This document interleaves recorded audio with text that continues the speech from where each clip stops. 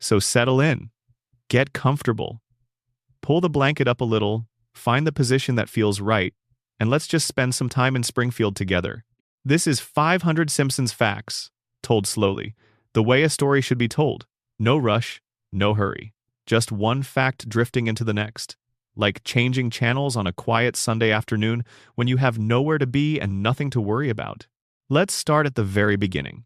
Because the beginning of The Simpsons is one of the most unlikely stories in television history, and it deserves to be told properly. Fact 1. The Simpsons did not begin as a television show. It began as a series of short animated segments that aired between sketches on a variety program called The Tracey Ullman Show. The year was 1987, and a cartoonist named Matt Groening was on his way to a meeting at Fox Broadcasting Company, where he was expected to pitch an animated project he had been developing for months. Fact 2. The project Groening had been planning to pitch was an animated adaptation of his underground comic strip called Life in Hell.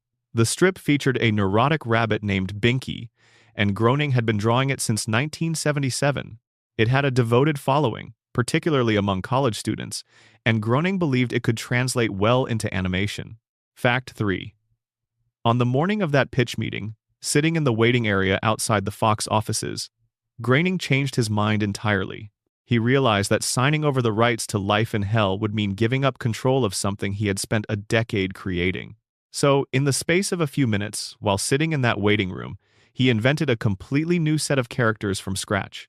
Fact 4. The family Groening sketched in that waiting room was named after his own family. His father was named Homer. His mother was named Margaret, though she went by Marge. His sisters were named Lisa and Maggie. Groening named the son Bart, an anagram of the word brat, because he wanted the character to have a name that felt slightly rebellious right from the start. Fact 5. Groening named the town Springfield after the fictional town in the 1950s television series Father Knows Best. He also chose the name because Springfield is one of the most common city names in the entire United States, meaning the show could feel like it was set anywhere. He has said that growing up near Springfield, Oregon also played a role in the choice, though he kept that connection deliberately vague for decades. Fact 6. The very first Simpsons short aired on April 19, 1987, as part of The Tracey Ullman Show. It was a simple, rough piece of animation, just a few minutes long, titled Good Night. In it, Homer and Marge put the children to bed, and each child expresses a different fear about the dark. The animation quality was primitive compared to what the show would eventually become, with the characters looking noticeably off-model compared to their later appearances. Fact 7. A total of 48 Simpsons shorts aired on The Tracey Ullman Show between 1987 and 1989. These shorts were produced by the Klasky Supo Animation Studio, a small company founded by Gabor Supo and Arlene Klasky.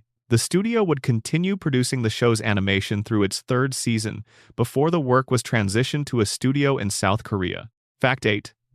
The transition to a full-length television series was not a smooth or obvious one. Fox executives were nervous about the show.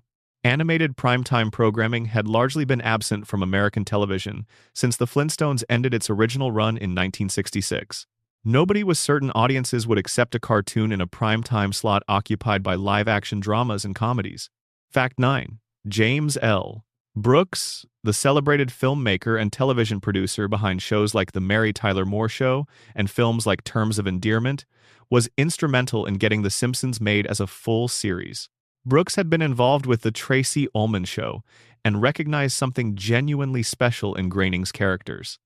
He became an executive producer and used his considerable influence at Fox to push the show forward. Fact 10. The Simpsons premiered as a full half-hour series on December 17, 1989, with a Christmas special titled Simpsons Roasting on an Open Fire. This was not the original plan for the premiere episode. The intended premiere was the episode that would eventually air as the second episode of Season 1, called Bart the Genius. Simpsons Roasting on an Open Fire moved up to the Christmas slot when production on the intended premiere ran slightly behind. Fact 11. Simpsons Roasting on an Open Fire introduced an enormous amount of Springfield lore right from the start. It established that Marge's sisters, Patty and Selma, despise Homer.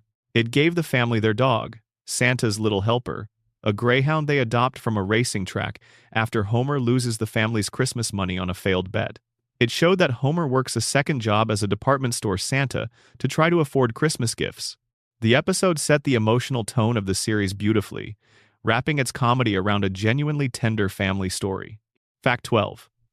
The voice cast that recorded the first episodes of The Simpsons included Dan Castellaneta as Homer, Julie Kavner as Marge, Nancy Cartwright as Bart, Yeardley Smith as Lisa, and a rotating ensemble of supporting performers. Harry Shearer and Hank Azaria joined the core cast to give voice to the dozens of recurring supporting characters who populate Springfield. Fact 13. Dan Castellaneta developed Homer's voice through a process of gradual refinement. His earliest Homer voice was inspired in part by Walter Matthau, with a rough, gravelly quality. Over the early seasons, the voice evolved into the more familiar Homer we know today, warmer and slightly more exaggerated in its enthusiasm and distress. Fact 14. Julie Kavner, who voices Marge, already had a distinctive husky vocal quality from a childhood illness that had affected her throat. She has said in interviews that Marge's voice requires very specific care and that recording sessions are structured carefully to make sure she does not strain it. Marge's voice has become one of the most recognizable in American popular culture. Fact 15. Nancy Cartwright was originally auditioning for the role of Lisa, not Bart. When she saw the character break down for Bart, she felt immediately drawn to him and asked if she could read for that role instead. She recorded a version of Bart that impressed the producers so much she was cast on the spot. The role that would make her one of the most famous voice actors in history was not even the one she had walked into the room to read for. Fact 16. Yeardley Smith, who voices Lisa, has the distinction of having essentially the same voice in real life as the character she plays. Her speaking voice has a naturally bright, slightly earnest quality that required very little modification to become Lisa Simpson. Smith has described the experience of voicing Lisa as one of the most comfortable things she has ever done professionally, because the character asks almost nothing of her voice that her voice would not do naturally. Fact 17. The show was produced with a budget of around $1 million per episode during its early seasons, which was considered quite high for animation at the time. The detailed, labor-intensive nature of hand-drawn animation and the quality of the writing staff meant costs stayed elevated throughout the early years. That investment showed in the final product. Fact 18. The Simpsons quickly became the most watched program on the Fox network. The network had struggled for years to compete with the established powerhouses on ABC, NBC, and CBS, and The Simpsons gave it something those networks could not easily replicate. The show attracted audiences who had never considered Fox a legitimate broadcast option, and it transformed the network's identity almost overnight. Fact 19. By the end of its first full season, The Simpsons had become a genuine cultural phenomenon. Bart Simpson t-shirts were selling in the tens of millions. The phrase, "Don't have a cow," entered everyday American speech. Elementary schools reportedly debated whether to ban Bart-related merchandise on the grounds that the character promoted disrespect toward authority figures. The show had achieved the kind of cultural saturation that most television programs spend years trying to reach and never do. Fact 20. President George H.W. Bush, campaigning for re-election in 1992, delivered a speech in which he said that America needed to be more like the Waltons and less like The Simpsons. The show responded in an episode where the family watches the speech on television, and Bart says they are just like the Waltons, because both families are praying for an end to the Depression. Fact 21. The writing staff of The Simpsons during its peak years included an extraordinary concentration of talent. Multiple writers had graduated from Harvard, many had worked on other landmark comedies, and several had backgrounds in fields like mathematics and philosophy that gave the show's comedy an unusually dense, layered quality. The jokes on The Simpsons often worked on multiple levels simultaneously, with a surface gag that would land for casual viewers and a deeper reference that would reward attentive ones. Fact 22. Al Jean and Mike Rice served as showrunners during seasons 3 and 4, a period widely considered among the finest in the show's history. Jean would later return as showrunner beginning with season 13 and has held that position continuously ever since, making him by far the longest-serving showrunner in the show's history. Fact 23. The show's first genuine awards recognition came quickly. It won the Primetime Emmy Award for Outstanding Animated Program in 1990, a category the show would go on to win multiple times across its run. It also received a Peabody Award in 1992, with the committee's citation calling it the most radical show on American television. Fact 24. The animation for the early seasons was produced by Klasky Csupo, but the show's distinctive visual style was defined largely by the work of character designer David Silverman and background designers who gave Springfield its particular handcrafted look. The slightly off-kilter proportions of the characters, the deliberately unrealistic color palette with that signature yellow skin, were all deliberate aesthetic choices. Fact 25. The yellow skin of Springfield's residents was a specific decision made to distinguish the show visually from live-action programming. The thinking was that when someone flipping through channels landed on a frame of The Simpsons, they would immediately know what they were looking at. The yellow would serve as an instant visual identifier. It has since become one of the most recognizable visual signatures in the history of animation. Fact 26. The four-fingered hands of the Simpson family are a long-standing tradition in animation, intended to simplify the drawing process. Drawing a realistic five-fingered hand in animation requires considerable skill and effort, and historically most animated characters have had four fingers as a practical shortcut. What makes The Simpsons interesting is that the show is aware of this convention and occasionally makes jokes about it. Fact 27. Matt Groening has given the characters overbites as part of their distinctive visual design. He has described the overbite as a deliberate stylistic choice that gives the characters a slightly goofy, approachable quality. Combined with the bulging eyes and the spiky or gravity-defying hair, the Simpson family's faces feel immediately familiar while being completely unlike any real human face you would encounter. Fact 28. The opening couch gag, which appears in almost every episode of the show, was originally conceived as a simple way to adjust the length of the opening credits to match the available broadcast time. If the episode ran slightly long, a shorter couch gag would be used. If it ran slightly short, a more elaborate one could fill the gap. Over time, the couch gag became an art form in itself, with the show pushing the bit into increasingly surreal and sophisticated territory. Fact 29.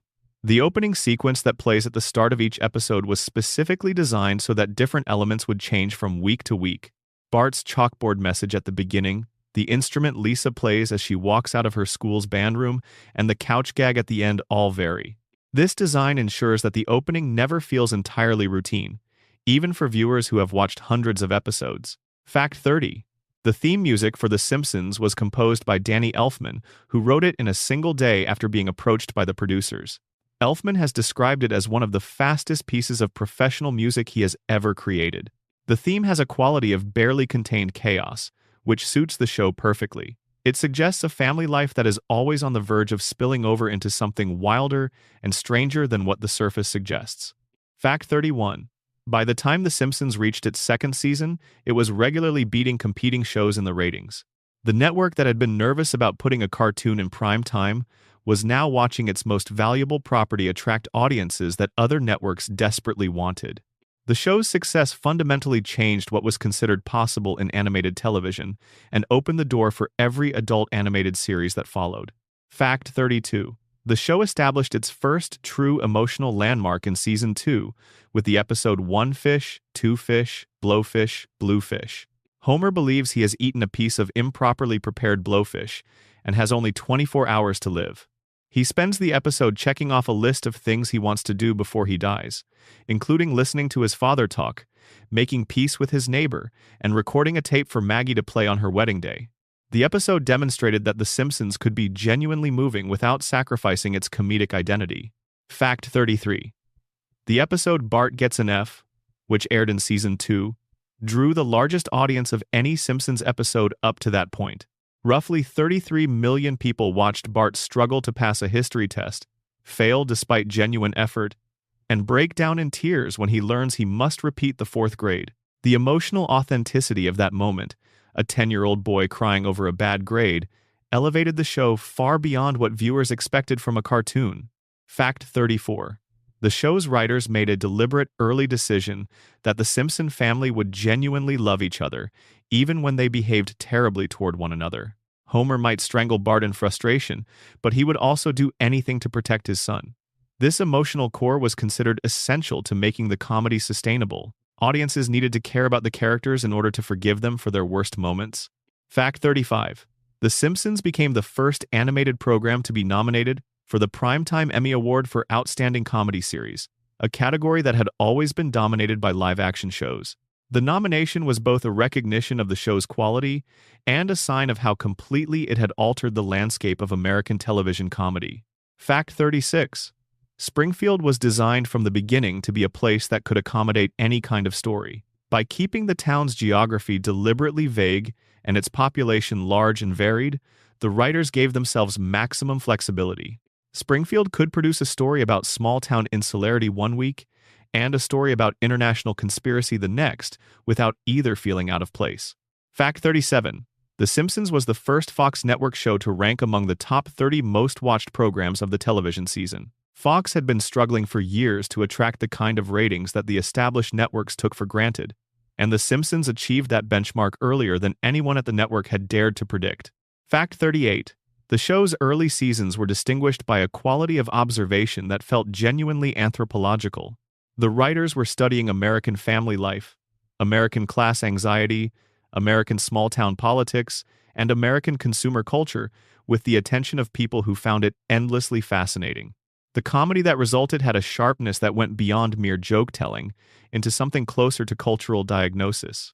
Fact 39.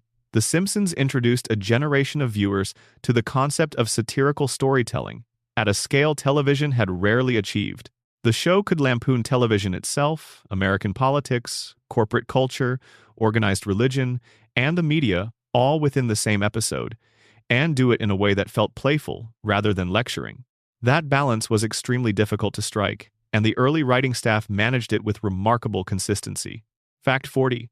By the end of its second season, The Simpsons had established itself as more than a hit television show. It had become a lens through which a significant portion of the American public processed the world around them. That role, that cultural function, would only deepen over the 3.5 decades that followed. Drop a comment below and let us know what time it is, where you are, and what part of the world you are watching from. We love knowing who is out there with us in the quiet hours. And if you are enjoying this, please subscribe. It genuinely helps more than you might think. There is something quietly extraordinary about the Simpson family. On the surface, they look like a simple comedic unit: a bumbling father, a patient mother, a rebellious son, a precocious daughter, a silent baby. But the longer you spend with them, the more complicated they become. Each one of them is carrying something. Each one of them has a depth that the show only reveals slowly, across seasons, in small moments between the bigger jokes. Let's spend some time with each of them properly. Fact 41. Homer J. Simpson was born on May 12th. His father is Abraham Simpson, known as Grandpa, and his mother is Mona Simpson, who was absent for most of Homer's life, for reasons the show eventually explores in devastating detail. Homer grew up largely without his mother's presence, raised by a father who was emotionally distant and often exasperated. The shape of Homer's personality, his desperate hunger for love and approval, his fear of abandonment, his tendency to seek comfort in food and beer, can all be traced back to a childhood that was missing something essential. Fact 42. Homer's middle name is J. His full name, Homer J. Simpson, is a tribute of sorts to the J. Ward style of cartoon comedy that Matt Groening admired, particularly shows like Rocky and Bullwinkle. The J in Homer's name carries a faint whiff of slapstick tradition, which suits the character well. Fact 43. Homer has held an extraordinary number of jobs throughout the series. The show has given him careers as a musician, a food critic, a missionary, a garbage commissioner, an astronaut, a boxing manager, a carnival worker, an oil driller, a country music manager, a professional snowplow operator, and dozens more. Each new career is typically held for a single episode before Homer returns to Sector 7G at the nuclear power plant, where he has been the safety inspector for the entirety of his adult life. Fact 44. Homer's relationship with food is one of the most consistent and lovingly detailed elements of his character. He thinks about food constantly. He talks about food with a reverence most people reserve for spiritual matters. His favorite foods include donuts, pork chops, pork rinds, crusty burgers, Duff beer, and a sandwich he once described as something that would send him to the hospital, but was completely worth it. His dreams about food are detailed and cinematic. Fact 45. Homer's intelligence has been a subject of extended discussion within the show itself. The show's creator has described Homer's IQ as 55, placing him in a range of significant cognitive disability. This is played mostly for comedy, but the show has also treated it with a quiet dignity, acknowledging that Homer's limited cognitive function does not make him less capable of love, less deserving of happiness, or less worthy of respect. He is, within his limitations, a man who tries. Fact 46. The episode Homer's Enemy from Season 8 introduces a character named Frank Grimes, a hardworking, responsible man who is infuriated by the fact that Homer's incompetence and laziness have never prevented him from having a comfortable, happy life. Grimes's spiraling resentment of Homer is played as a dark comedy, but the episode has been read by many viewers as the show's most honest meditation on the relationship between effort and reward in American life. Grimes, who does everything right, is destroyed. Homer, who does almost nothing right, thrives. Fact 47. Marge Jacqueline Simpson, born Bouvier, has a backstory that the show has explored across multiple flashback episodes. She grew up in a middle-class household with her parents and her sisters Patty and Selma. Her father, Clancy Bouvier, worked as a flight attendant and appeared to have had aspirations for his family that the suburban reality of their life never quite matched. Her mother, Jacqueline Bouvier, has a sharp tongue and a preference for her daughters over any man who might marry them. Fact 48. Marge's hair is one of the most iconic visual elements in the history of animation. It rises roughly 2.5 feet above her head in a tower of blue-gray that she maintains in the same shape across 36 years of episodes.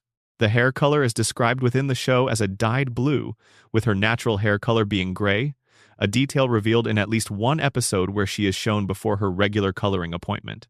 In one episode, Marge reveals she has been dyeing her hair since she was a teenager, suggesting her natural color went gray quite early. Fact 49. Marge is left-handed, one of the few characters in the show confirmed to be so. This detail has been referenced occasionally across episodes and is considered part of the show's loose canon. Given how rarely left-handedness is specifically noted in character profiles, it reads as a detail someone in the writer's room felt was important to establish and hold on to. Fact 50. Marge has her own suppressed ambitions that the show has periodically surfaced. She is a talented artist, shown in at least one episode to have significant skill as a painter. She also demonstrates competence in fields as varied as real estate, police work, and business entrepreneurship during episodes that follow her outside the domestic sphere. The show has sometimes been criticized for always returning Marge to the housewife role by episode's end, but it has at least acknowledged consistently that there is more to her than domesticity. Fact 51. Bart Jojo Simpson was born on April 1st, and the choice of April Fool's Day as his birthday is not accidental. The date suits the character in almost every conceivable way. Bart is defined by his relationship to mischief, to the subversion of authority, to the comedy of disruption. His birthday being the same as the holiday most associated with pranks and mockery is the show's way of making his origin feel like a joke that the universe itself was in on. Fact 52. Bart is left-handed. Nancy Cartwright, who voices him, is right-handed. The character's left-handedness has been depicted visually across the series and is considered a consistent canonical detail. In one episode, Bart is forced to use his right hand and finds the experience enormously frustrating, with the gag built around the genuine difficulty left-handed people face in a world designed for right-handed ones. Fact 53. Bart's academic struggles are not portrayed simply as laziness or stupidity. The show has suggested repeatedly that Bart has a complicated relationship with learning, one that involves a genuine intelligence that the traditional school environment cannot reach. He is shown to be capable of extraordinary focus and ingenuity when solving problems that interest him. The issue is not his ability but his relationship with a system that has never managed to engage him. Fact 54. Bart has a complicated relationship with his father that the show treats with more seriousness than its comedy might suggest. Homer's relationship with Bart involves genuine warmth and genuine frustration in roughly equal measure. The strangling gag that the show uses as a running bit is crude in isolation, but across the series it exists within a relationship that also contains moments of tremendous tenderness, particularly in episodes where one of them is in genuine danger. Fact 55. Bart's friendships, particularly with Milhouse Van Houten, form one of the show's most enduring and affectionate recurring threads. Milhouse is in many ways Bart's opposite: anxious where Bart is fearless, eager to please where Bart is indifferent to authority, and desperately lacking in the confidence that Bart projects at all times. Their friendship works because Bart is loyal to Milhouse in ways he rarely demonstrates toward anyone else, and Milhouse brings out an occasional gentleness in Bart that would otherwise remain hidden. Fact 56. Lisa Marie Simpson was born on May 9th. She plays the alto saxophone, an instrument the show treats as deeply connected to her emotional life. When Lisa is sad, she plays something aching and slow. When she is happy, the music brightens. The saxophone is not just an accessory or a character trait. It is the primary way the show communicates what Lisa is feeling in moments when words are not enough. Fact 57. Lisa's IQ has been cited at various points in the show as being between 159 and 167, depending on the episode. Regardless of the precise number, the show consistently positions her as significantly more intelligent than everyone around her, including the adults in her life. This creates a specific kind of loneliness that the show explores with genuine sympathy. Being the smartest person in the room is not presented as a gift without cost. It is shown to be isolating, exhausting, and frequently heartbreaking. Fact 58. Lisa became a vegetarian in Season 7 during the episode Lisa the Vegetarian. The episode is notable for featuring Paul and Linda McCartney as guest stars, with Paul McCartney agreeing to appear on the condition that Lisa would remain a vegetarian for the rest of the series. The showrunners agreed to this condition and have maintained it across every subsequent season, making Lisa's vegetarianism one of the most permanent character traits in the show's floating timeline. Fact 59. Lisa is also a Buddhist, having converted during the Season 13 episode She of Little Faith. Her Buddhism is maintained across subsequent episodes with varying degrees of consistency, but it represents a genuine aspect of her character, her search for a spiritual framework that can accommodate her intellect without requiring her to abandon her capacity for critical thinking. Fact 60.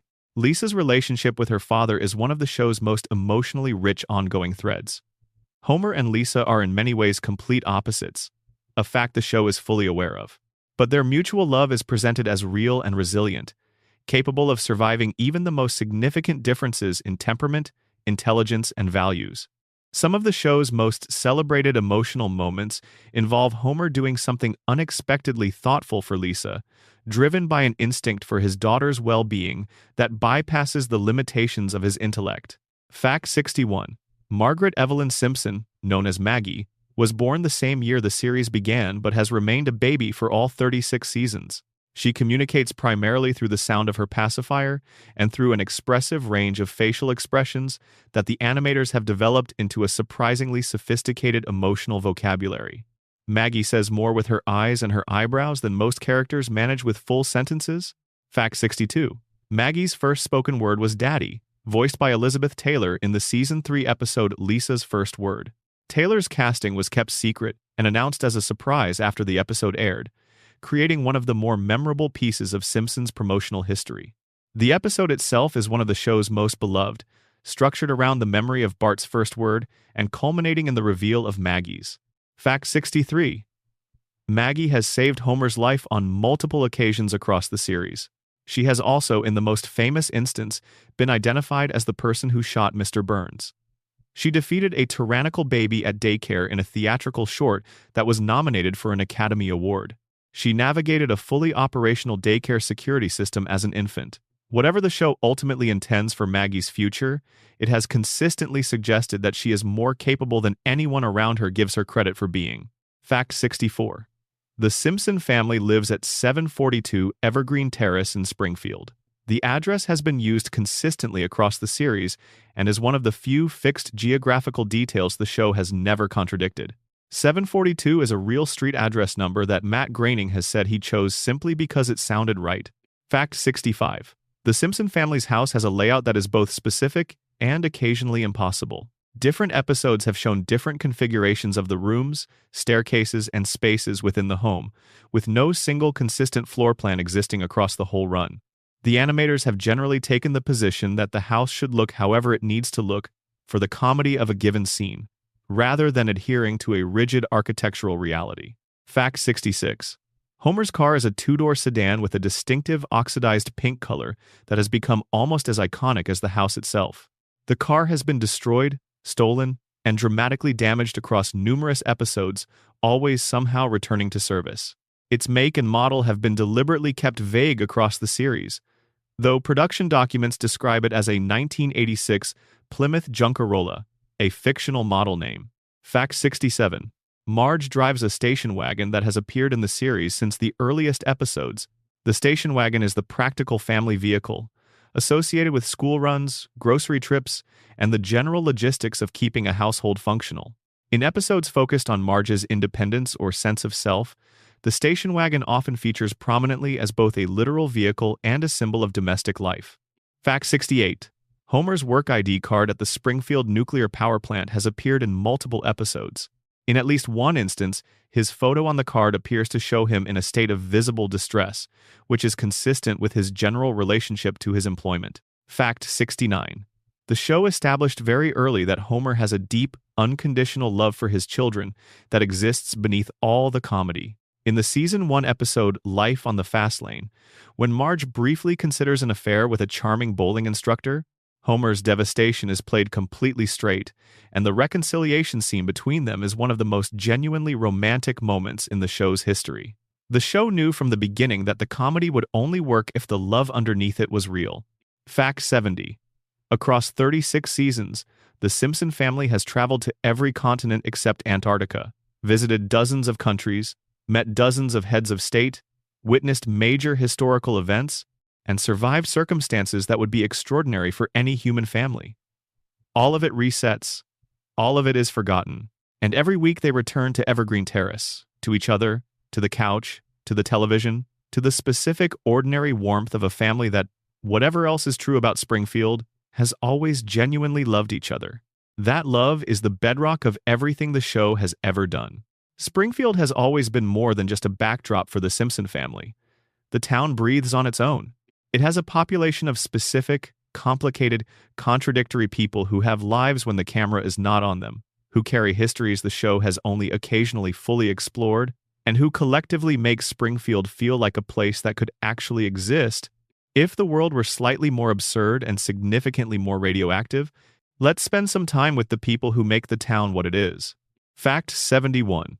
Montgomery Charles Burns, the owner of the Springfield nuclear power plant, is one of the great villains of American popular culture. He is ancient, nearly indestructible, possessed of a wealth so vast it has insulated him from virtually every consequence the world might otherwise impose, and genuinely indifferent to the suffering he causes. The show has given him a backstory that traces his cruelty to a childhood defined by extreme privilege and a complete absence of genuine love. Fact 72. Mr. Burns grew up in an extremely wealthy family but was sent away as a very young child to live with a man described as the richest man in America at the time. This early separation from his family of origin is presented as foundational to his emotional development, or rather to his emotional undevelopment. Burns learned early that money provides everything except the things that actually matter, and he chose money anyway. Fact 73. Burns attended Yale University, a detail the show has referenced across multiple episodes. His Yale education is typically invoked as part of his general sense of superiority toward everyone around him and his particular contempt for anything he perceives as common or provincial. Fact 74. Waylon Smithers Jr., Burns's devoted personal assistant, was originally depicted in an early episode with darker skin, an error that the show attributed to a mistake in the coloring process. The character was quickly standardized to the more familiar pale coloring seen in all subsequent episodes. This brief inconsistency has been discussed at length in interviews with the show's production staff, who have treated it simply as the production error it was. Fact 75. Smithers' devotion to Burns has been one of the show's most consistently layered recurring elements. The nature of his feelings has evolved across the show's run, with later seasons becoming increasingly explicit about the romantic dimension of his attachment to his employer. Smithers has also been shown to have a life outside his devotion to Burns, including hobbies, friends, and interests, but the Burns devotion remains so central to his identity that the show has often explored what it costs him. Fact 76. Chief Clancy Wiggum is Springfield's chief of police, a man whose professional incompetence is so comprehensive that it functions almost as a superpower. Wiggum is not malicious, simply magnificently ill-equipped for his role. He misinterprets evidence, loses suspects, forgets laws, and approaches criminal investigations with the focus of someone deeply preoccupied with food. Despite all of this, He maintains his position across decades of demonstrated failure, which says something about Springfield's relationship to institutional accountability. Fact 77. Ralph Wiggum, Clancy's son, has become one of the most quoted characters in the entire series.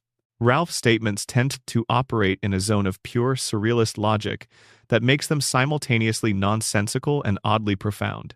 His most famous line, delivered during a Valentine's Day episode when Lisa returns his card, is "I choose you," which became one of the show's most enduring cultural references. Ralph's apparent detachment from ordinary cognitive processes has made him beloved. Fact 78. Ned Flanders was designed as Homer's opposite in almost every measurable respect. Where Homer is lazy, Ned is industrious. Where Homer is irreverent, Ned is devout. Where Homer is financially irresponsible, Ned is careful with money. Where Homer neglects his home, Ned maintains his with obsessive attention. The original intention was to use Ned as a source of irritation for Homer, a living reminder of everything Homer failed to be. Over time, the character became something considerably richer. Fact 79. Ned's catchphrase, "Okili dokili," has been analyzed for its linguistic structure by actual linguists. The construction, taking a standard affirmation and adding an idyllic, sunny suffix to both syllables, creates a sound that is enthusiastically agreeable in a way that borders on uncanny. It communicates a positivity so total that it faintly unsettles, which is consistent with everything else the show has gradually revealed about the psychological conditions underlying Ned's relentless cheerfulness. Fact 80. Ned has two sons, Rod and Todd, who are raised with the same intense religious devotion that defines their father's life. The boys are sheltered to an extraordinary degree, unfamiliar with basic elements of popular culture that their peers have absorbed simply by existing in the world. The show plays this for comedy but also acknowledges that the boys genuinely adore their father and that their home, whatever its peculiarities, is one of the warmer ones in Springfield. Fact 81. Maude Flanders, Ned's first wife, was killed off in the season 11 episode Alone Again, Natura Diddly. The circumstances of her death, a t-shirt cannon accident at a motor racing event for which Homer's selfishness was indirectly responsible, were created because the voice actress who had played Maude, Maggie Roswell, had a contract dispute with the production. The character was killed rather than recast, and the episode dealing with Ned's grief was handled with more seriousness than might have been expected. Fact 82. Moe Sislak, the proprietor of Moe's Tavern, has one of the most elaborately tragic backstories of any secondary character in the series. He was once a promising child actor, one of the original members of a Little Rascals-style troupe called the Little Barneys. He lost that career to professional jealousy and adult interference, never recovered his early promise, and ended up behind a bar in Springfield, serving Homer Simpson Duff beer for a few decades while attempting increasingly desperate schemes to improve his circumstances. Fact 83. Moe has attempted to improve his business and his life across dozens of episodes, with schemes that have included renaming his bar as a trendy restaurant, running a childcare service out of the tavern, and entering the world of competitive bartending. All of these schemes fail. Moe always ends up back behind his bar, which might be understood as tragedy or as stability, depending on your perspective. He is, in his way, one of the most resilient characters in Springfield. Fact 84. Barney Gumble, Homer's best friend from childhood, is one of the show's most quietly heartbreaking figures. In early seasons, he established as having been an excellent student with genuine academic promise before he became a heavy drinker. A single episode reveals that Homer introduced Barney to beer on the night before an important entrance exam, derailing a potential Ivy League career. The show has explored Barney's sobriety in at least one extended arc, showing him sober, talented, and creative before a single sip of champagne sends him back to his familiar state. Fact 85. Apu Nahasapia Mapatalon, the proprietor of the Quick E-Mart, is one of the most prominent and also most debated characters in the series. He holds a PhD in computer science from Calcutta Technical Institute, a degree he earned at the top of his class. His academic credentials vastly exceed what his current employment requires, a gap that the show has acknowledged and occasionally explored. He has octuplets with his wife Manjula, a development from Season 9 that made Apu's domestic life considerably more complicated. Fact 86. Sideshow Bob, whose full name is Robert Underdunk Terwilliger Jr., is arguably the show's finest recurring antagonist. He is a classically trained actor, a polymath with genuine artistic sensibility, a man who quotes Shakespeare and sings operatic arias, and he has spent a significant portion of his adult life trying to kill a 10-year-old boy named Bart Simpson. The contrast between his refinement and his obsession is the engine of the character's comedy, and the show has used him brilliantly across more than a dozen episodes. Fact 87. Sideshow Bob's distinctive hair, a massive red afro that rises dramatically above his head, was based on the hairstyle of the jazz musician Don Van Vliet, better known as Captain Beefheart. The hair has become inseparable from the character and contributes significantly to the absurdity of his situation. This furious, opera-quoting intellectual, pursuing a child through Springfield while wearing what looks like a costume he borrowed from a 70s variety show. Fact 88. Principal Seymour Skinner, or the man Springfield knows by that name, has a complicated relationship to authority that the show has explored from multiple angles. He is simultaneously a disciplinarian who maintains rigid rules at Springfield Elementary and a man who is completely dominated by his mother, Agnes, with whom he lives as an adult in a state of domestic servitude that seems to cause him genuine suffering. Fact 89. Agnes Skinner is one of the most committed maternal antagonists in the series. Her treatment of her son combines casual cruelty with a possessiveness so total it has prevented him from developing any real independence as an adult. The show plays this for comedy, but the portrait underneath the jokes is of a dynamic that many viewers have found uncomfortably recognizable from their own experiences or observations of family life. Fact 90. Groundskeeper Willie, the Scottish custodian of Springfield Elementary, is a character defined by enormous physical strength, enormous emotional volatility, and an accent so aggressively regional that many lines he delivers require a second hearing to fully decipher. He has been shown to live in a small shed on the school grounds and has described various elements of his Scottish origin with a fervor that suggests deep patriotism and deeper trauma. His backstory has been given multiple contradictory versions across the series, each one presented as equally definitive. Fact 91. Hans Moleman, whose real name has been given as Ralph Mellish in at least one episode, appears to be far older than he should be. He once told a gathering of people that he was 31 years old, a statement that no one present found credible given his appearance. He has died on screen more times than any other character in the series, typically in absurd circumstances, and returns to subsequent episodes without explanation.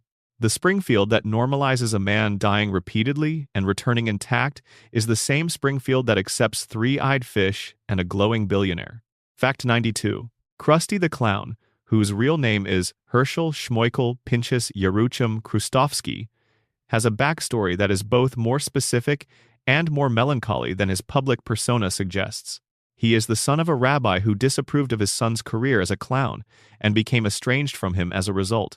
Krusty grew up feeling rejected by his father, a wound that never fully healed, and that underlies the persistent unhappiness. The show depicts beneath his professional comedy persona. Fact 93.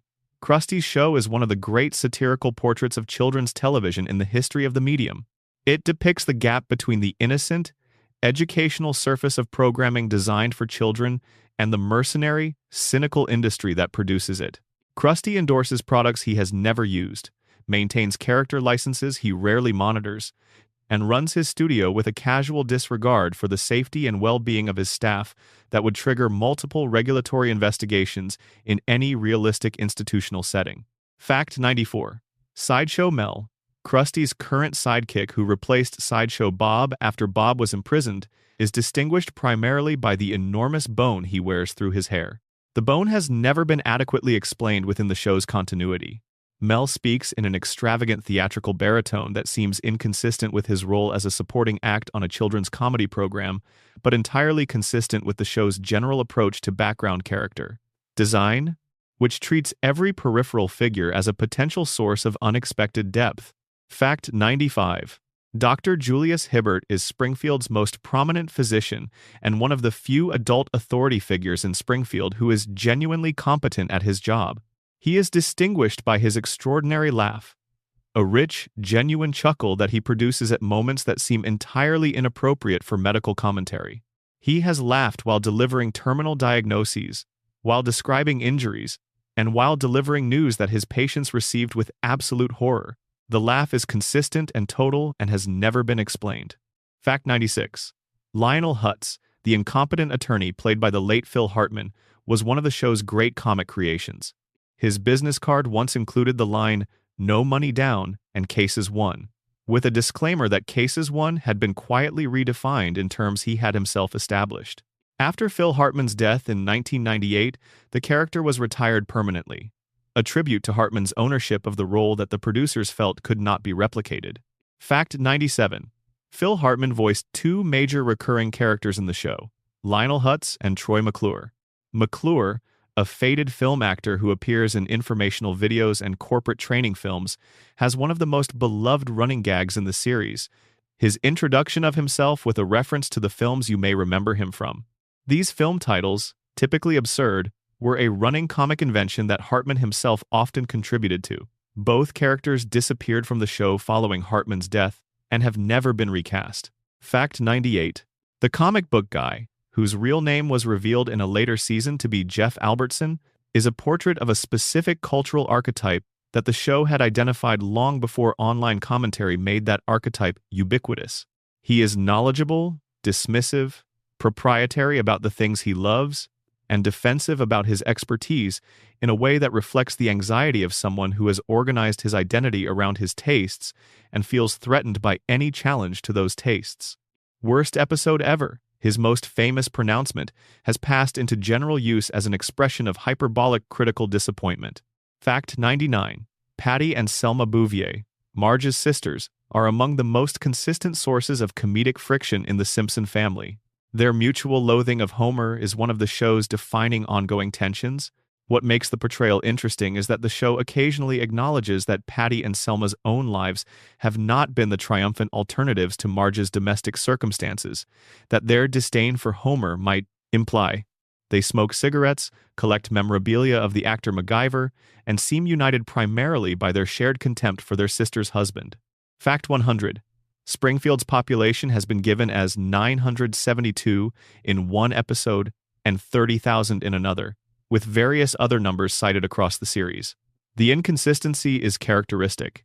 Springfield's population, like its geography and its history, exists in a state of permanent useful ambiguity, always as large or as small as the story of a given episode requires it to be. There is something slightly miraculous about the fact that The Simpsons has sustained any quality at all across 36 seasons and nearly 800 episodes. Television history is full of shows that burned brightly and faded, that ran 2 or 3 seasons of brilliance before declining. What is unusual about The Simpsons is the length of time and the depth of the machine that kept it going. Let's go inside that machine. Fact 101. The Simpsons has had more writers work on it than almost any other show in television history. Over 36 seasons, the staff has turned over many times, bringing in successive generations of comic writers who each left their fingerprints on the show's identity. Some writers stayed for decades, others passed through for a season or two, contributed their particular voice, and moved on to other things. Fact 102. The show's writing process begins with a table read, where writers and cast members gather to read a script aloud for the first time. These table reads are followed by extensive revision sessions, where the writing staff collectively pitches alternative jokes, improved phrasings, and sometimes entirely different approaches to scenes that are not working. A script may go through dozens of drafts before recording begins.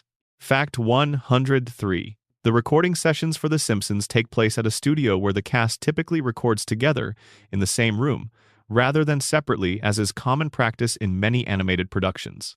This collaborative recording approach allows the cast to play off each other, to find rhythms and timings in their performances that would be difficult to achieve in isolation.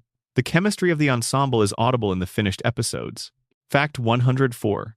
Mike Scully, who served as showrunner during seasons 9 through 12, has been associated in some criticism with a period when the show began to rely more heavily on celebrity appearances and high-concept plots than it had in earlier seasons.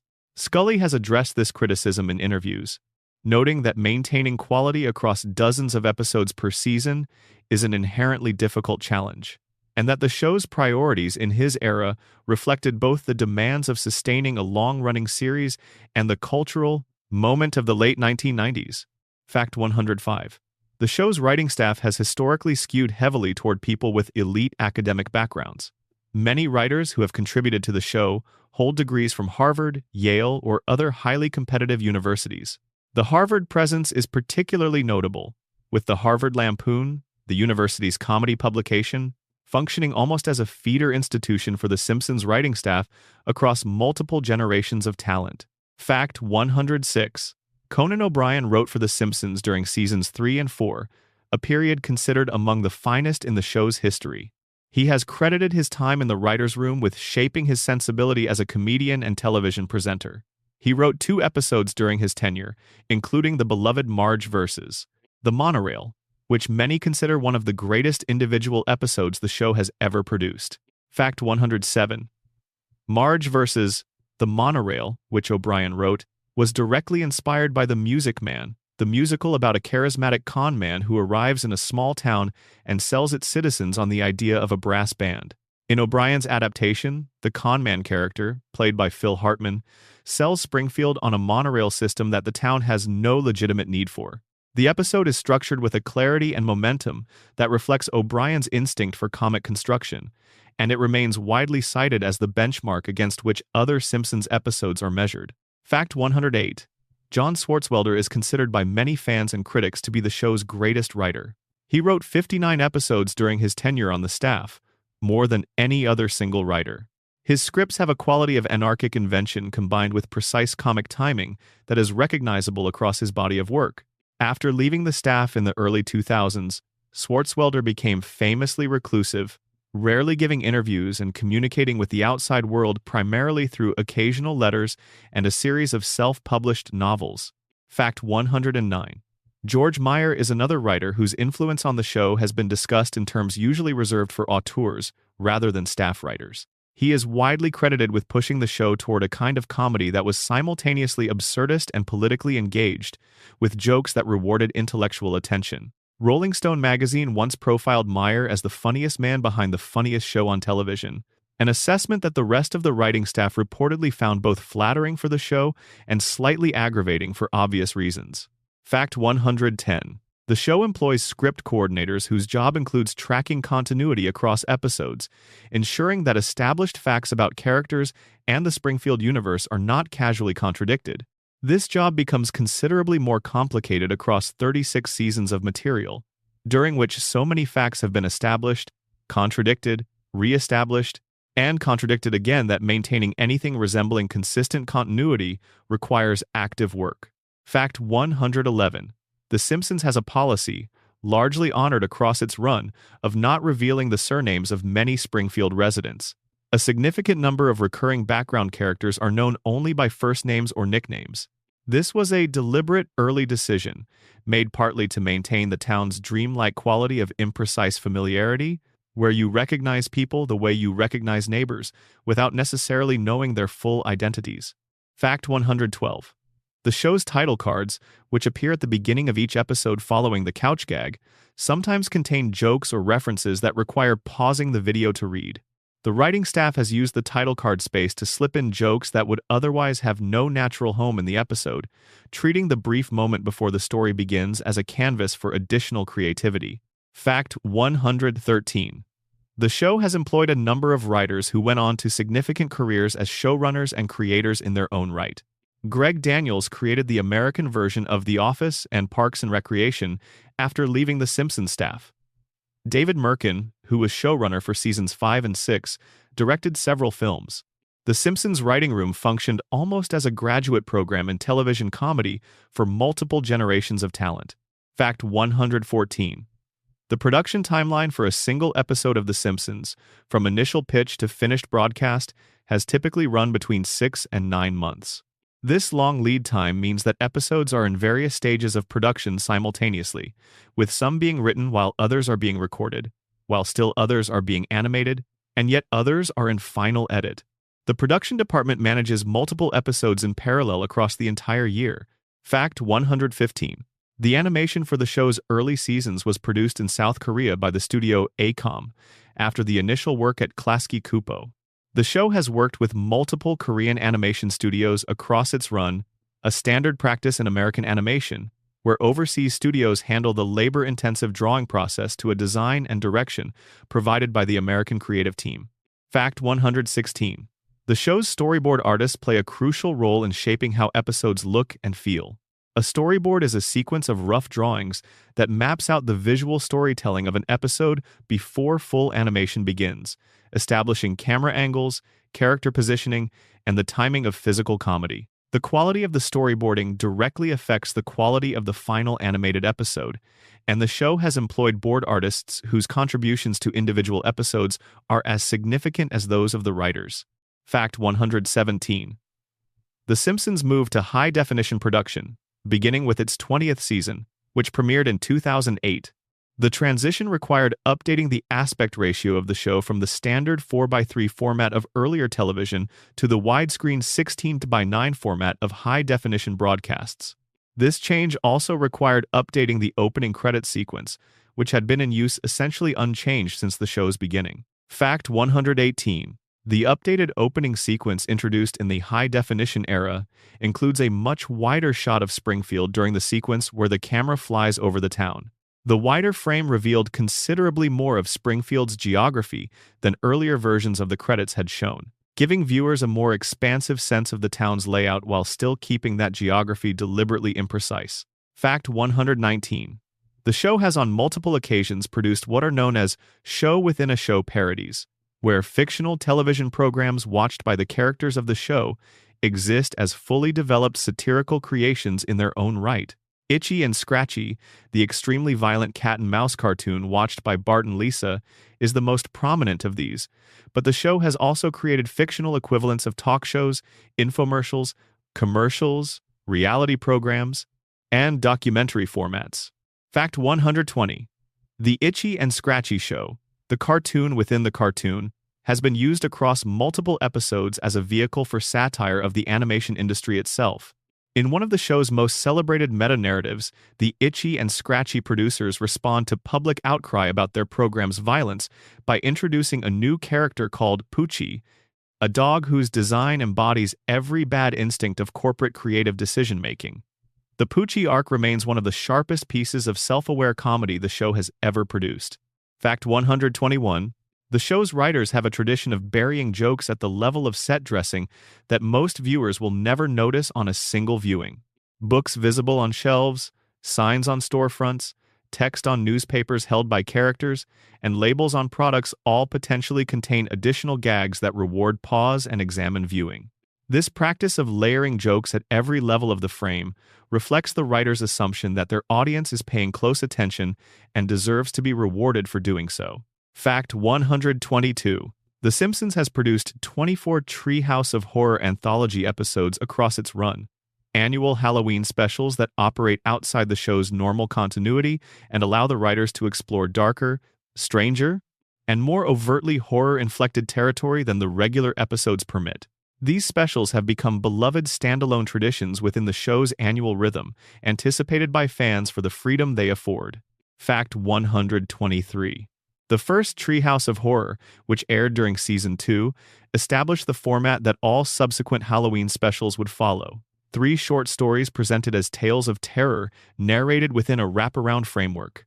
The segments in that first special included a parody of Edgar Allan Poe's The Raven, read by Homer, an alien abduction story, and a haunted house narrative.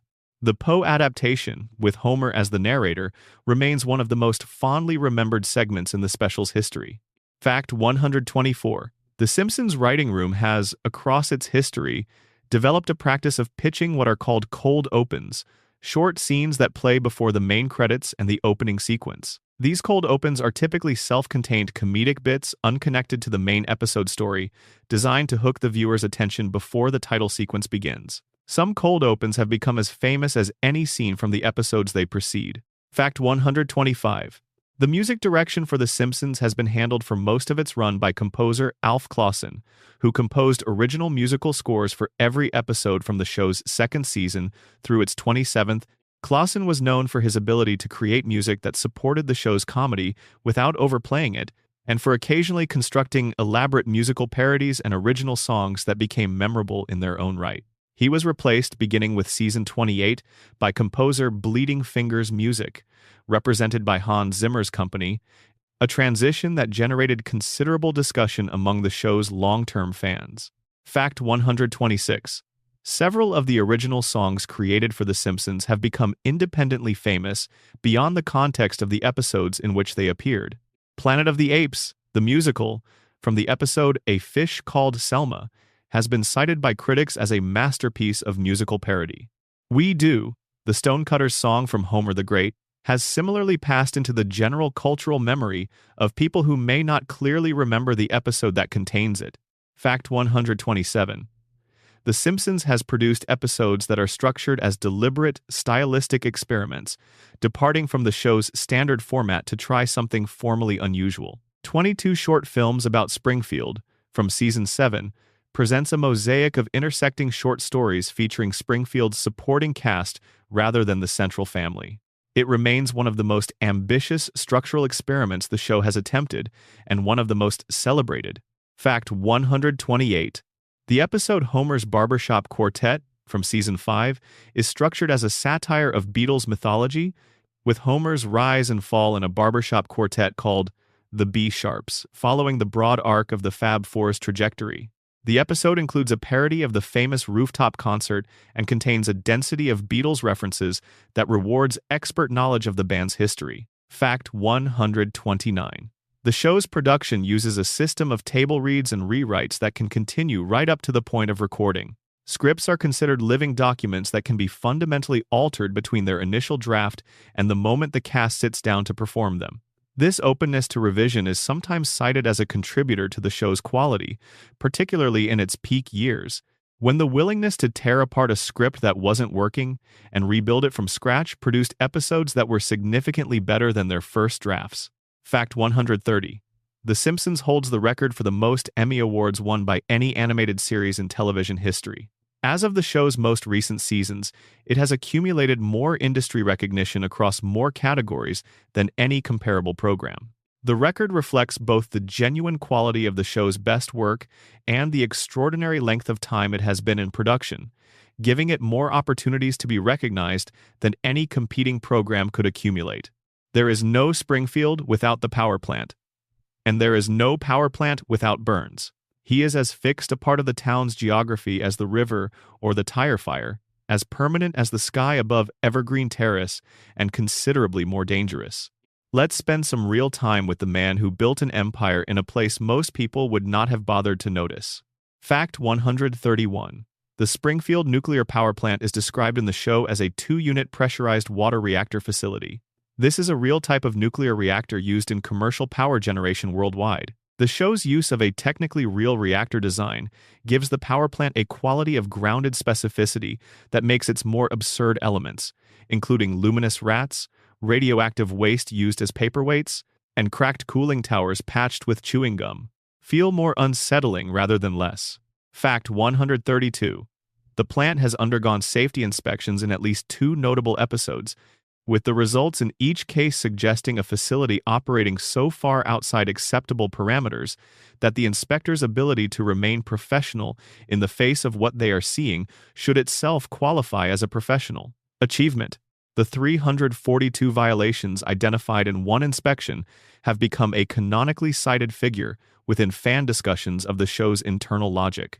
Fact 133. Burns refuses to fix the plant's violations not because of financial constraint but because of a philosophy about accountability.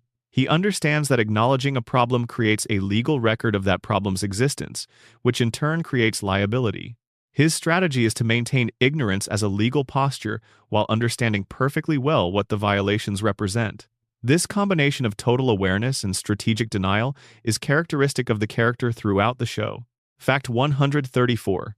Homer Simpson's hiring as the plant's safety inspector is presented across different episodes as the result of different factors: his connection to Grandpa Simpson's deal with Burns, the German investor's experience with a competent replacement, and Burns's general preference for workers whose incompetence protects his operations from internal scrutiny. The most coherent reading of the show's continuity is that all of these factors are simultaneously true and that Homer's employment is overdetermined, secured from multiple directions at once. Fact 135. The plant has been staffed by a rotating collection of workers across the show's history, most of whom appear as background figures in Homer's workplace scenes. A few have been given names and personality details across multiple episodes, creating a small ensemble of Homer's co-workers. Lenny Leonard and Carl Carlson are the most prominent of these, Homer's closest workplace companions, whose friendship with Homer has been used as the emotional foundation of numerous episodes. Fact 136. Lenny and Carl are presented as having a friendship so close and so long-standing that it occasionally invites speculation about its nature. The show has made jokes about their relationship across multiple seasons, alternately implying deep affection and deflecting the question with comic ambiguity. What is not ambiguous is that both characters care about Homer, in their way, and that Homer's workplace is a somewhat warmer environment for their presence in it. Fact 137. Burns's age has been addressed in the show through a variety of approaches. He has referenced the Spanish-American War as a personal memory. He has described watching the defeat of the Confederacy. He has spoken of business dealings with figures from American economic history who died before most of the 20th century's major events. Taking these references at face value, Burns would be well over 100 years old, possibly closer to 150 by the time of the show's present-day episodes. Fact 138. Burns's physical fragility is a persistent contrast with his enormous institutional power. His grip strength is so low that it is measured in units more appropriate to describing the force exerted by a sleeping infant. He cannot open doors without assistance. He cannot lift objects of ordinary weight. His body has been described as being held together by a remarkable arrangement of biological compromises that should not sustain life, but somehow do. Fact 139. Despite his physical frailty, Burns's mind is extraordinarily sharp. He processes financial information with the speed of someone who has spent a century studying the movement of money. He anticipates political moves, legal vulnerabilities, and human weaknesses with a precision that reflects both native intelligence and decades of practical experience in accumulating and protecting power. He is not a fool pretending to be powerful. He is genuinely one of the most capable strategic minds in Springfield, which, in this context, means something simultaneously impressive and horrifying. Fact 140. Burns was briefly married, in at least one continuity-defying episode, and has been shown to have romantic interests and vulnerabilities that complicate his image as a purely mercenary figure. The episode where he falls for Marge's painting of him, producing a portrait of almost shocking vulnerability, suggested layers of emotional need beneath the institutional cruelty. The show has periodically visited this dimension of Burns with real effectiveness, reminding viewers that someone is always inside the villain. Fact 141. The specific nature of Burns's weekly medical treatments is left deliberately vague in the show. We know they involve radiation, that they take place at an unspecified medical facility, and that they are intense enough to leave him in an altered state for some hours afterward. The glowing described in the Springfield Files is presented as a side effect of the treatments, suggesting that the radiation dosage involved is extraordinary by any conventional medical standard. Fact 142. Smithers manages Burns's entire life, including his medical schedule. The show has established that Smithers' institutional knowledge of Burns's routines is so complete that Burns would be functionally helpless without him.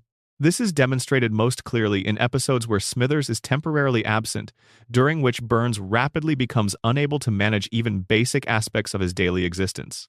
The relationship is framed as devotion, but its practical structure is more like dependency. Fact 143. Burns has been shown to have an almost complete inability to remember Homer's name, despite decades of interaction. This recurring joke has been used across hundreds of episodes in different configurations. Burns referring to Homer by wrong names, Burns describing Homer in elaborate circumlocutions, Burns staring blankly at Homer's face as if seeing it for the first time. The joke works because of the specific power dynamic it represents. Burns cannot remember the name of the man whose safety failures keep his operation running, which is either genuine forgetfulness or a deliberate performance of contempt. Fact 144. The power plant produces a range of merchandise within the show's universe, including promotional items that Burns uses as tools of community relations in ways that barely disguise their actual function as corporate propaganda. The plant's relationship to Springfield's civic life is presented as essentially parasitic. It provides employment and electricity while draining the community's health, safety, and autonomy. Fact 145. In the episode Bart Gets Famous, there is a background gag where the power plant's display board, normally showing the status of various safety systems, is seen to read critical or danger across virtually every indicator. The gag is presented so quickly that it is easy to miss, but it contributes to the show's sustained portrait of a facility operating perpetually at the edge of catastrophe. Fact 146. Burns's mansion, known simply as the Burns Manor, is depicted as an enormous Gothic structure filled with artifacts accumulated over more than a century of wealth. The manor contains rooms full of taxidermied animals, priceless artwork, and objects whose presence suggests a life spent consuming the world's resources with the appetite of someone who has never been told no. It also contains, in at least one episode, a room full of trained attack hounds for use against unwanted visitors.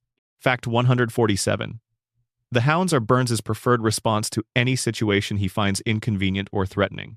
Release the hounds is one of his most famous recurring instructions, deployed across dozens of episodes with a casualness that suggests it is his default solution to the full range of problems he encounters.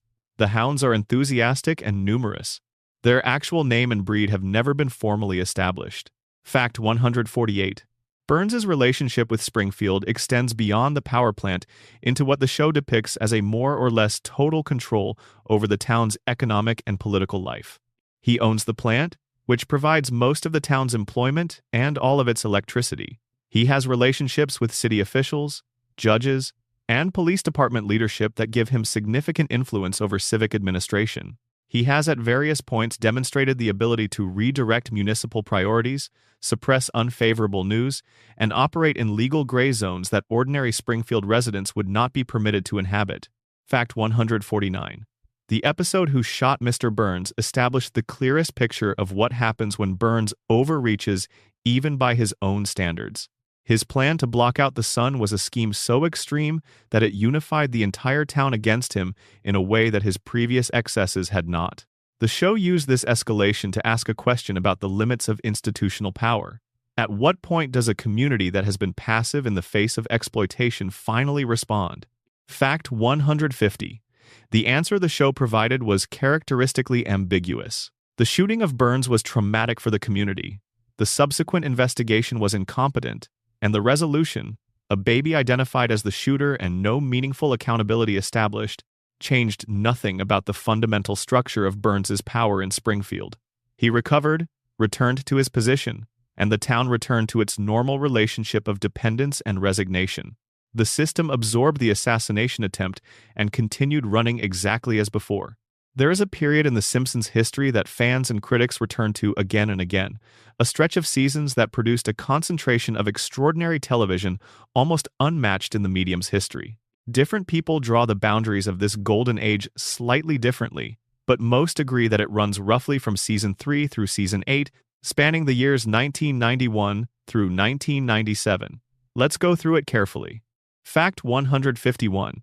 Season 3 introduced what many fans consider the show's mature voice.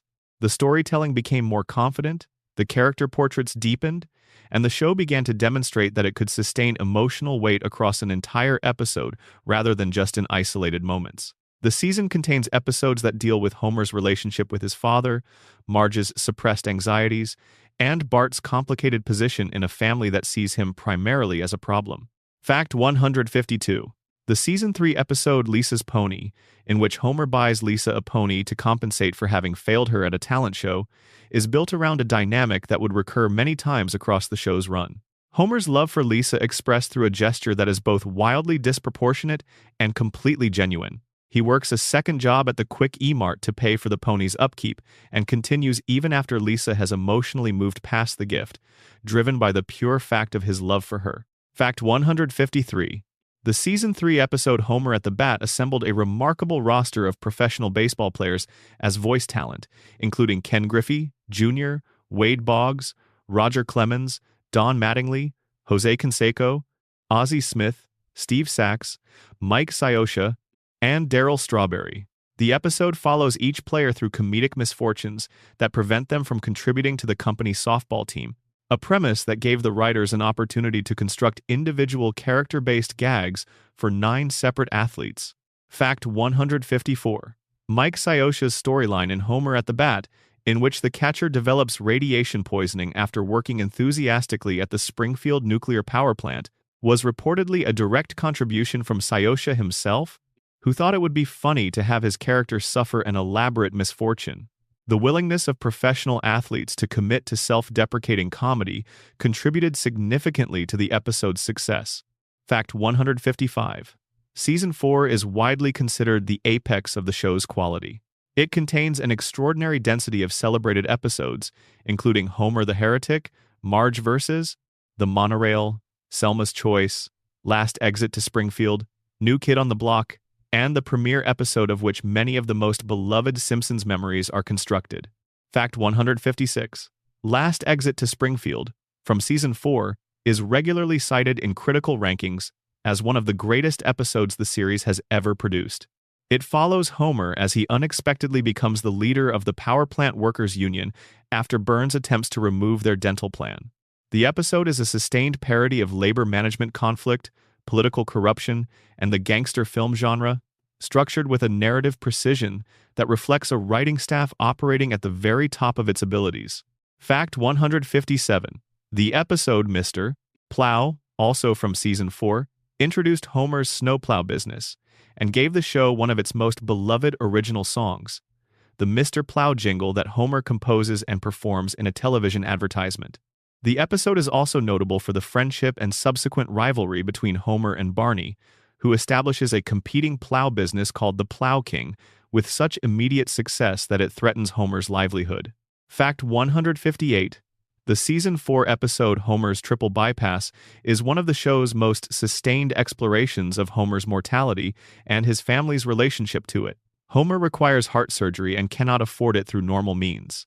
The emotional stakes are handled with a lightness that never trivializes them and a genuine warmth that makes the resolution moving rather than merely comedic. Fact 159. Season 5 contains the episode Cape Fear, which parodies the Martin Scorsese thriller of the same name and follows Sideshow Bob's release from prison and his renewed pursuit of Bart. The episode is famous for an extended sequence in which Bob steps on a rake repeatedly while walking across the Simpsons' new houseboat, a gag that extends far beyond any conventional comedic timing into something more like a meditation on how long a joke can run before it becomes something else entirely. Fact 160. The episode Deep Space Homer, from Season 5, sees Homer selected for a NASA mission after the space agency's ratings decline when the public perceives astronauts as insufficiently relatable. Homer goes to space, accidentally releases ants from a science experiment, and almost causes a catastrophic re-entry failure by unknowingly clogging a key component of the spacecraft with a bag of potato chips.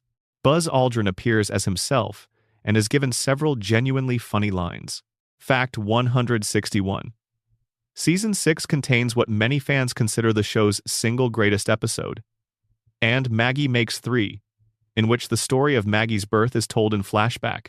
The episode reveals that Homer had achieved his dream of working at a bowling alley, had given up the nuclear plant job, and was the happiest he had ever been, before discovering that Marge is pregnant a third time.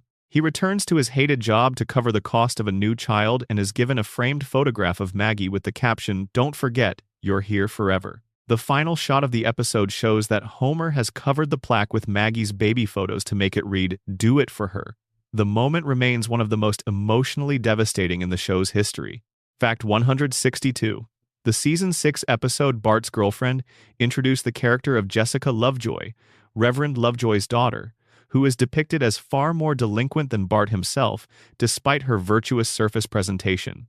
The episode plays with the idea that the most genuinely well-behaved person in Springfield might be the child generally regarded as the town's most disruptive, by placing him next to someone whose misbehavior has no brakes at all. Fact 163. Season 6 also contains Homie the Clown, in which Homer trains at Krusty the Clown's clown college and begins impersonating Krusty around Springfield. The episode is a sustained meditation on celebrity, identity, and what it means to be mistaken for someone you are not, and it builds to a climax involving the Italian mafia that resolves through a bicycle trick neither Homer nor the real Krusty has the ability to perform.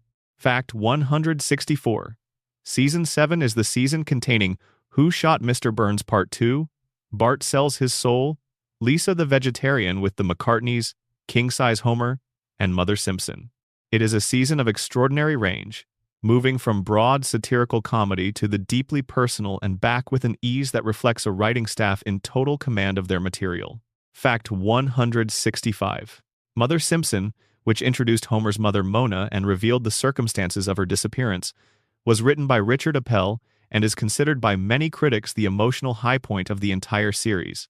The final scene, in which Homer sits alone on the hood of his car watching the stars after Mona has been forced to flee again, plays without dialogue or comedy for an extended beat that feels genuinely brave for a primetime animated sitcom. It simply shows a man sitting with his loss, and that is enough. Fact 166. The Season 7 episode King Size Homer, in which Homer deliberately gains weight to qualify for disability status and work from home, contains the line, "Homer, this is your lower back calling and it is furious," delivered by his doctor. It also establishes that Homer's weight gain eventually reaches the point where he is forced to use a bird as a keyboard substitute, a gag that was decades ahead of the social media era, in which birds as devices became a concept people genuinely discussed. Fact 167. Season 8 contains the episode You Only Move Twice, widely considered one of the greatest individual achievements in the show's history. Homer is recruited by a supervillain named Hank Scorpio, voiced by Albert Brooks, to work at his company's compound. Homer is completely oblivious to the fact that his boss is a Bond villain archetype, experiencing him simply as the best employer he has ever had. The episode balances the family's experience of dislocation with Homer's professional satisfaction in a way that generates both genuine comedy and genuine feeling. Fact 168.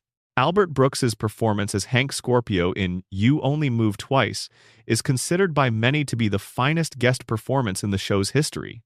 Brooks improvised significant portions of his dialogue during recording, and the result is a character who feels fully inhabited rather than performed, a supervillain of genuine warmth and professional pride who happens to be trying to hold the East Coast ransom. Brooks's Scorpio is so charming that it is genuinely difficult to want him to fail. Fact 169.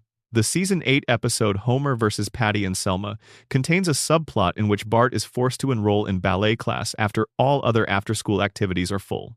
His initial resistance to ballet gives way to a genuine aptitude that he discovers and then deliberately suppresses in order to maintain his social standing. The subplot is one of the show's most quietly affectionate pieces of storytelling about what it costs boys to hide capabilities they have been told are inappropriate. Fact 170. The Season 8 episode The Springfield Files, the X-Files parody featuring David Duchovny and Gillian Anderson reprising their roles as Mulder and Scully, established several pieces of important Springfield lore in addition to its comedic premise. Burns' weekly medical treatments and their effect on his appearance are established here, information that retroactively makes multiple earlier episodes more coherent and more disturbing. The episode is a rare case where a parody also functions as legitimate world-building. Fact 171. The Season 8 episode Homer's Enemy, featuring Frank Grimes, was deliberately controversial within the writing staff. Some writers felt the episode was too dark, that killing a character through an essentially comic mechanism was a step the show should not take. Others felt it was the most honest thing the show could do with the premise, that the story of a reasonable man who cannot survive contact with Homer's world was more truthful than a version that allowed him a comfortable resolution. The darker view prevailed. Fact 172. Throughout the Golden Age seasons, the show developed what might be called the principle of maximum specificity. Jokes were funnier when they were precise. A generic reference to Homer being stupid was less effective than a very specific detail, like Homer mistaking a tube of wasabi for guacamole and eating the entire thing without changing his expression. The writing staff learned that the more particular a joke was, the more universal it tended to feel, because specificity creates the impression of truth. Fact 173. The Golden Age seasons also developed the show's approach to what might be called the slow burn. A setup would be established early in an episode, apparently forgotten, and then paid off at the very end in a way that rewarded attentive viewers. The callback structure, where a detail from the first act returns in the third, became one of the show's most reliable tools for producing laughs that felt earned rather than manufactured. Fact 174. The show's emotional sophistication during the Golden Age was partly enabled by the willingness of the writing staff to trust the audience with feelings that less confident shows would have deflected into comedy. The scene in Bart Gets an F where Bart cries over his test score is completely straight. No joke undercuts it. The moment is allowed to breathe and to land as what it is, which is a child experiencing genuine disappointment in himself. That trust in the audience's emotional capacity was a defining quality of the show's best years. Fact 175. By the end of Season 8, The Simpsons had produced somewhere in the vicinity of 175 episodes, a body of work that in its best moments represented the most consistent achievement in the history of American television comedy. What came after is more complicated and more debated, but the foundation that those first 8 seasons built has never entirely eroded. Springfield is still standing, the family is still on the couch, and the lights are still on, for better or worse, at the nuclear power plant. The Simpsons has hosted more famous guest voices than any other television show in history. The list is so long and so varied, spanning musicians, actors, athletes, politicians, scientists, and figures from virtually every domain of public life, that compiling it feels like a survey of the last 36 years of American celebrity culture. But beyond the names themselves, the stories of how those appearances came together, what the guests contributed, and what the experience of recording in the Springfield universe was like, are often as interesting as the episodes they produced. Fact 176. The show's guest star policy in its early seasons was different from what it would become in later years. Early guest appearances were typically integrated into the story in ways that did not simply require the celebrity to play themselves. The intent was to use well-known voices as actors within the Springfield universe, rather than as novelties whose fame was itself the joke. This approach produced some of the most memorable appearances in the show's history. Fact 177. Michael Jackson appeared in the Season 3 episode Stark Raving Dad, credited under the pseudonym John J. Smith. Jackson voiced a large white man named Leon Kompowski, a psychiatric patient who believes himself to be Michael Jackson. Whether Leon was telling the truth was left deliberately ambiguous. Jackson contributed the speaking voice only. A sound-alike sang the episode's songs. The appearance was kept secret until after the episode aired, producing one of the more successful reveals in the show's promotional history. Fact 178.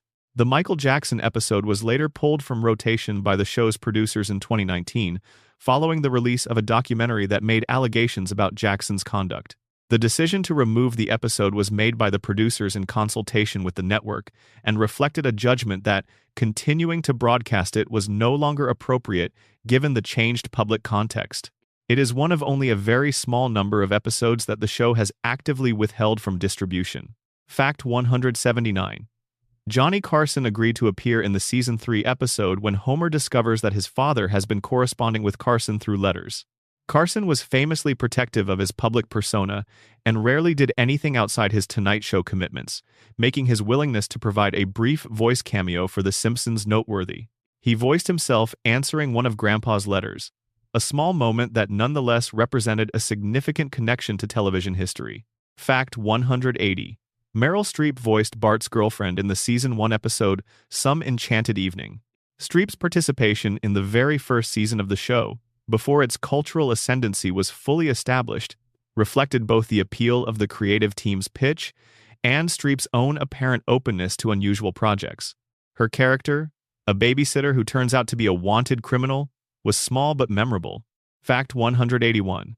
Dustin Hoffman appeared in the Season 2 episode Bart Gets an A, playing a psychology professor who becomes Bart's tutor. Hoffman was also credited under a pseudonym, Sam Ettick, a play on the word Semitic that reflected his preference for not drawing attention to the appearance. His performance as the warm, slightly unworldly academic who sees genuine potential in Bart was one of the show's more affecting early guest turns. Fact 182. The show's practice of crediting guests under pseudonyms was used to protect the surprise value of certain appearances, and in some cases reflected the guest's own preference for discretion.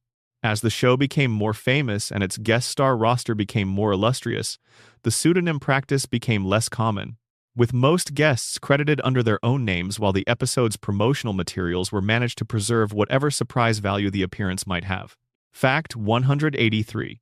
Paul McCartney's appearance in the Season 7 episode Lisa the Vegetarian came with the previously mentioned condition that Lisa would remain vegetarian for the rest of the series.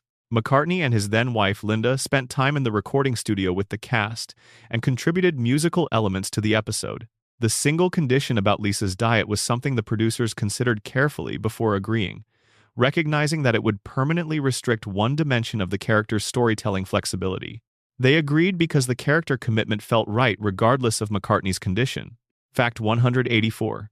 Stephen Hawking has appeared in The Simpsons multiple times, voiced by himself. Beginning with the season 10 episode, They Saved Lisa's Brain. Hawking's appearances in the show are characterized by a self-aware playfulness about both his fame and his disability, with the show being careful to treat him as a complete person with a sense of humor rather than simply a symbol of intellectual achievement. Hawking has spoken warmly about the show in interviews and described his appearances as something he enjoyed genuinely rather than simply accommodated. Fact 185.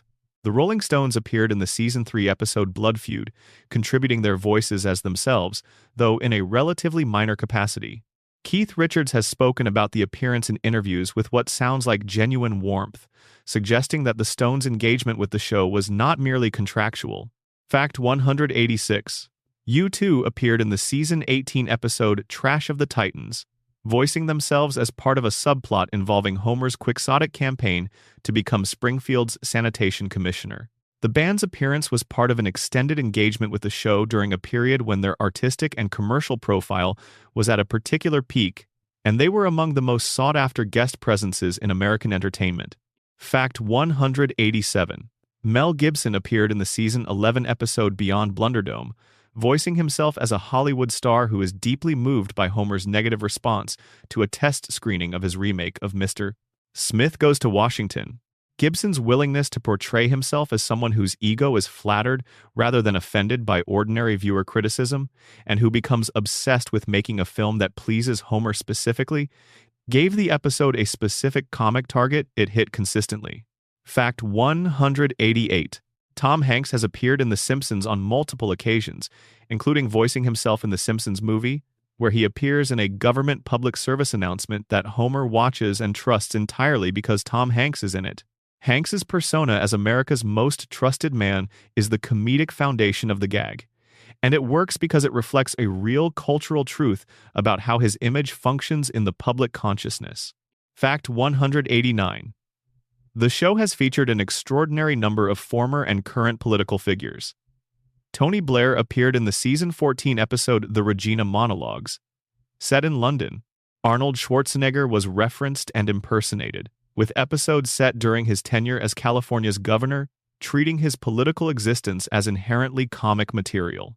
Various American presidents have been portrayed, with each portrayal adjusted to fit the specific comic opportunities the president's public persona provided. Fact 190. George H.W.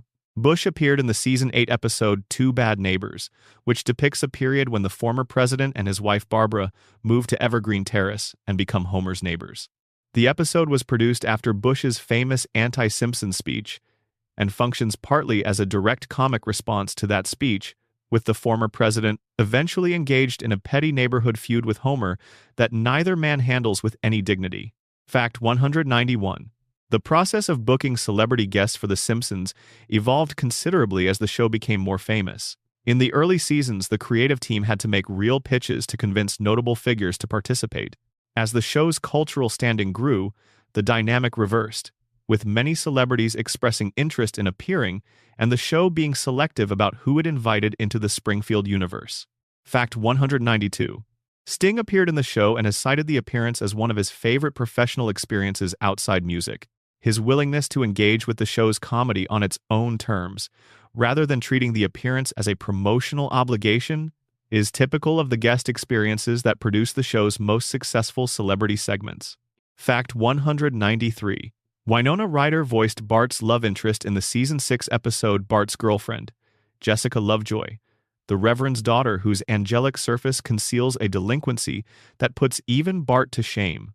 Ryder's performance captured the quality of someone who projects innocence as a deliberate strategy, giving Jessica a believable duplicitousness that the episode needed to work. Fact 194. James Brown appeared in the Season 2 episode Bart's Dog Gets an F, a brief but energetic contribution to an episode that was partly about the difficulty of training Santa's little helper, the Simpson family dog. Brown's characteristic vocal presence was used to comic effect in a way that acknowledged what made him famous, rather than simply deploying his name. Fact 195. The practice of asking famous musicians to write original songs for the show produced some genuinely significant pieces of music over the years. Beyond the famous Cypress Hill booking error, which actually resulted in a performance decades later, the show's musical history includes original compositions that stand on their own as memorable, creative works, completely apart from their context in individual episodes. Fact 196. Several guests have expressed surprise at how smooth the recording process was. The show's recording studio, run by a team that understands both the technical requirements of voice acting and the specific demands of The Simpsons' comic timing, is known for creating an environment in which first-time voice actors can perform well, even without extensive experience in the medium. Fact 197. The late Leonard Nimoy appeared in multiple episodes of the show, most memorably in the Marge Versus, the monorail episode where he appears as a kind of mystical endorsement of the monorail project. Nimoy's combination of genuine science credentials, Star Trek mythology, and willingness to gently parody his own persona made him an ideal presence in the Springfield universe, and his appearances were consistently well received. Fact 198. Ringo Starr appeared in the Season 3 episode Brush with Greatness, in which Marge paints a portrait of him. Starr proved to be a generous guest in the recording session, enthusiastic about the material and genuinely engaged with the comic possibilities of his appearance. His willingness to portray himself as someone who carefully reads all fan mail and always responds personally to it was a characteristically warm contribution to the episode. Fact 199. The show's range of celebrity appearances has been so wide that it has encompassed people from fields that television comedy rarely reaches. Scientists, philosophers, journalists, and figures from academic and intellectual life have all found their way into Springfield. The show's cultural aspiration to be genuinely smart as well as funny made it attractive to people whose usual media profile did not include primetime animation guest spots. Fact 200. The cumulative effect of 36 years of celebrity appearances is a show that feels connected to the actual texture of its cultural moment in ways that purely fictional programs cannot achieve. When Springfield hosts a real person, it draws that person into its specific logic, subjects them to its comic laws, and sends them back into the real world slightly colored by the Springfield light. The town absorbs everyone who enters it and makes them, briefly, part of its permanent, impossible present. Perhaps nothing has kept The Simpsons in the public conversation of the 21st century more persistently than the so-called predictions. The idea that a cartoon from 1989 has been accurately describing the future for 3.5 decades is a compelling one, and the internet has found it irresistible. Let's look at what is actually happening when Springfield appears to see the future. Fact 201. The episode Bart to the Future, which aired in the year 2000, depicted a future in which Lisa Simpson has become the first female president of the United States. The setup for the joke requires that her predecessor in office has left behind an enormous deficit, and that predecessor is identified as President Trump. The episode predated Donald Trump's actual presidential victory by 16 years. The image of Trump as a president whose tenure preceded a competent female successor was conceived as a joke about the accelerating absurdity of American celebrity culture's intersection with politics. It became something considerably more complicated in retrospect. Fact 202. The writers of Bart to the Future have explained the Trump reference as reflecting the fact that Trump had been publicly flirting with the idea of running for president since the late 1980s. His name had appeared in presidential polling in 1988, and he had made comments about running throughout the 1990s. For the writers, using him as a reference point for a future president who had made a mess of things was not a prediction but an extrapolation from existing reality. He was already a specific type of American figure they were satirizing. Fact 203. The episode Homer vs. Patty and Selma contains a brief scene in which Homer receives a fax from the future. This is a joke about the absurdity of the fax machine as a technology of the present, not an attempt to portray actual future events. But it has been included in compilations of Simpsons predictions by people who interpreted it as something more than comedy. This is a useful example of how the prediction phenomenon works. Any image that can be associated with a later real event, however loosely, is available for recontextualization. Fact 204. The smartwatch depicted in a 1995 episode is perhaps the cleanest example of the trend extrapolation that explains most predictions. The general direction of technology toward miniaturization and integration had been clear throughout the 1980s and early 90s. A wrist-mounted communication and computation device was a logical extension of technology that was already visible in the marketplace. The writers were not predicting the Apple Watch. They were following an already existing technological trajectory to its obvious destination. Fact 205. The pandemic episode, Marge in Chains from 1993, is among the most discussed apparent predictions. A flu virus originating in Asia spreads to Springfield, causing panic buying and a frantic search for treatment. The episode also features, somewhat separately, a swarm of bees being accidentally released during the chaos, which was later connected by some viewers to the emergence of Asian giant hornets in the United States during the 2020 pandemic. The connection between the bees in the episode and the murder hornets in reality is loose at best, a coincidence of timing rather than content, but in the context of an already striking parallel, it attracted significant attention. Fact 206.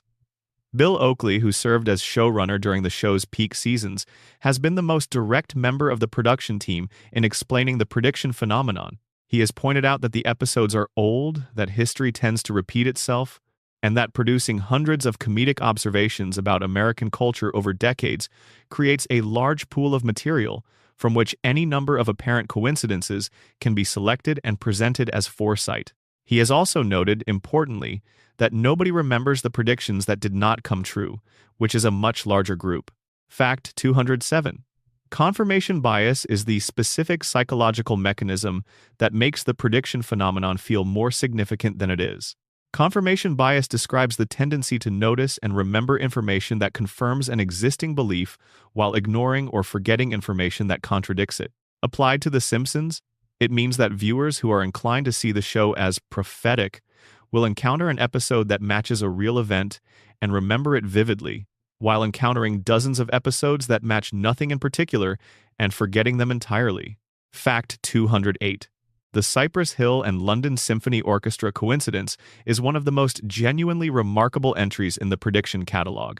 A 1996 episode depicted the hip-hop group accidentally booking the orchestra through a clerical error. 28 years later, in 2024, Cypress Hill performed with the London Symphony Orchestra at the Royal Albert Hall.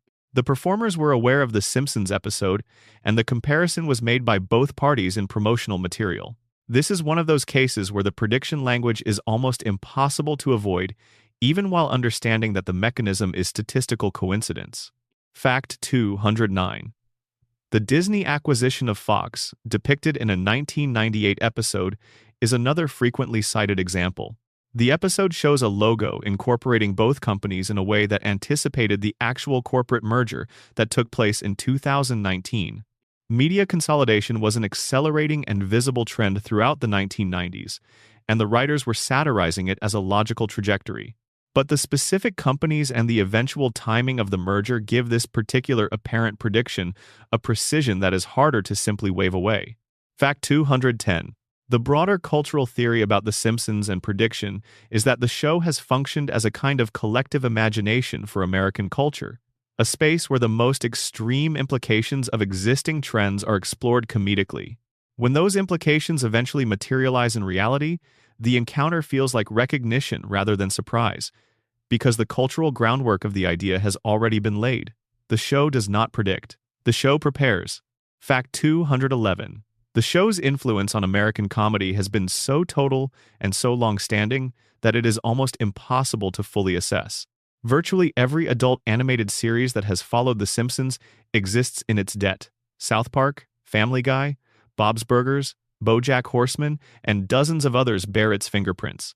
The specific language of animated primetime comedy, the relationship between the comedic surface and the emotional depth underneath, the possibility of a cartoon being a vehicle for genuine observation rather than merely entertainment, was established by The Simpsons and has never been fully equaled. Fact 212. The show's relationship to language is another dimension of its cultural impact. Phrases and concepts that originated in Springfield have passed into general American speech to the degree that many people who use them do not know their origin. D.O. Homer's expression of frustration was added to the Oxford English Dictionary in 2001. The word embiggen, used in the episode Lisa the Iconoclast to describe something being made larger, has been adopted by scientists as a technical term in certain fields. Fact 213. The show has influenced how Americans think about nuclear power, corporate ethics, small-town politics, and family life in ways that are genuinely difficult to quantify but clearly real. The image of a nuclear power plant run by a corrupt billionaire with inadequate safety standards and staffed by people too distracted or too frightened to object, a portrait assembled through comedy across 36 seasons, has become part of how many people conceptualize the institutional risks associated with nuclear energy. Fact 214. The Simpsons has also influenced how subsequent writers, directors, and comedians have thought about their own work. Its example of layered comedy, of jokes that work on multiple levels simultaneously, of stories that balance absurdism with emotional truth, has been absorbed into the DNA of American comedy culture at a level below the conscious influence of specific episodes or characters. Fact 215. The show's relationship to its own influence is self-aware in ways that are characteristically sophisticated. Several episodes directly address the fact that television comedy, including The Simpsons itself, shapes cultural expectations and perception. The show that has influenced every other show has also turned its analytical attention toward the mechanism of that influence, producing some of its most interesting meta-comedy in the process. Fact 216. Springfield has been described by multiple cultural critics as the most fully realized fictional American town in the history of the medium. The specificity with which the show has built Springfield's institutions, geography, history, and population across 36 seasons has given it a depth and coherence that most fictional settings never achieve. Even the deliberate inconsistencies and contradictions within that world contribute to the feeling of a real place, because real places are also internally inconsistent and full of contradictions. Fact 217. The show's commercial impact includes merchandise sales that have generated billions of dollars across its run. The Simpsons theme park attractions at Universal Studios have become among the most visited in their respective parks. The show's characters have appeared on products ranging from breakfast cereal to postage stamps. The commercial ecosystem surrounding the show has a scale that is difficult to fully comprehend, representing the full monetization of a cultural property that has been continuously prominent for over 3 decades. Fact 218. The show's international reach is another dimension of its impact that is easy to underestimate. The Simpsons has been dubbed or subtitled in dozens of languages and broadcast in countries around the world.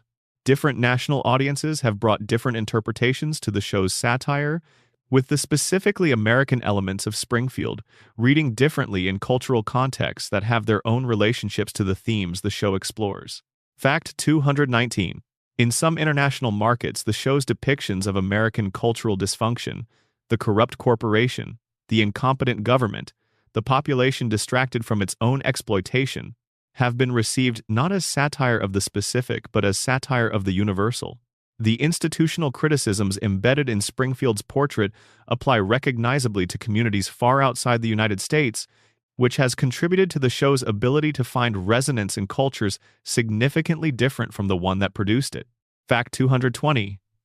The show's legacy is still being written. Each new generation of viewers encounters it fresh, bringing its own context to the Springfield universe. What the show means to someone who grew up watching it in the 1990s is different from what it means to someone who discovered it through streaming in the 2020s. And both of those experiences are different from what it will mean to viewers who have not yet been born. Springfield is resilient enough to absorb all of them. One of the most reliable pleasures of spending time with The Simpsons, especially in an age of streaming where any frame can be paused and examined at leisure, is the discovery of jokes hidden in the background, visible for a fraction of a second, embedded in a detail that the camera never lingers on long enough to read comfortably.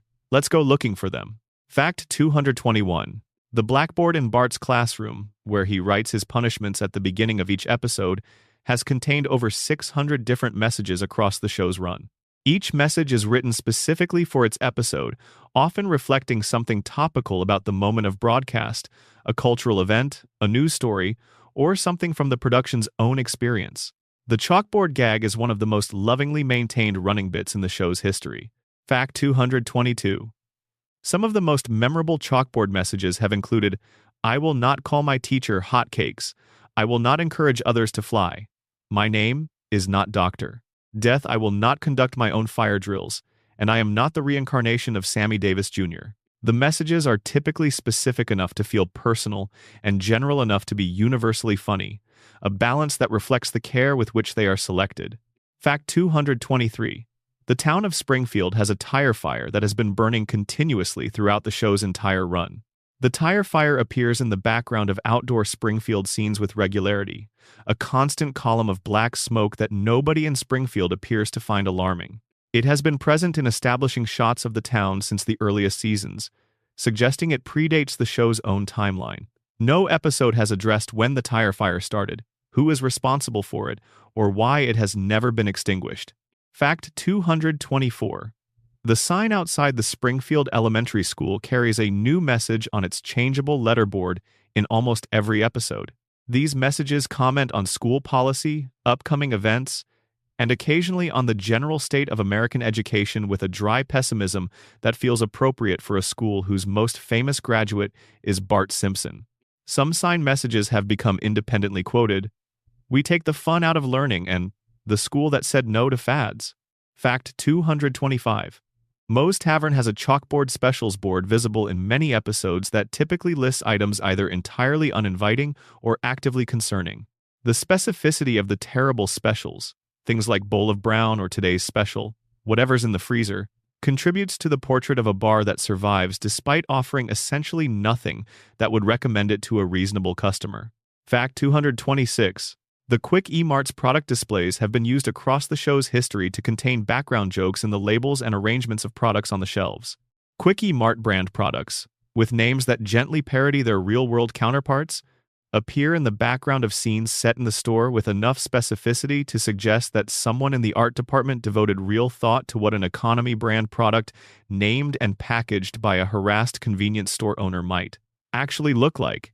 Fact 227. The nuclear power plant's control room, where Homer works, contains a display board of safety indicators that has been shown in multiple episodes to have essentially every indicator at danger or critical status. This background detail, visible only to viewers who pause the episodes at precisely the right moment, is consistent with the overall portrait of the plant as a facility where catastrophic failure is not merely possible, but perpetually imminent. Fact 228.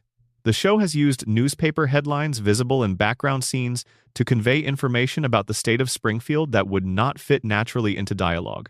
These headlines cover everything from local politics to international events filtered through the Springfield lens, and some of them contain jokes that are the functional equivalent of an entire comedic sketch compressed into 6 words of large print newspaper type.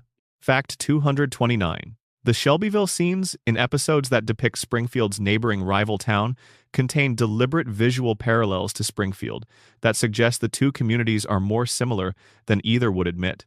Shelbyville landmarks echo their Springfield counterparts in ways that can only be appreciated on close examination. The subtle visual joke is that the great rivalry between these two towns is ultimately a rivalry between two versions of the same place. Fact 230. The background architecture of Springfield has evolved across the show's run in ways that reflect both changing aesthetic preferences in the art department and deliberate attempts to fill in details of the town's layout. Buildings that appear in one episode's background as undifferentiated shapes will sometimes reappear in later episodes with storefronts, signs, and details that suggest the town has been populated more fully. Fact 231. The Simpsons movie, released in 2007, contains an astonishing density of background detail in its depiction of Springfield under the EPA dome. The film's animation budget allowed for a level of visual detail that would be economically impractical in a regular television episode, and the production team used that freedom to fill the background of every shot with visual information. Multiple viewings of the film are required to take in everything that is happening in any given frame. Fact 232. The show's animators have developed specific visual shorthand for different characters' internal states. Homer's eyes, for example, respond to pleasure with a specific, heavy-lidded relaxation that is distinct from his expression of alarm, his expression of confusion, and his expression of the particular combination of distress and appetite that typically precedes a food-related decision. These visual vocabularies are consistent across decades of animation and contribute to the legibility of the characters' emotional states. Fact 233. Several shots in the show have been identified as direct visual references to famous films. The shower scene in Psycho has been referenced at least twice in different episodes. The final shot of Citizen Kane has been parodied. The specific visual language of film noir, with its dramatic shadow play and low-angle framing, appears in the show's more atmospheric moments. The show's directors have clearly maintained a fluency with film history that they deploy deliberately. Fact 234. The show's color palette uses a specific shade of yellow for the Simpson family that has been kept consistent across 36 seasons through deliberate color management in the production process. The yellow is now so associated with the show that it has become effectively a brand color. Design publications have analyzed its specific properties: warm enough to feel organic, bright enough to be distinctive, and just unusual enough to signal immediately that you are in Springfield. Fact 235. Background characters in Springfield have been given unofficial names by the show's production staff, the fan community, and sometimes by the show itself across different episodes.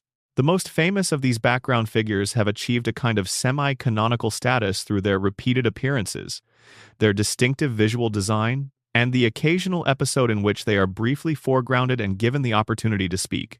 Fact 236. The show's treatment of The Simpsons television set has been a recurring visual motif with its own internal comedy. The shows within the show that the family watches, including the news programs, the cooking shows, the talk shows, and the various fictional dramas and comedies of Springfield's television landscape, all have their own internal logic and consistent visual treatment. The fictional television universe of Springfield is as elaborately developed as its physical geography. Fact 237. The treehouse that Bart and his friends use as a clubhouse appears in episodes over many seasons with minor variations in its construction and equipment. The treehouse has been depicted as having a rope ladder, a pulley system for hoisting supplies, and various improvements made in different episodes when the storyline requires the space to accommodate new elements. Its consistency as a physical space across many years of episodes gives it the quality of a real place remembered fondly. Fact 238. The bowling alley, bowling being one of Homer's great recreational loves, has been depicted with enough consistency in its physical design that the art department clearly had a settled visual reference for the space. The specific quality of bowling alley light, its combination of brightness over the lanes and dimness everywhere else, is something the show has captured in its depiction of the space with a specificity that suggests someone in the production remembered what bowling alleys actually feel like. Fact 239. The show has used the very beginning of episodes, before any dialogue or plot has established context, to drop visual gags in establishing shots that are completely self-contained. The opening shot of a Springfield street, for example, might contain a store window display that tells a complete tiny joke in the second or two before the camera moves to follow the actual story. This practice of loading information and comedy into the first frames of an episode before the audience has settled into narrative mode reflects a generosity toward attentive viewers that has characterized the show's best work. Fact 240.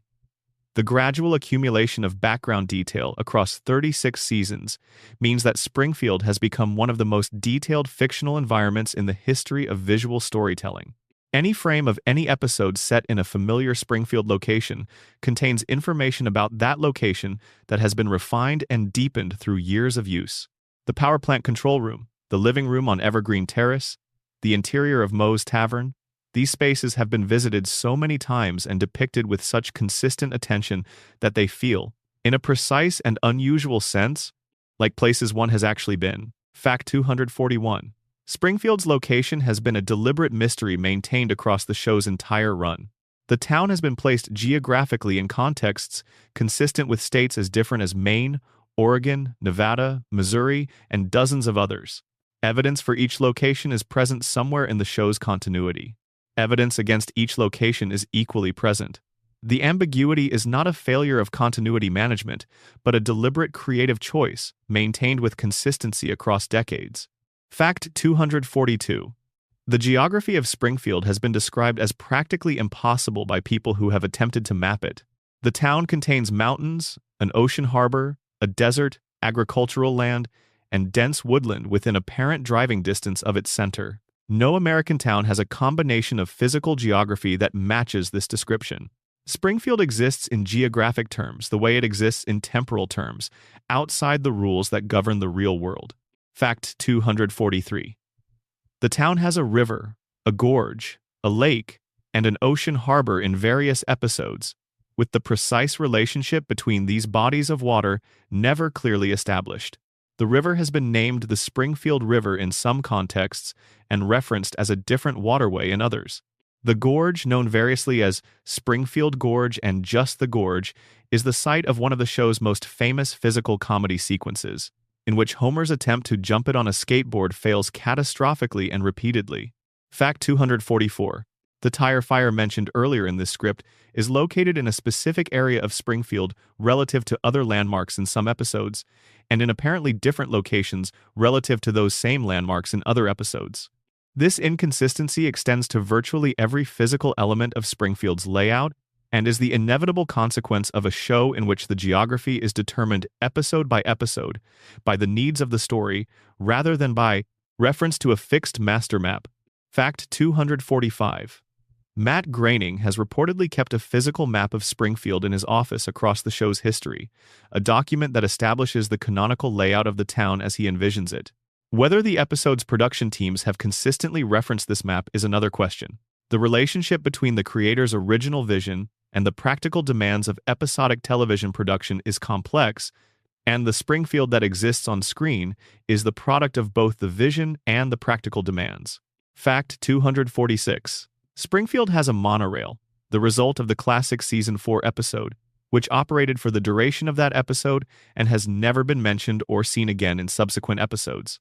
The monorail's disappearance from Springfield's infrastructure without explanation is one of the show's more entertaining instances of episodic reset, a piece of civic infrastructure that apparently ceased to exist between episodes without anyone in Springfield noticing. Fact 247. The show has established that Springfield has a professional baseball team called the Springfield Isotopes. In a notable real-world development, the minor league baseball team based in Albuquerque, New Mexico, adopted the name the Albuquerque Isotopes in 2003, following the broadcast of an episode in which Homer discovers that the Springfield Isotopes are planning to secretly relocate to Albuquerque. The team embraced its fictional origin, and the name has been in use ever since. Fact 248. Springfield has a professional hockey team, a professional football team, and a professional basketball team mentioned across various episodes, with each team typically introduced as the focus of a specific episode's sports satire and rarely referenced subsequently. Springfield's professional sports landscape, like its geography, expands or contracts based on what a given story requires. Fact 249.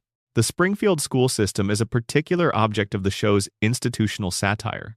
Springfield Elementary is depicted as chronically underfunded, staffed by a combination of the dedicated and the completely unfit for their roles, and managed by an administration whose priorities appear systematically misaligned with the educational interests of its students. Principal Skinner's relationship to Superintendent Chalmers, his direct superior, is one of the show's most reliable sources of institutional comedy, built on the dynamic of a manager desperately performing competence for a boss who sees through it completely. Fact 250.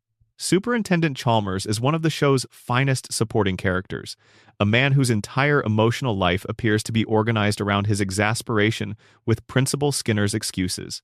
The Skinner and Chalmers dynamic was most memorably crystallized in the short segment Steamed Hams, which became one of the most analyzed and parodied pieces of Simpsons content in the internet era. The segment, originally a brief segment within a longer episode, depicts Skinner's increasingly desperate attempts to explain away the evidence of his failure as a host, while Chalmers maintains a pose of skeptical credulity that barely conceals his mounting disbelief. Fact 251. The Springfield Police Department, run by Chief Wiggum, is depicted as comprehensively ineffective, in ways that go beyond mere incompetence into a kind of systemic failure that the show treats as both comic and mildly alarming. Cases go unsolved. Evidence is lost. Suspects are arrested and released based on criteria that have no relationship to actual guilt. The department functions as a satire of institutions that maintain their authority independent of their performance, sustained by the community's need to believe in some form of civic order, even when that order is entirely ceremonial. Fact 252. The Springfield court system is similarly portrayed as an institution whose relationship to justice is theoretical at best. Judge Snyder, the town's primary judicial figure, delivers verdicts that reflect political pressure, personal prejudice, and the general mood of the courtroom, rather than any consistent application of legal principle. In at least one episode, he issues a legal decree making it illegal to mention a specific true fact, a gag that is simultaneously a comment on judicial overreach and a very specific piece of Springfield mythology. Fact 253. Springfield's mayor, Mayor Quimby, is one of the show's most durable satirical creations. He is a thinly veiled composite of Kennedy family figures, with a Boston accent, a powerful sense of personal entitlement, a remarkable indifference to the responsibilities of office, and a family of relatives whose activities frequently bring embarrassment to his administration. Mayor Quimby is corrupt, self-interested, and almost entirely content with both conditions. Fact 254. The show's depiction of Springfield's media landscape includes a local news program, a local newspaper, a local radio station, and various forms of specialized local broadcasting. The local news program, anchored by Kent Brockman, is the show's most sustained satirical portrait of television journalism, depicting a form of news reporting that combines genuine obliviousness about what constitutes news with a dramatic presentational style more appropriate to the announcement of civilizational catastrophe. Fact 255. Kent Brockman's most famous moment in the show's history is his response to early reports that an ant colony on a NASA spacecraft appears to be in control of the vessel. Brockman immediately and without apparent discomfort announces to his viewers that he personally welcomes their new insect overlords and would like to be remembered as someone who helped them round up others for slave labor. The speed with which he pivots from human to insectoid allegiance is the joke, but the joke reflects something the show takes seriously about the relationship between institutional journalism and power. Fact 256. Springfield's religious life is centered on the First Church of Springfield, presided over by Reverend Lovejoy, a man whose pastoral enthusiasm diminished significantly somewhere in the middle of his career and has never fully recovered. Lovejoy performs his religious duties with the energy of someone who would rather be doing almost anything else, and his marriage to Helen Lovejoy, one of Springfield's most aggressive civic moralists, creates a domestic tension that the show has explored with gentle but consistent comic attention. Fact 257. Springfield's medical establishment, centered on Springfield General Hospital, combines genuine medical expertise, represented by Dr. Hibbert, with the staggering incompetence embodied by Dr. Nick Riviera, a practitioner whose qualifications are unclear and whose safety record suggests a relationship to medicine that is more aspirational than professional. "Hi, everybody" has become one of the show's most familiar catchphrases, a greeting that is simultaneously warm and deeply inappropriate coming from someone about to perform a medical procedure. Fact 258. The Quick E-Mart, Springfield's primary convenience store, functions in the show as more than simply a retail location. It is a social hub, a place where Springfield's residents gather in moments of need, boredom, and impulse purchase. Its round-the-clock availability and Apu's encyclopedic knowledge of its inventory give it a role in Springfield's community life that its physical scale does not quite justify. Fact 259. Springfield has a monumental collection of local legends, myths, and points of civic pride that the show has assembled across its run. The origin of Springfield, its founding, its first mayor, its defining historical events, are all subjects of episodes that treat them with the specific combination of reverence and mockery that the show applies to all institutions. Springfield's civic mythology, like its geography and its history, is contradictory, contested, and thoroughly beloved by residents who could not agree on its basic facts. Fact 260. The episode Lemon of Troy, from Season 6, depicts a conflict between Springfield and Shelbyville over the ownership of a lemon tree. The episode is structured as a parody of ancient city-state conflict, with the children of Springfield staging a covert operation to recover the tree from its Shelbyville captors. The episode's affection for its subject, a genuine love of the idea of civic pride and community identity, gives it a warmth that makes the comedy land more solidly than pure satire would have managed. Fact 261. Springfield's relationship to its own history is one of the show's recurring subjects. The town's founding mythology, involving Jebediah Springfield, is explored in the episode Lisa the Iconoclast, one of the show's most sophisticated meditations on the relationship between historical truth and community identity. Lisa discovers that Jebediah Springfield was not the hero the town has celebrated, but a pirate named Hans Sprungfeld. She ultimately chooses not to share this discovery with the community, determining that the myth serves Springfield better than the truth would. Fact 262. The decision Lisa makes at the end of Lisa, the Iconoclast, to preserve the comfortable myth rather than impose the uncomfortable truth, is one of the show's most morally complicated moments. It is not presented straightforwardly as the right decision. Lisa herself is uncertain. The episode ends with her watching the Jebediah Springfield parade and making peace with the knowledge she holds, but the question of whether that peace is earned or compromised is left genuinely open. Fact 263. Springfield's geography includes a canyon typically referred to as Springfield Gorge, which serves as the site of Homer's famous and unsuccessful skateboard jump. The episode in which the jump occurs, Bart the Daredevil from Season 2, is one of the show's earliest demonstrations of its ability to extract comedy from Homer's physical suffering while simultaneously generating genuine wincing sympathy. Homer's descent down both sides of the gorge and into the waiting ambulance is one of the show's most beloved physical comedy sequences. Fact 264. The Mount Springfield volcano, visible in some establishing shots of the town, has been referenced across multiple episodes as a geographic feature of the Springfield landscape. A dormant volcanic feature in the vicinity of a nuclear power plant adds yet another layer to the town's catalog of geological and industrial hazards, though the show has never directly connected the two threats into a single narrative. Fact 265. Springfield has a farmers market, a Chinatown district, a Little Italy, a Chinatown, and various other ethnic neighborhood references that appear in different episodes as the story requires them.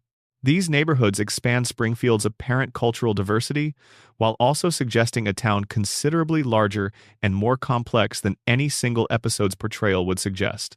Springfield is always exactly as large as it needs to be for the story being told. Fact 266. The town has a recurring relationship with corporate development and big-box retail that mirrors real American small-town experience with considerable accuracy. Various episodes have depicted the arrival of massive retail operations that threaten Springfield's small businesses, the rezoning of neighborhoods for commercial development, and the tension between economic growth and community character that defines the experience of American towns throughout the post-industrial era. Fact 267.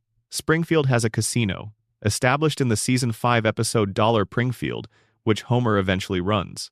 The casino operates for the duration of that episode, during which it transforms Springfield's economy and culture in ways both predictable and surprising, and is then quietly retired to the show's continuity, another institution that exists only when the story requires it. Fact 268. Springfield's relationship to nature is complicated by the industrial presence of the power plant and the accumulated environmental impact of decades of operation. The rivers and lakes in the vicinity of Springfield have been depicted with a range of unusual wildlife, the most famous being Blinky, the three-eyed fish. The mutated ecosystem of Springfield's natural environment is treated by the show's characters with the same resigned normalization that they apply to every other aspect of their situation. Fact 269. The show has depicted Springfield's reaction to natural disasters, alien invasions, corporate catastrophes, government enclosures, and various forms of apocalyptic scenario across its run. In each case, Springfield absorbs the catastrophe and resets, with the community's recovery following a pattern so consistent it begins to feel less like resilience and more like a kind of institutional amnesia. Springfield has been destroyed many times. It is always intact by the following week. Fact 270. The Simpsons movie, released in 2007 and produced with a budget of significantly more than the typical television episode, gave the production team the opportunity to expand the Springfield universe in ways that television constraints had not permitted. The film's plot, involving the EPA dome and Homer's responsibility for Springfield's environmental catastrophe reaching a tipping point, drew on decades of accumulated Springfield mythology to construct a story that felt like a genuine culmination of the show's ongoing portrait of the town. Fact 271. The Simpsons movie grossed over $500 million worldwide, a figure that reflected both the show's sustained cultural presence and the genuine hunger among its audience for an extended Springfield story that the episodic television format could not provide. The film's commercial performance confirmed that Springfield's hold on the audience had not diminished after nearly 2 decades, and suggested that the relationship between the show and its viewers had a resilience that pure ratings numbers could not fully capture. Fact 272. In the years following the film, there have been periodic discussions about the possibility of a sequel, without anything definitive being announced. The original film's production was famously laborious, taking years to bring to completion and requiring a writing process more intensive than any single television episode, and the challenge of repeating that process while maintaining the quality of the original has been cited as a reason for the extended gap between the first film and any potential follow-up. Fact 273. Springfield's most consistent visual landmark is the pair of cooling towers of the nuclear power plant, visible on the Springfield skyline in virtually every wide exterior shot of the town. The cooling towers are more prominent than any church steeple, more visible than any civic building, more central to the town's visual identity than any park or plaza. They are the first thing the eye finds when looking at Springfield from a distance, which is appropriate for a structure that the show has argued, subtly and persistently, is the most important thing in the town. Fact 274. The question of what Springfield means, what the town represents as a cultural object, has been asked and answered in many different ways across the decades of the show's life.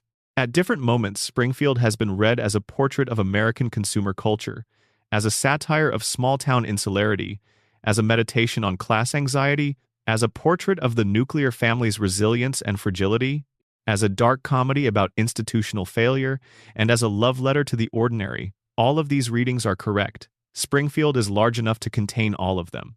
Fact 275. The relationship between the fictional town of Springfield and the real America it depicts is not one of simple correspondence. Springfield is not a realistic portrait of any actual American community. It is more like a distillation, a compression of every American town that has ever existed into a single fictional place, with all of the contradictions and absurdities of those towns preserved and slightly amplified. The show uses Springfield to say things about America that could not be said with equal clarity about any specific real place. Fact 276. The floating timeline that keeps Springfield's residents perpetually young has been discussed in this script in terms of its function within various fan theories. But it also has a simpler, more universal meaning. Springfield is the America that was, the America we remember from before we got older, the neighborhood from childhood that exists perfectly preserved in memory, while the real neighborhood has changed beyond recognition. The Simpsons are frozen because we need them to be, because they represent something we cannot bear to see age. Fact 277. Homer Simpson working at the power plant is itself a kind of American myth.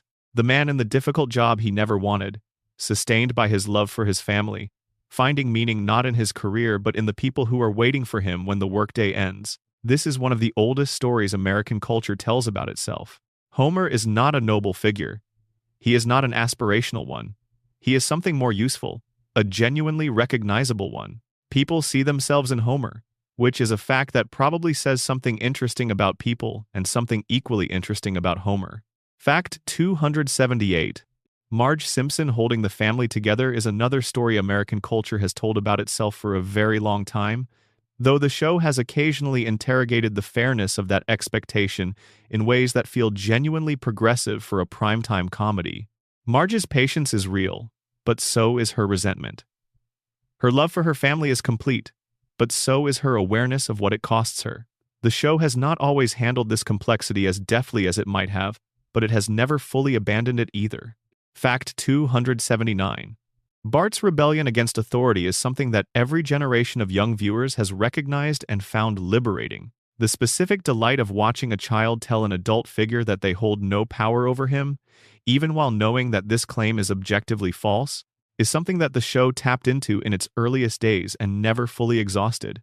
Don't Have a Cow still carries a charge for people who first heard it in childhood, because it meant something to them then about their own relationship to the adults in their lives. Fact 280. Lisa's search for meaning in a world that seems designed to disappoint her is the story that has aged best, the one that resonates most specifically with adult viewers returning to the show.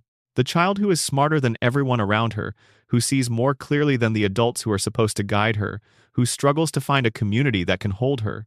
This is a portrait that does not diminish with age. If anything, it becomes more recognizable and more moving the further one gets from childhood. Fact 281. Maggie's silence and her extraordinary hidden competence is a story the show has never fully told and may never tell. It remains the great unresolved mystery of the Simpson family. The question that the show keeps open with a patience that borders on the almost geological. What Maggie is, what she is capable of, and what she will do when she finally chooses to act, is a story that has been accumulating for 36 years without ever finding its ending. Fact 282. The show's final legacy, whatever form it eventually takes, will include the fact that it changed what American television believed it was capable of doing with animation. Before The Simpsons, primetime animation was considered a novelty at best and a category error at worst. After The Simpsons, it became a legitimate artistic medium, capable of carrying the full weight of human comedy, tragedy, satire, and feeling. Every adult animated show that exists today stands on that foundation. Fact 283. Springfield will continue to exist after the show ends. It has achieved the particular quality of fictional places that transcend their medium, like Yoknapatawpha County or Macondo, places that feel more real than geography and more permanent than publication. People will continue to visit Springfield on streaming platforms for decades after the final episode airs, and the town will receive them exactly as it always has, with the same impossible geography, the same familiar faces, and the same tire fire burning eternally in the background.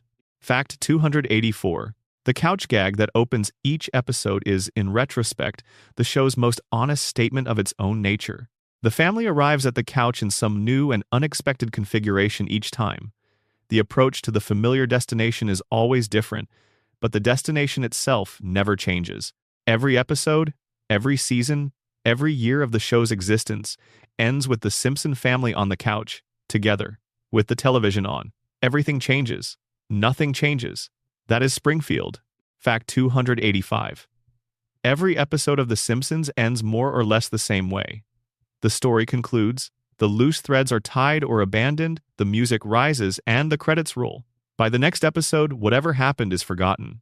The family is intact. The town is standing. Homer is headed to work. Marge is in the kitchen. Bart is in trouble. Lisa is practicing her saxophone, and Maggie is watching everything with those enormous knowing eyes. The loop continues. Springfield endures. Fact 286. Across 36 seasons and nearly 800 episodes, The Simpsons has produced more moments of genuine comedy, genuine emotion, genuine insight, and genuine absurdist strangeness than perhaps any other single piece of American storytelling in the television era. It has done this inconsistently, with considerable variation in quality across its run, and with the inevitable compromises that come from sustaining a creative enterprise across decades. But the best of it is as good as anything the medium has produced, and the best of it is enough. Fact 287. The show has been running longer than many of its current viewers have been alive. For a significant portion of the audience watching The Simpsons today, the show has simply always existed, as permanent a feature of the cultural landscape as anything else they can remember. The idea that there was a specific morning in December 1989 when the show had not yet aired, when Springfield did not yet exist in the public imagination, is one of those facts that functions almost as a kind of vertigo if you hold it long enough. Fact 288. The Simpsons is the longest-running primetime scripted television series in American history. It is the longest-running animated series in American history. It is the longest-running sitcom in American history. These records are unlikely to be broken in the foreseeable future, not because television has stopped producing ambitious long-running shows, but because the specific combination of cultural conditions that allowed The Simpsons to sustain its production and its audience across 36 years is not one that can be easily reproduced. Fact 289. The show's creators have never publicly confirmed a date for its conclusion.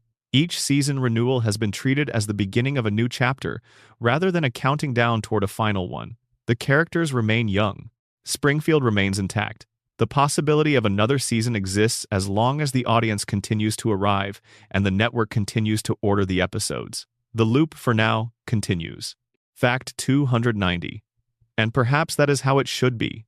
Perhaps Springfield needs to keep going not because any individual episode or season demands continuation, but because what Springfield represents demands it. The messy, stubborn, occasionally brilliant, frequently frustrating, always finally loving American family, sitting down together on the couch at the end of the day, with all of their problems still present and all of their affection still intact, needing to be shown, once more, that the people who love them are still there, that the house is still standing, that the lights are still on. That is Springfield. That is why we go back. Fact 291. The Simpsons has had at least 8 different showrunners across its 36-season run. Each showrunner brought their own sensibility and priorities to the production, creating shifts in the show's tone, comedic style, and narrative ambitions that are discernible to careful viewers. The shifts between showrunners have been the subject of extensive fan analysis, with the transitions between different creative eras often discussed as marking changes in the show's fundamental character. Fact 292. The episode Radio Bart, from Season 3, in which Bart tricks Springfield into believing a young boy is trapped in a well, contains one of the show's sharpest pieces of media satire. The town's response to the manufactured crisis, including a celebrity charity single called We're Sending Our Love Down the Well, is a precise and still devastating portrait of the entertainment industry's relationship to genuine suffering. The episode aired in 1991 and has not dated. Fact 293. Lisa's Substitute, from Season 2, is one of the show's most beloved, emotionally ambitious episodes. Lisa develops a deep attachment to a substitute teacher named Mr. Bergstrom, voiced by Dustin Hoffman, who provides her with the intellectual validation and personal encouragement that her regular life at home and school largely fails to offer. Mr. Bergstrom leaves at the end of the episode, and the note he gives Lisa before departing, "You are Lisa Simpson," is one of the most movingly concise pieces of dialogue in the show's history. Fact 294. The episode Homer Goes to College, from Season 5, is notable for its deployment of Animal House-style college comedy filtered through Homer's complete inability to understand the social codes of the college environment. Homer's sincere belief that his college experience should conform to the version he has absorbed from movies, complete with nerds to be defended and deans to be pranked, is a portrait of someone so comprehensively shaped by popular culture that he cannot perceive reality through the overlay. Fact 295. The show has an unusually strong track record with episodes that deal with grief. Beyond Mother Simpson, the show has addressed the deaths of characters across its run with varying degrees of gravity.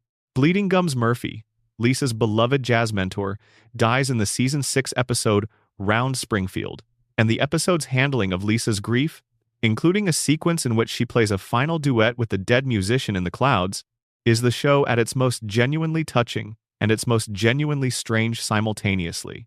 Fact 296. The show's relationship with religion has been one of its most sustained and thoughtful satirical threads. It has depicted Christianity, Judaism, Hinduism, and Buddhism across its run, treating each with a combination of genuine respect for the human needs that religion serves and sharp comedy directed at the institutions and practices through which those needs are supposedly met. The First Church of Springfield and Reverend Lovejoy's tired relationship with his own faith are the primary vehicles for this satire. Fact 297. Homer's encounter with God in the Season 4 episode Homer the Heretic is one of the show's most memorable theological moments. God in this episode is depicted as having a face that cannot be fully shown, as a narrative device, and as having a warm, reasonable quality that contrasts with more conventional fictional depictions of the divine. He discusses philosophy and personal liberty with Homer with the patience of someone who has had this conversation many times before and finds it genuinely interesting rather than tedious. Fact 298. The character of Sideshow Bob has appeared in more than a dozen episodes across the show's run, each time with a plot that requires him to attempt vengeance against Bart, and each time frustrated by a combination of Bart's luck and his own tendency toward elaborate plans that require more precision than their execution ever achieves. The character has also been given more sympathetic episodes that explored his family relationships and his genuine longing for a life outside his obsession. He married, had a son, and still cannot let go of Bart Simpson. Fact 299. The Season 7 episode Treehouse of Horror 6 contains the segment Homer Cubed, which depicts Homer being sucked into a three-dimensional world rendered in then cutting-edge computer animation. The contrast between the show's hand-drawn two-dimensional style and the CGI environment of the three-dimensional world was a deliberate aesthetic comment on the relationship between traditional animation and computer graphics, produced at a moment when that relationship was being actively renegotiated throughout the entertainment industry. Fact 300. The Simpsons began in 1987 as a series of short segments between comedy sketches on a variety show and grew into the most discussed, most analyzed, most beloved piece of animated popular culture in human history. No other animated program has attracted the volume of sustained, critical, academic, and fan attention that Springfield has generated across its run. Fact 301. The episode The City of New York vs. Homer Simpson, which opens Season 9, involves Homer being forced to return to New York City to retrieve his car, which has been booted in a parking garage near the World Trade Center. Following the events of September 2001, this episode was temporarily pulled from syndication because of a brief shot that showed the Twin Towers. The episode was eventually restored to rotation with the relevant shot unaltered, on the basis that removing it would be an unnecessary form of historical erasure. Fact 302. The show has produced extended sequences set in cities around the world, including London, Japan, Brazil, France, Australia, and others, each time using the Simpson family's arrival in a foreign culture as an opportunity for comedy that walks the line between genuine cultural observation and the particular comedy that comes from Homer's inability to register cultural difference as anything other than an inconvenience. Fact 303. The episode Bart vs. Australia, from Season 6, is one of the show's most ambitious international excursions, depicting a diplomatic incident between the United States and Australia triggered by Bart's unauthorized telephone call to an Australian boy to settle a question about which direction water drains in the Southern Hemisphere. The episode escalates from that absurdist premise to a full-scale international crisis with the comic inexorability that characterizes the show's best escalation plots. Fact 304. The Season 8 episode Mountain of Madness, in which Homer and Burns are trapped together in a snowstorm while competing in a power plant team-building exercise, is a masterpiece of two-person comedy. The episode isolates the show's two most opposed characters in a confined space and allows their relationship, normally structured around Burns' dominance and Homer's obliviousness, to equalize under the pressure of shared survival necessity. Burns, stripped of his institutional power, is revealed as someone who needs Homer as much as Homer needs him, though for different reasons. Fact 305. Homer's weight has been a source of comedy across the show's run, depicted with a specificity and a physicality that gives the character a body-conscious quality unusual for an animated figure. The show has used Homer's eating habits, his physical relationship to chairs, couches, and doorways that are not quite large enough, and his particular brand of physical comedy that relies on mass and momentum to create a portrait of embodiment that is exaggerated but grounded. Fact 306. The show's depiction of Homer's mental processes is one of its most consistent sources of comedy. The interior of Homer's mind has been depicted multiple times as a physical space, typically a vast, echoing room, with a single person of limited capability managing an impossibly complex operation. These mind-interior gags are always essentially the same joke told in different configurations. Homer's cognitive complexity is significantly less than the demands placed upon it. Fact 307. The episode A Millhouse Divided, from Season 8, is one of the show's more ambitious attempts to use the supporting characters as vehicles for emotional storytelling that does not center on the main family. The Van Houten marriage falls apart during a dinner party at the Simpsons' house, and the episode follows the divorce and its effects on Milhouse and his parents with a seriousness that gives the usually comic Milhouse family unexpected gravity. Fact 308. Springfield's economy has been described at various points as being almost entirely dependent on the power plant, which employs a significant percentage of the adult male population and provides the economic foundation for most of the town's retail and service sectors. This dependence is the source of one of the show's most persistent satirical threads, the power that a single employer has over a community that cannot survive without it. Fact 309. The show has depicted Homer's relationship to religion with a consistency that is sometimes overlooked in discussions of his character. Homer does not attend church by choice but is compelled to by family obligation. He has had direct experiences of the divine on multiple occasions, including his conversations with God. His relationship to faith is not that of a skeptic or an atheist, but of someone who believes in God generally, but finds the institutional practice of that belief tedious. This is a recognizable position for a large segment of the American population and contributes to Homer's universality. Fact 310. The show's relationship to its own mythology has been one of its defining characteristics across its entire run.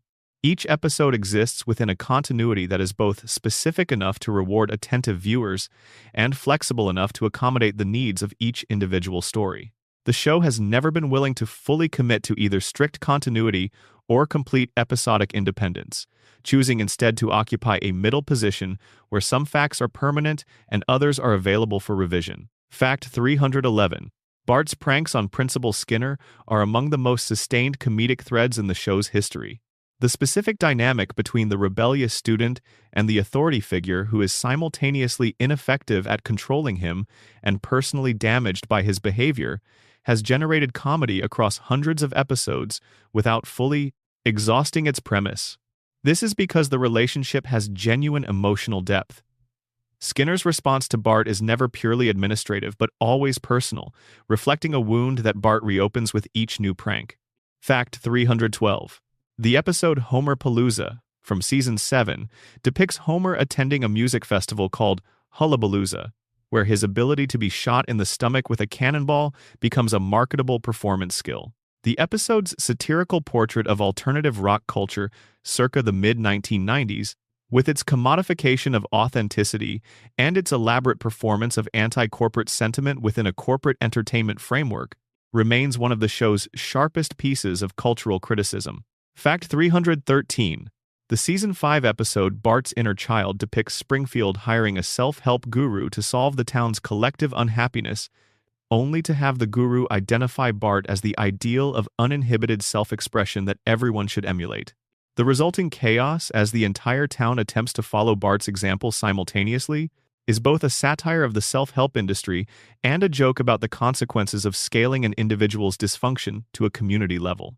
Fact 314. Springfield has a recurring relationship with civic catastrophe that the show has used to satirize different aspects of American institutional life.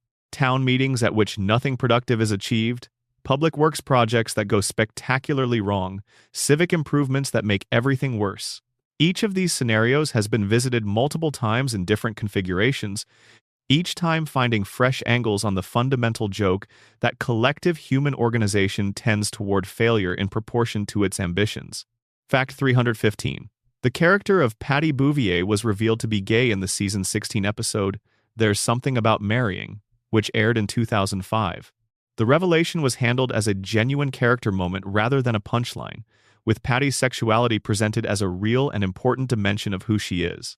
The episode also features Homer temporarily becoming a minister to perform same-sex marriages, placing the show in the middle of a major cultural debate that was very much alive in 2005.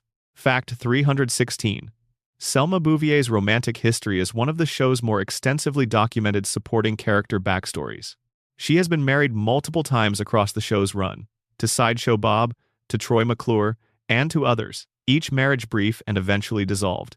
Her desire for companionship and a family, represented by her adoption of a daughter in a later season, gives her character a warmth that occasionally cuts through the broadly comic presentation. Fact 317.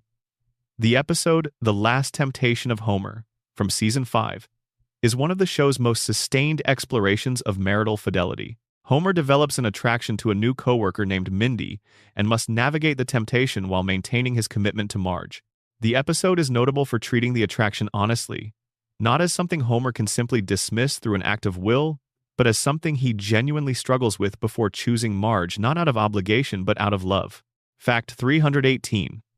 Springfield's proximity to a mountain, a beach, a desert, and agricultural land has allowed the show to set episodes in a remarkable variety of physical environments, without Homer and his family ever traveling very far.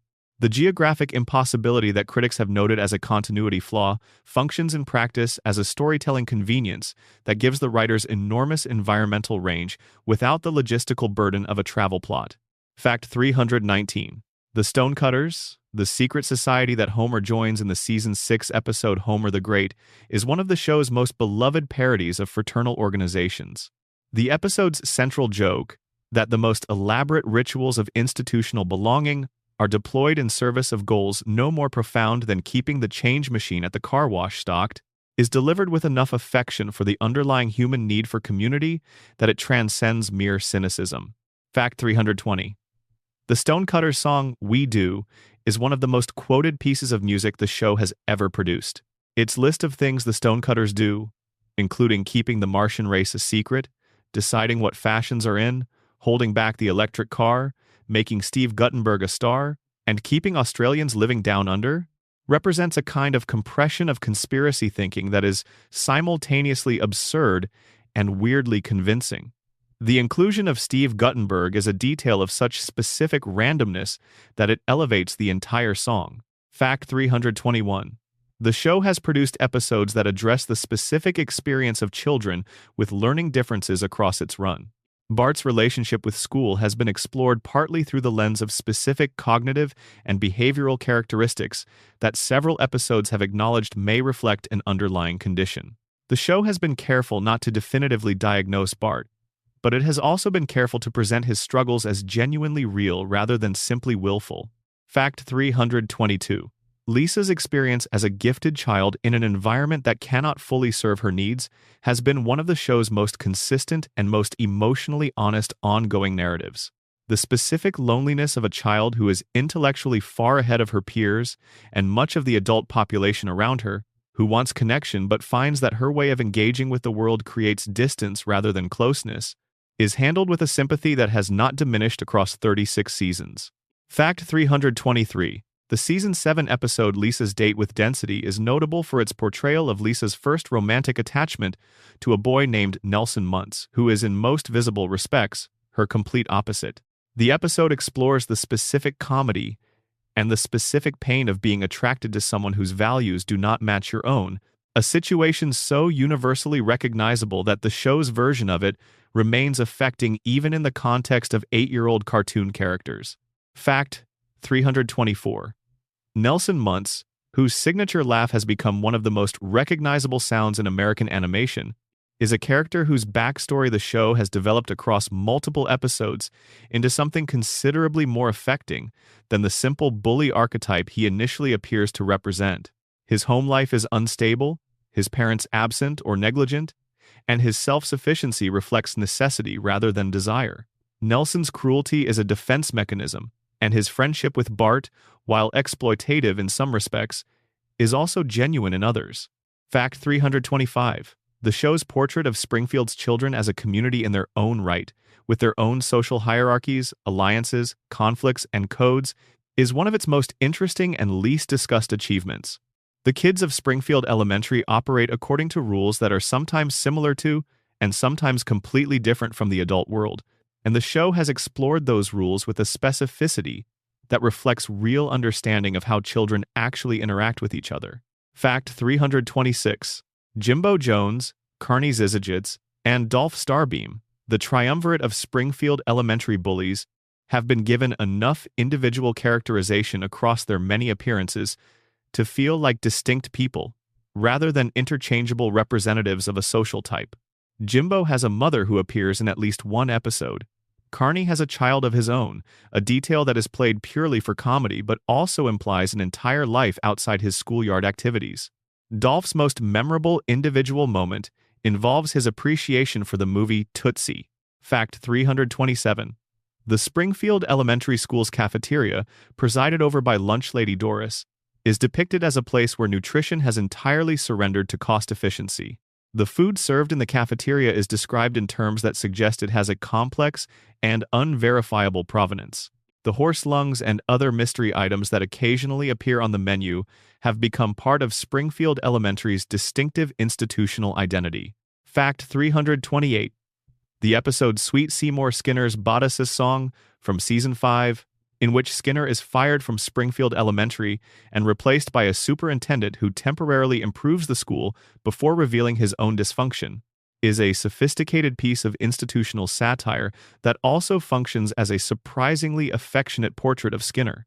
The episode suggests that Skinner's failures as an administrator are inseparable from a genuine investment in the school that his replacement does not share. Fact 329. Springfield's fire department has been depicted in multiple episodes as an institution whose relationship to fire is more complex than straightforward suppression. Chief Clancy Wiggum's cross-departmental incompetence appears to extend to the fire service when it falls under his jurisdiction. Fires in Springfield tend to burn longer than fires elsewhere, which is consistent with the show's general portrait of the town's emergency services. Fact 330. The episode Homer's Barbershop Quartet introduced the B-Sharps, Homer's Barbershop Quartet that achieved brief fame in a backstory set in the 1980s. The episode's flashback structure reveals that Homer, Apu, Chief Wiggum, who was later replaced by Principal Skinner, and Barney achieved genuine national celebrity before breaking up due to artistic differences and the pressures of success. The episode's loving parody of the Beatles story is rich enough that it rewards knowledge of both its subject and its source. Fact 331. The show's approach to the passage of real time within its floating timeline has included a number of cultural references that date specific episodes very precisely to the period of their production, even as the characters remain ageless. References to current technology, political events, and cultural moments in episodes from the 1990s now function as period markers, giving those episodes a documentary quality alongside their comedy. The show is simultaneously timeless in its characters and precisely dated in its cultural references. Fact 332. The season 10 episode 30 Minutes Over Tokyo takes the Simpson family to Japan and deploys a range of cultural comedy that the show handles with more genuine curiosity than its usual approach to international destinations. The episode's portrait of Japan as a place of fascinating cultural specificity, rather than simply a source of easy exoticist jokes, reflects a writing staff that had done more research than the average travel episode requires. Fact 333. Springfield's relationship to technology has evolved across the show's run, with each era's episodes reflecting the technology of their moment. Early episodes depict a town without internet access or mobile phones. Later episodes incorporate these technologies as natural elements of daily life. The floating timeline means that these technological changes cannot be mapped onto any consistent chronology. Springfield exists in whatever technological moment the current episode requires. Fact 334. The show introduced the concept of the internet to the Simpson family in the Season 4 episode Marge in Chains, though the technology depicted bears little resemblance to the internet as it would actually develop. Later episodes depicted computer technology with more accuracy as the real technology evolved and the writers became more familiar with it. The show's early approach to computers and networks has a quality of optimistic speculation that is charming in retrospect. Fact 335. The episode King of the Hill, from Season 8, in which Homer discovers a natural aptitude for mountain climbing, is notable for introducing a fitness-oriented version of Homer that feels genuinely different from his normal presentation. The episode plays the physical transformation of Homer through exercise and clean living completely straight, creating the contrast between his usual self and his improved self with enough specificity to make the eventual reversion feel inevitable and comic, rather than simply a reset. Fact 336. The show's music supervisor has traditionally worked to integrate classic songs from American popular music into episodes in ways that either comment on the action or create ironic counterpoint to it. The selection of music in any given Simpsons scene reflects the same care about cultural reference and layered meaning that the writers bring to the dialogue. Fact 337. The segment A Fish Called Selma, from Season 7, in which Troy McClure marries Selma in a sham arrangement to resurrect his failing career, gives Phil Hartman one of his best showcase opportunities in the show's history. The episode within the episode, the Troy McClure vehicle Stop the Planet of the Apes, I Want to Get Off, is a masterpiece of parody construction, so precisely assembled that it creates a completely believable fake piece of entertainment. Fact 338. The episode 201 Greyhounds, a parody of 101 Dalmatians, in which Burns attempts to steal the litter of puppies born to Santa's little helper and his racing greyhound partner, contains a song that may be the show's most perfectly constructed single musical joke. See My Vest, in which Burns catalogs the items of clothing he intends to make from animal furs, is a parody of Be Our Guest from Beauty and the Beast that matches its source's melodic structure while replacing its content with something completely monstrous. Fact 339. The Season 7 episode Scenes from the Class Struggle in Springfield, in which Marge briefly gains access to a country club and attempts to maintain it while the experience changes her relationship to her family, is one of the show's most thoughtful explorations of class anxiety. The episode uses Marge's aspiration and the compromises it requires to say something precise and not unkind about the specific pressures that come with proximity to a social world you have not grown up in. Fact 340. The show's treatment of Springfield's working class is one of its most consistent and least discussed achievements. Homer and the friends he drinks with at Moe's are working-class men whose economic limitations are presented as the condition of their lives without being sentimentalized or used as the basis for contempt. The comedy that emerges from Homer's economic situation is never comedy at Homer's expense in a mean-spirited way. It is comedy that recognizes the absurdity of a world in which the gap between what people deserve and what they receive is as wide as it is in Springfield. Fact 341. The episode Bart's Friend Falls in Love, from Season 3, involves Milhouse developing a crush on a new student named Samantha Stanky, while Bart adjusts to sharing his best friend's attention with someone new. The episode balances Milhouse's romantic comedy with a subplot about Homer's attempts to expand his vocabulary, using a subliminal tape that instead just makes him hungry. The two plotlines connect in unexpected ways that reflect the show's skill at weaving apparently unrelated narrative threads. Fact 342. The Season 7 episode Summer of 4 Feet 2, in which Lisa spends a vacation pretending to be someone other than herself in order to finally make friends, is one of the show's most specifically painful portraits of adolescent longing for connection. Lisa's adoption of a persona stripped of her intellectual distinctiveness, her eventual friendship with a group of teenagers who like her when she is not announcing her intelligence, and the final bittersweet twist that shows what those friends actually valued about her, combine to make an episode that lands with an adult weight unusual for a story about an 8-year-old. Fact 343. The show produced a number of episodes that dealt with Homer's relationship to his own mortality, in ways that were more emotionally direct than its usual approach.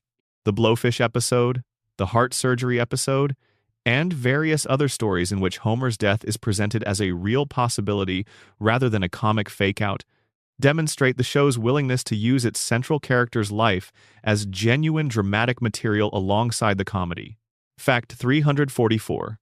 The character of Grandpa Abe Simpson, Homer's father, is one of the show's richest supporting presences.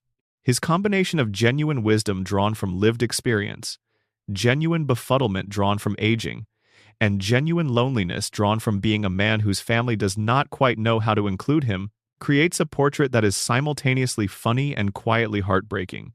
His rambling, non-sequitur stories, which invariably begin with an interesting promise and wander into complete incoherence, are one of the show's finest recurring comic constructions. Fact 345. Grandpa's relationship with Homer is the show's most consistently overlooked emotional thread. Homer's treatment of his father reflects both his own emotional damage and the specific cruelty of adult children who believe their parents have nothing left to offer them. The show has periodically called Homer out for this neglect in ways that are uncomfortable rather than funny, acknowledging that the comedy of Grandpa's situation has a real cost that the show is not willing to fully ignore. Fact 346. The episode Old Money, from Season 2, depicts Grandpa's brief romance with a woman named Beatrice Simmons at the retirement home, and her death before he can share his feelings for her. The episode is unusually tender for a Season 2 episode, spending more time on Grandpa's grief than the show's comic rhythms might normally allow. It suggests, early in the show's run, that Grandpa was a character whose emotional depth the writers intended to explore more thoroughly than a simple comic foil would require. Fact 347. Springfield's retirement community, the Springfield Retirement Castle, is depicted as a place that combines institutional neglect with the particular bleakness of a community assembled entirely from people whose relationship to the rest of society has been functionally severed by age. The residents of the castle are not villains or victims, but simply old people, a population the show treats with considerably more dignity than the generic image of elderly cartoon characters might suggest. Fact 348. The show has depicted Grandpa's wartime service across multiple episodes, with different episodes providing different and occasionally contradictory accounts of his experiences in World War II. The floating timeline applies to Grandpa's biography as much as to the rest of the show's history, with his age and his specific wartime role adjusting across different episodes to suit different stories. What remains consistent is his pride in having served and his tendency to remember his own wartime experiences as somewhat more heroic than the documentary record might confirm. Fact 349. The episode The Color Yellow, from season 21, reveals that Marge's family history includes a freed slave, a discovery that complicates the Bouvier family's self-image as a lineage of pure French aristocratic descent. The episode is one of the show's more ambitious explorations of American historical myth versus historical reality, using the Bouvier family's specific story as a vehicle for saying something about the nature of family pride and the selective memory that sustains it. Fact 350. Springfield's quietest hours are the ones that best suit it. The nuclear plant hums somewhere in the distance. The tire fire does what it has always done. The lights are on in the living room on Evergreen Terrace, and the television is playing, and the Simpson family is on the couch exactly where they have always been. Fact 351. The show has used its treehouse of horror specials to explore genres and stories that would not fit within the regular episode's tone. Horror, science fiction, fantasy, and fairy tale parody have all been deployed across the 24 specials, with each year's trio of segments finding new territory to explore. The best treehouse of horror segments are genuinely unsettling, in addition to being funny, achieving a tonal balance that is surprisingly difficult to execute.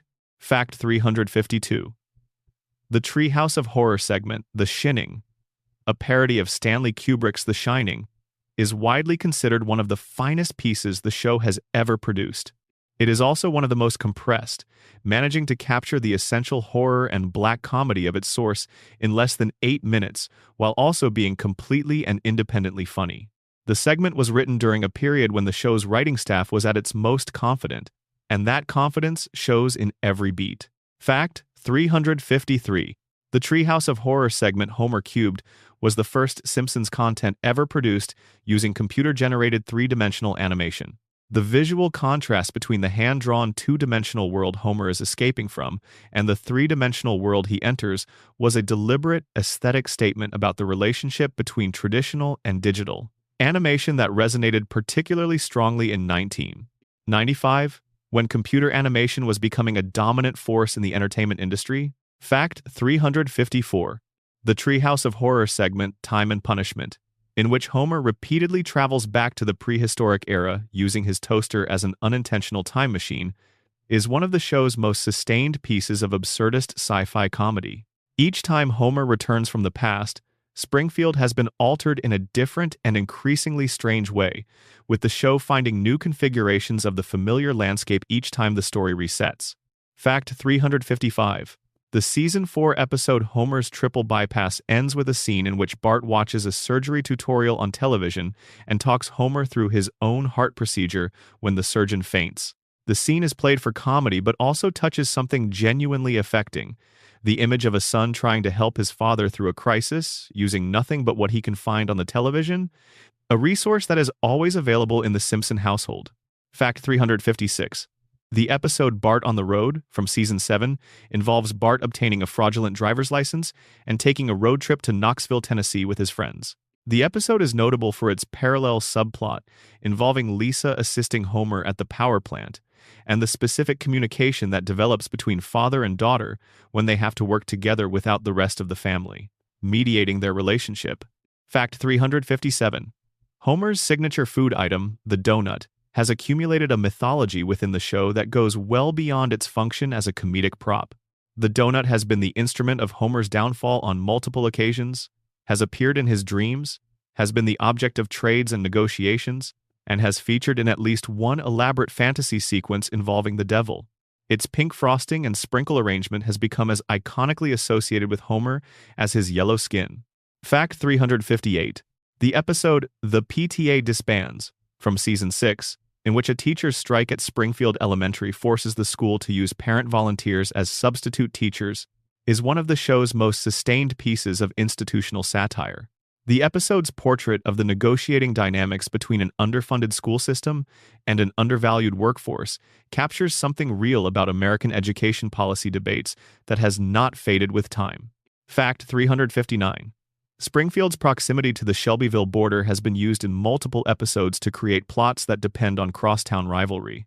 The two towns' relationship is characterized by mutual contempt with ambiguous historical roots, and the show has explored those roots in at least one episode that suggests the original difference between Springfield and Shelbyville was a theological dispute about cousin marriage that has long since been forgotten, but whose emotional residue persists. Fact 360. The Season 5 episode Homer Loves Flanders is one of the show's most honest explorations of the Ned-Homer dynamic. Homer temporarily develops genuine warmth for Ned following a kind gesture, and the episode tracks the development of an actual friendship before the inevitable reversal. The episode is notable for showing that Homer's relationship to Ned is not simply reflexive antagonism, but something more complicated, a response to Ned's virtues that Homer cannot comfortably process. Fact 361. The character of Otto the school bus driver has a backstory that the show has sketched in different episodes as involving a rock and roll lifestyle and aspirations toward professional musicianship that have gradually subsided into a contentment with his current role. Otto's relationship to his job is depicted as essentially affectionate. He genuinely likes the kids he drives, even Bart, and his drug use and general counterculture identity exist alongside a basic responsibility that makes him, by Springfield standards, a reasonably reliable employee. Fact 362. The episode Homie the Clown, beyond its plot, contains the line in which Krusty's management reveals the existence of clown colleges across the country that Krusty has established as franchise operations.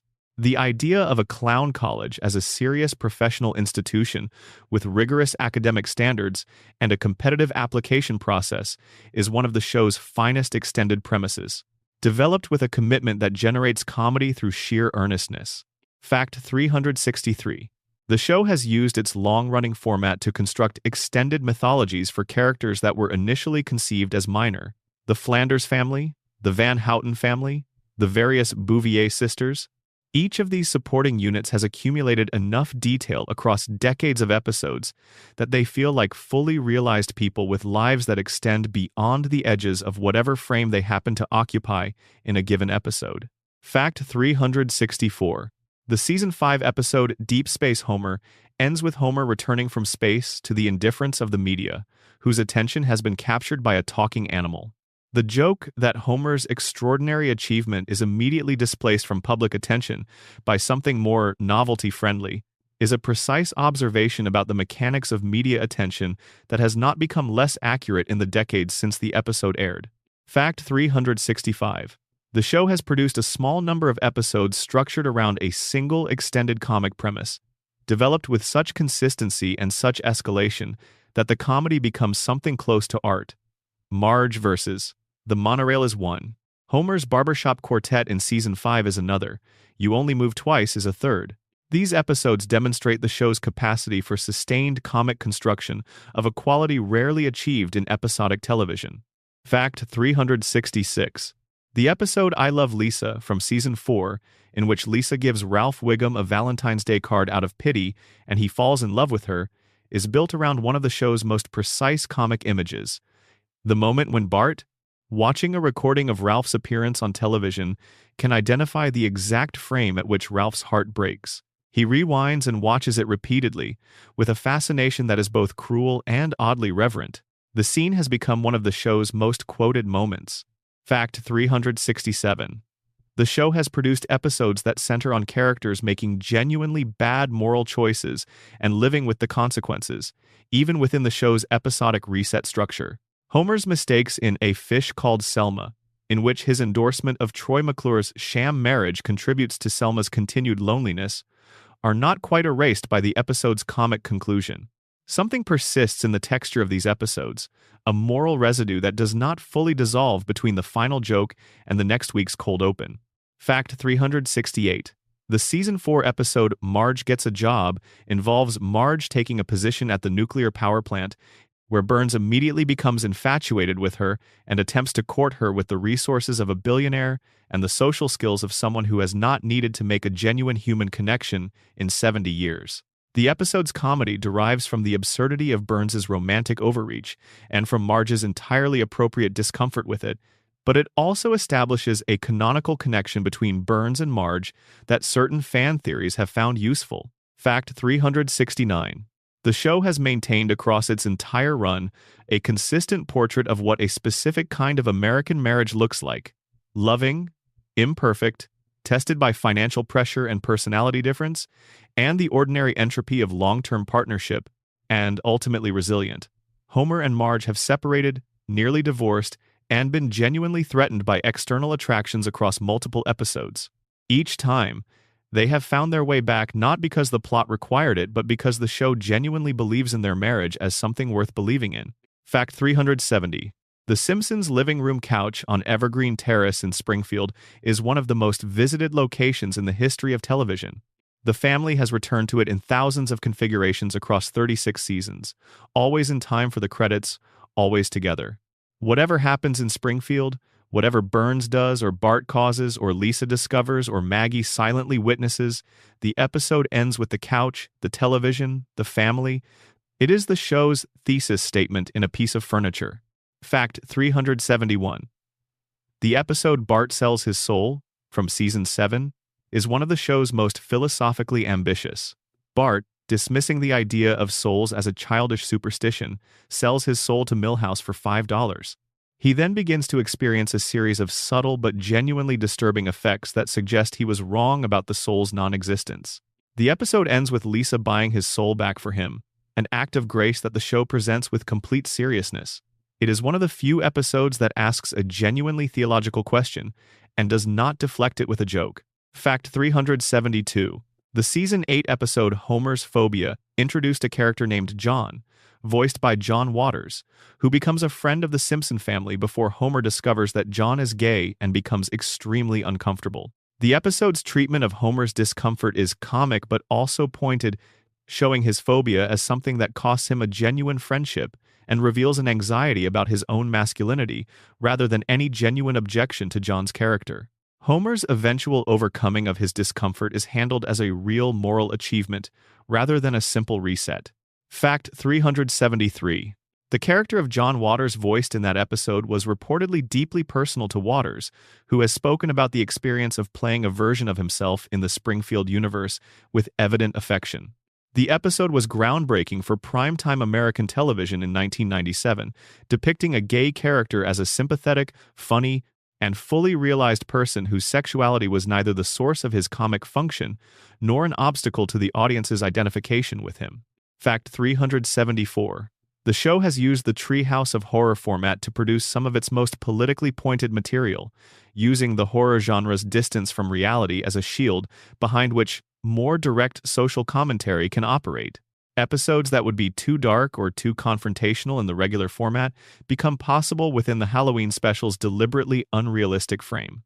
The special functions as a pressure valve for the show's most extreme impulses. Fact 375. The Season 4 episode New Kid on the Block introduces Laura Powers, a babysitter with whom Bart falls in love. Voiced by Sarah Gilbert. The episode is notable for being one of the few instances in which Bart's emotional vulnerability is exposed without comic deflection, and for showing that he is capable of genuine romantic feeling rather than simply the performative cool that characterizes his usual self-presentation. Fact 376. Springfield's newspaper, the Springfield Shopper, has been used across numerous episodes as a vehicle for background jokes in its headlines. The Shopper operates according to a news judgment that prioritizes local irrelevance, printing stories about events of purely parochial interest alongside national news filtered through a Springfield lens that transforms it into something barely recognizable. Fact 377. The show has produced extended sequences of physical comedy built around Homer's interactions with objects that resist his understanding or exceed his physical capabilities.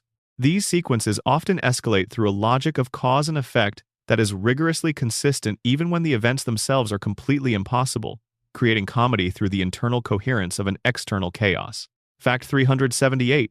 The episode Team Homer, from Season 7, involves Homer forming a bowling team called the Pin Pals with Apu, Mo, and Otto, using a $200 loan from an impaired Burns. The team's trajectory from unlikely formation to tournament success is played as a sports story with genuine momentum, a mini-movie about underdogs that uses Springfield's specific cast of characters to give the familiar genre form a local color it would not otherwise have. Fact 379. The Season 6 episode Bart's Girlfriend contains an extended sequence in which Bart observes Jessica Lovejoy singing in the church choir and becomes immediately and completely enamored. The camera's slow pan across Jessica's angelic presentation, cutting to Bart's thunderstruck face, is a parody of cinematic romantic attraction that works both as comedy and as a genuinely effective depiction of the specific sensation of falling for someone at first sight. Fact 380. The show has consistently treated its major character relationships as ongoing stories that develop across seasons, not simply as fixed relationships repeated in different episode configurations. Homer and Marge grow, change, and sometimes regress. Bart's relationship with Lisa shifts across years of episodes. The family dynamic evolves in ways that are subtle enough to miss in any individual episode, but clear when viewed across the arc of many seasons. Fact 381.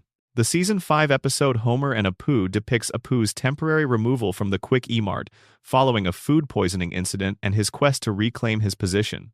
The episode includes a trip to the Quick E-Mart's corporate headquarters, a temple high in the Himalayas presided over by a guru, and a celebrity appearance by James Woods, who temporarily takes Apu's place at the store while researching a role. The episode is densely constructed, moving through multiple registers of comedy with the ease of a writing staff at full strength. Fact 382.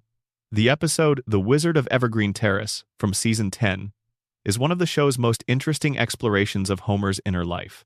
Homer, discovering that Thomas Edison invented everything worth inventing, becomes obsessed with leaving a legacy and begins inventing in the basement. One of his inventions turns out to be a desk that anticipates certain elements of actual scientific discoveries, a comedic coincidence that the episode handles with characteristic ambivalence about Homer's actual capabilities. Fact 383. Springfield has a public library, a natural history museum, and an art museum, all of which have appeared in various episodes. These institutions are depicted with the combination of genuine civic function and Springfield-specific dysfunction that characterizes all of the town's public institutions. The art museum episode, in which Springfield acquires a Michelangelo and the community debates whether to display an anatomically complete sculpture, is one of the show's most pointed pieces of culture war comedy. Fact 384. The Season 5 episode, Homer vs. Patty and Selma, which involves Homer borrowing money from Marge's sisters and working as a limousine driver to repay it, contains the subplot in which Bart is forced to take ballet. The moment when Bart discovers that he has a natural talent for ballet, combined with the social cost of acknowledging it, captures something true about the specific pressures of childhood performance of masculinity that the show has visited from multiple angles across its run. Fact 385. The episode Grandpa vs. Sexual Inadequacy from Season 6 involves Homer and Grandpa collaborating on a love tonic that briefly revitalizes their relationship, creating a series of complications that manage to be simultaneously comic and touching in their depiction of fathers and sons attempting to help each other in ways that exceed their emotional vocabulary. Fact 386. The show's treatment of Lisa's saxophone is one of its most consistent and most careful ongoing character elements. The instrument appears in almost every episode Lisa is in, even when it has no narrative function, simply as part of her visual identity. The music she plays has been used across dozens of episodes to communicate emotional information that dialogue would make explicit and comedy would deflect. It is the truest form of Lisa's self-expression in a family where self-expression is otherwise primarily verbal and primarily loud. Fact 387. The Season 7 episode Radioactive Man, in which a major motion picture adaptation of Springfield's favorite superhero is filmed on location in Springfield, is a sustained parody of Hollywood studio filmmaking that uses Milhouse's brief casting as Fall Out Boy to explore the specific experience of a child actor thrust into an adult industry. The episode's most quoted moment, the fallout from Fall Out Boy, is one of the show's finest pieces of comic escalation. Fact 388. Springfield's fire hydrants, trees, and other street furniture have been used across decades of episodes as props in Homer's physical comedy encounters. Homer's relationship to the physical world is one of the show's most reliable comic resources, built on the gap between his intentions and the world's resistance to them. Fact 389. The episode Lisa versus Malibu Stacy from Season 5, in which Lisa is inspired to create an alternative to the insipid doll that has been her childhood companion, is one of the show's most direct engagements with the commercial dimensions of gender socialization. The episode uses the Malibu Stacy franchise as a vehicle for examining how consumer products aimed at girls communicate values and expectations, and Lisa's attempt to create an alternative that does otherwise meets with the indifference of a marketplace that was not designed to reward it. Fact 390. The episode Selma's Choice, from Season 4, in which Selma realizes her desire for a child and the challenges that her life circumstances present to fulfilling that desire, is one of the show's most empathetic portraits of a character who exists primarily as a comic foil in other episodes. The episode takes Selma's longing seriously without melodrama, using a day at Duff Gardens with Bart and Lisa to show a woman who would be a good mother discovering the gap between what she wants and what is currently available to her. Fact 391. The show produced an episode in Season 22 titled The Bob Next Door, in which Sideshow Bob switches faces with another prisoner to evade detection. The episode's willingness to push the Bob mythology into genuinely disturbing horror territory reflects the franchise's flexibility and the show's comfort with taking its most beloved recurring plots to their extremes. Fact 392. The Season 5 episode Secrets of a Successful Marriage, in which Homer teaches an adult education class on marriage after exaggerating his credentials, is one of the show's finest explorations of Homer's self-deception. His initial confidence, his rapid discovery that he has nothing to teach, his resort to revealing intimate details of his own marriage as class content, and the consequences that flow from that choice, trace a comic arc with the satisfying shape of a story that knows exactly where it is going. Fact 393. The show has on multiple occasions depicted Homer achieving genuine professional success in a given episode, only for that success to be forgotten by the following week. This pattern is usually read as an artifact of episodic structure, but it also reflects something true about Homer's character. His genuine abilities, which the show periodically reveals, cannot be sustained against the weight of his established habits and limitations. Homer is always the person who could have been more, but the gap between could and is defines him. Fact 394. Springfield's sporting culture has been a recurring subject of the show's satire, with various episodes depicting the town's relationship to professional and amateur sports as a vehicle for commentary on American athletic culture more broadly. The town's support for various sports teams oscillates wildly based on results, with the community's passionate attachment to a winning team giving way to complete disinterest the moment the team starts losing. Fact 395. The episode Homer's Enemy contains a moment that is sometimes overlooked in discussions of the episode's central satirical premise. Frank Grimes, watching Homer's life with mounting disbelief, sees the family home on Evergreen Terrace and cannot process the fact that a man of Homer's professional record and cognitive limitations lives in comfort and loves and is loved. The comedy of the scene exists alongside something more uncomfortable, a genuine question about the relationship between character and circumstance that the show does not answer. Fact 396. The episode Bart the Murderer from Season 3 is one of the show's earliest extended genre parodies, using the conventions of mob movies to structure a plot in which Bart accidentally falls in with the Springfield Mafia and discovers that organized crime is, in some ways, a more supportive environment than his actual school. Fat Tony, the crime boss Bart meets, has become one of the show's most beloved recurring characters. Fact 397. Fat Tony's depiction is a parody of specific cinematic mob tropes that is loving rather than contemptuous of its source material. The show uses him to generate comedy from the contrast between the portentous language of organized crime and the mundane reality of Springfield's scale. Springfield's mob operates with the organizational structure of a major criminal enterprise and the actual stakes of a very small town. Fact 398. The episode Homer the Mo, from Season 13, in which Mo temporarily renovates his bar into a trendy cocktail establishment and then reverses the renovation after realizing what has been lost, is a meditation on authenticity and community that uses Springfield's most familiar gathering place as its vehicle. The episode suggests that some places matter not for what they offer, but for what they represent, and that a bar where people feel genuinely welcome is worth more than a bar that is merely fashionable. Fact 399. The show has used Springfield's tire fire, its perpetually burning companion, as an occasional metaphor across different episodes.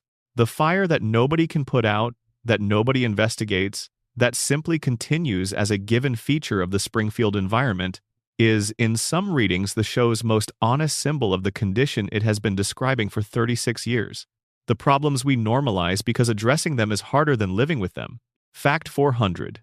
Springfield is very large and very specific and very strange and deeply familiar, and it has been home to the most sustained comedic creative act in the history of American television.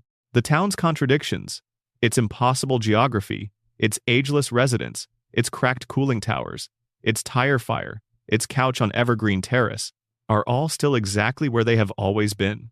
Fact 401.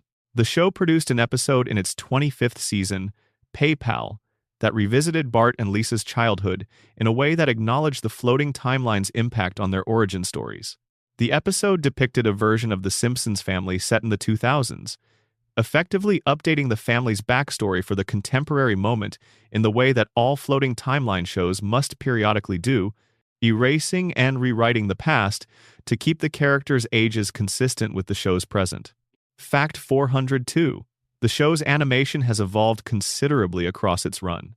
The transition from hand-painted cells to digital coloring in the mid-1990s changed the visual quality of the show in subtle ways, with the digital palette offering colors that are slightly more saturated and consistent than the hand-painted version. The subsequent transition to high definition changed the visual scale of the show, with wider frames revealing more of Springfield than earlier aspect ratios had permitted. Fact 403. The Season 8 episode My Sister, My Sitter depicts Lisa babysitting Bart, a role reversal that the episode uses to explore both the specific competitiveness of sibling relationships and the broader question of how two children with very different personalities and abilities negotiate the power dynamics their difference creates. The episode is one of the show's more effective explorations of the Lisa-Bart relationship as something more complex than simple antagonism. Fact 404. Springfield has a winery, a distillery, and a brewery, all of which have appeared in different episodes. The town's relationship to alcohol, with Moe's Tavern as its institutional center, reflects the show's sustained engagement with alcohol as a social lubricant, an emotional crutch, a source of comedy, and occasionally a source of genuine darkness in the lives of characters like Barney Gumble. Fact 405. The Season 9 episode Bart Carney, in which Homer and Bart take jobs operating a Carnival Hitler's car ride before accidentally losing the family house to a pair of con men, is one of the more surreal premises in the show's history.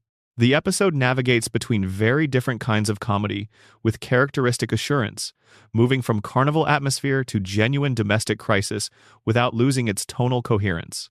Fact 406.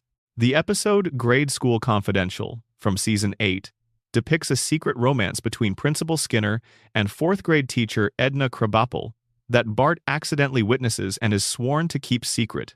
The episode uses Bart's knowledge of adult emotional complexity as a vehicle for comedy, while also acknowledging that the Skinner-Krabappel relationship is something the show takes seriously. The relationship between these two characters continued to develop across subsequent seasons and was eventually formalized into an engagement that ended only with the death of Edna Krabappel's voice actress, Marcia Wallace.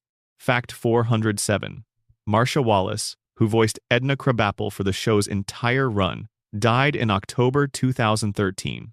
The show retired the character out of respect for Wallace's performance and the character she had inhabited for 24 years. Edna Krabappel's death within the show's fictional universe was acknowledged in the episode Four Regrettings and a Funeral, with Ned Flanders visiting her grave. The moment was one of the show's most genuinely moving uses of the fictional death convention. Fact 408. The chalkboard in the episode following Marcia Wallace's death read, "Thanking the actress for 25 years," a direct break from the show's usual fourth wall that the producers felt was necessary and appropriate. This kind of direct acknowledgement of real-world events within the show's fiction is rare and always significant when it occurs, representing a moment when the boundary between the Springfield universe and the world that produces it is deliberately dissolved. Fact 409. The show has broken the fourth wall on a small number of other occasions across its run, typically in moments of great emotional significance or in the Treehouse of Horror specials, where the normal rules of the show's reality do not apply. Each fourth wall break is carefully managed to feel like a genuine gift to the audience rather than a cheap trick, which requires a clarity of purpose that the show has generally brought to the device when it has deployed it. Fact 410. Springfield's fictional television stations have been given enough detail across various episodes that they feel like real institutional presences in the town's media landscape. Channel 6, home to Krusty's Show and Kent Brockman's News, operates according to a programming philosophy that prioritizes inexpensive production and advertiser-friendly content over journalistic integrity or genuine entertainment value. This is, of course, a satirical portrait of American local television that requires very little exaggeration to achieve its effects. Fact 411. The episode Homie the Clown contains a scene in which Homer, impersonating Krusty, is recognized everywhere he goes and receives the deference and attention that Krusty's celebrity commands.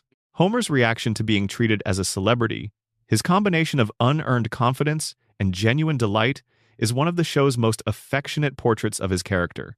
For one episode, Homer gets to live in the version of his life that his ego tells him he deserves, and it suits him magnificently. Fact 412. The show produced a crossover episode with the animated series Futurama, Matt Groening's subsequent creation, in Futurama's episode Simpsorama. The crossover was handled with the kind of playful awareness of its own absurdity that both shows cultivate, with characters from each universe meeting in ways that acknowledge the formal strangeness of the encounter. Fact 413. Futurama's Springfield connection extends beyond the crossover to the fact that both shows share a creator and several writers, meaning that the comic DNA of The Simpsons is present in Futurama's construction in ways that go beyond surface similarity. Groening has spoken about developing Futurama as a creative space with different rules from Springfield, but the sensibility that produced Springfield is also detectable in the year 3000 city of New York. Fact 414. The show has produced several meta-episodes that comment on its own longevity, its critics, and its relationship to its audience. The episode Bart Gets Famous, in which Bart achieves national celebrity through a single accidental appearance on television and finds the experience hollow and confining, can be read as a comment on the specific burden of being associated with a character the world will not allow to change or grow. Fact 415. The episode Homer Goes to College, beyond its central comedy, contains a sequence in which Homer genuinely impresses his nuclear physics professor with intuitive knowledge that exceeds his formal education. The joke is that Homer's years of working at a nuclear facility have given him practical knowledge of nuclear physics that the professor, a theorist, does not possess. It is the show's clearest suggestion that Homer's professional experience, however obtained, has given him something real, buried under everything else. Fact 416. The Season 6 episode Bart's Comet involves Springfield discovering an asteroid on a collision course with the town, resulting in a community crisis that the episode uses to examine what people do when faced with genuine collective existential threat. The episode's most famous moment, in which the community turns on Ned Flanders as a scapegoat before ultimately rallying to share his bomb shelter with him, says something precise about the relationship between fear, community, and the specific dynamic between Homer and his neighbor. Fact 417. The episode ends with the comet dramatically reducing in size as it passes through the atmosphere, so that by the time it lands, it does no damage. The anticlimactic resolution is a deliberate joke at the expense of disaster movie conventions, but also a sly comment on Springfield's specific relationship to existential threat. The town is always on the verge of catastrophe and somehow never quite reaches it, which is either reassuring or deeply suspicious depending on your perspective. Fact 418. The Springfield Shopper newspaper has published stories about the Simpson family across multiple episodes, with Homer appearing as both the subject of investigative coverage and as a briefly celebrated local figure, depending on the episode. The Shopper's reporting on Homer reflects the same combination of earnest attention and fundamental misunderstanding that characterizes Springfield's relationship to him generally. Fact 419. The show has produced episodes set during every major American holiday: Christmas, Thanksgiving, Halloween, Valentine's Day, Independence Day, and others. Each holiday setting provides a specific set of genre conventions and emotional expectations that the show either fulfills, subverts, or both simultaneously. The Halloween specials are the most elaborate of these seasonal productions, but the Christmas episodes have consistently been among the show's most emotionally resonant.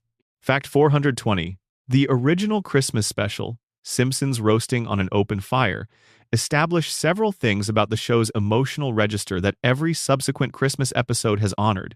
The combination of financial stress and emotional warmth that defines Homer's relationship to the holiday, the family's capacity to find genuine celebration in circumstances that have gone significantly wrong, and the specific tender optimism that the show brings to its annual return to the holiday season. Fact 421. The episode Marge Be Not Proud, from Season 7, is the show's second Christmas episode, and its most quietly devastating. Bart is caught shoplifting a video game at the Try and Save. Marge's disappointment is handled not as a comedy beat but as a genuine wound to their relationship, with Bart spending the episode trying to repair the trust he has broken. The final image, in which Bart presents Marge with a framed family portrait he has had taken at the store where he was caught shoplifting, is one of the show's most perfectly constructed emotional payoffs. Fact 422. The show has produced a number of episodes that follow what might be called a redemption structure, in which a character who has behaved badly must earn their way back into the community's or the family's good graces. These episodes typically give the central character a genuine obstacle to overcome and a genuine emotional lesson to learn, using the comedic framework to carry more weight than the format might seem to support. Fact 423. The episode When Flanders Failed, from Season 3, in which Homer secretly hopes for Ned's new restaurant to fail while publicly pretending to support it, is one of the show's most honest portraits of small-scale human jealousy. Homer's schadenfreude is presented without condemnation but also without excusing it, and his eventual genuine remorse, when he realizes what his indifference has cost Ned, is handled as a real moral awakening rather than a comic twist. Fact 424. The show's treatment of Springfield's social stratosphere has been consistent across its run. The wealthy characters, primarily Burns and a small number of other Springfield plutocrats who appear in specific episodes, exist in a genuinely different world from the working-class residents of Evergreen Terrace. The gap between these worlds is not merely material, but cultural and perceptual, with the wealthy residents of Springfield experiencing a fundamentally different town from the one Homer inhabits. Fact 425.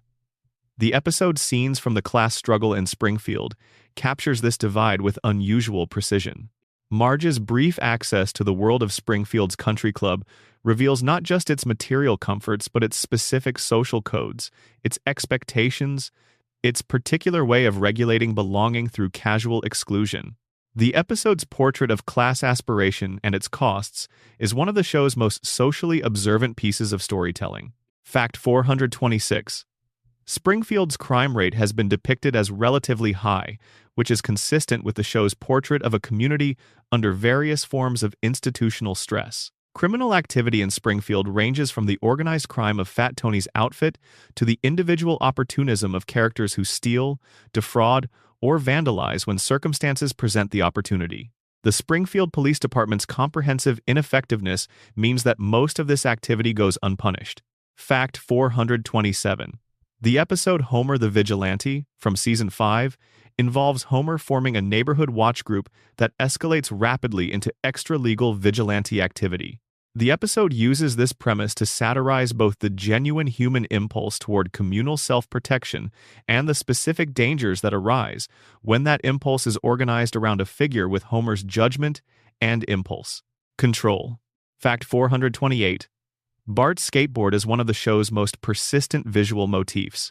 It appears in episodes across all seasons, used as transportation, as a weapon, as a prop in various schemes, and as a visual symbol of Bart's relationship to informal, unauthorized movement through a world that would prefer him to stay in the lanes designated for people his age. The skateboard represents freedom in Springfield as completely as any object in the show's visual vocabulary. Fact 429. The episode Bart on the Road, from Season 7, uses Bart's road trip as a vehicle for exploring what happens when Springfield's characters are extracted from the safety net of their usual environment. Away from Springfield, Bart must navigate the real world with only the skills and instincts he has developed on Evergreen Terrace, and the comedy that results reflects both how inadequate those skills sometimes are and how surprisingly adequate they sometimes turn out to be. Fact 430. The show has produced episodes that center on Marge's creativity and artistic ambitions, typically using a specific project or opportunity as a vehicle for exploring the question of what she might have become if her path had been different.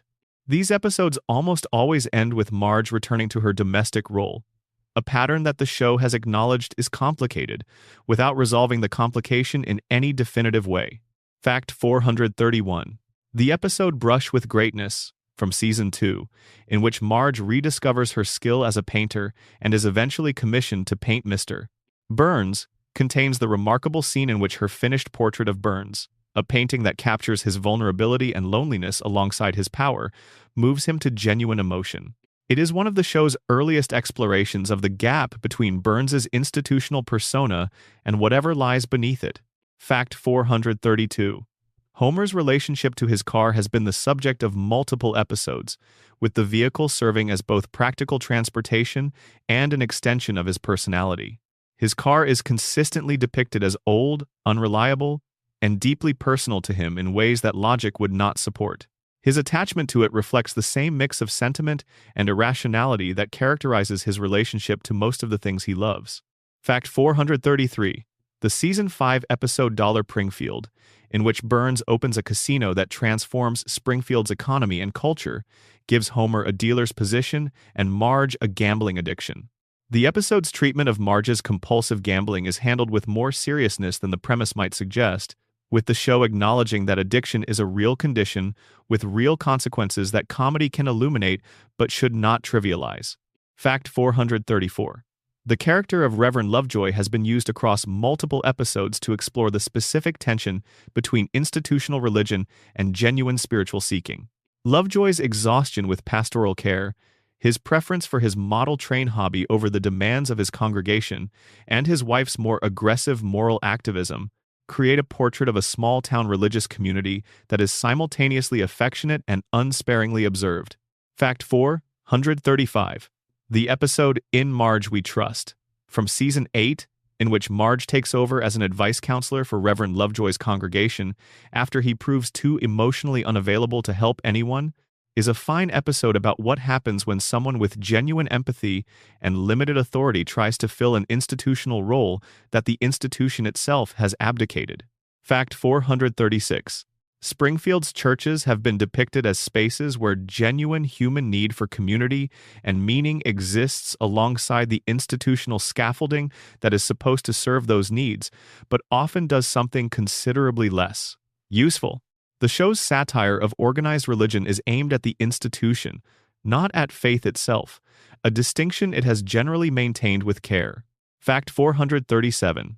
The show has produced episodes that explore the specific experience of immigrant characters in Springfield, using characters like Apu as vehicles for examining the gap between the American myth of the welcoming society and the actual experience of being foreign in a small American town. These episodes have been received with varying degrees of critical assessment across the show's run, with the passage of time and changing cultural contexts affecting how the portraits are read. Fact 438. Springfield has a Little Italy district that has appeared in multiple episodes, associated primarily with Fat Tony's criminal operations, but also with a genuine community of Italian-American residents whose cultural life exists alongside the organized crime that the show uses as a comic backdrop. The district is depicted with enough detail to suggest that someone in the art department cared about creating a sense of place within the larger Springfield landscape. Fact 439. The Season 9 episode Trash of the Titans, in which Homer runs for sanitation commissioner and wins with an entirely impractical campaign platform, uses the electoral politics premise to explore what happens when a charismatic candidate makes promises they have no plan to fulfill. Homer's tenure as sanitation commissioner, which involves storing trash in an abandoned mine that eventually collapses, functions as an early satirical portrait of a particular kind of political failure that has not become less recognizable in the years since the episode aired. Fact 440. The episode Two Cars in Every Garage and Three Eyes on Every Fish, from Season 2, in which Burns runs for governor to escape the consequences of the plant's safety violations, is one of the show's most politically pointed early episodes. The political campaign plot allows the show to examine both the specific mechanics of how wealthy individuals use political power to insulate themselves from accountability and the role of media in that process. Burns's eventual defeat at a dinner table is one of the show's finest comic images. Fact 441. The season 6 episode Bart of Darkness, in which Bart breaks his leg and spends the summer observing his neighbors from his bedroom window in a Rear Window parody, is one of the show's finest genre exercises. The episode uses the Hitchcock source material to explore Bart's specific combination of boredom, observation, and tendency toward catastrophizing, and to say something about how confinement changes our relationship to the world we can see but cannot enter. Fact 442. The episode uses Lisa's outdoor experience as a parallel narrative. Lisa, briefly popular, discovers that popularity comes with its own confinements. The two storylines, Bart's literal confinement and Lisa's social confinement, mirror each other in ways that give the episode a formal elegance that its comedy does not quite advertise. Fact 443. The show has produced multiple episodes centered on the theme of Homer's desire to be a good father, a desire that his limitations frequently prevent him from fulfilling in the way he intends. These episodes are typically the show's most emotionally direct, allowing Homer's genuine love for his children to coexist with the genuine damage that his failures cause them, without resolving the tension between those two facts through either sentimentality or cynicism. Fact 444.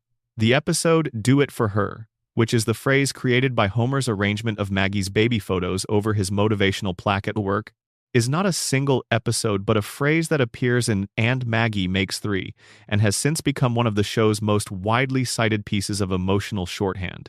The power of the phrase is in its simplicity and its completeness. Homer's entire relationship to his job, his sacrifice, and his love for his youngest child, captured in 4 words. Fact 445.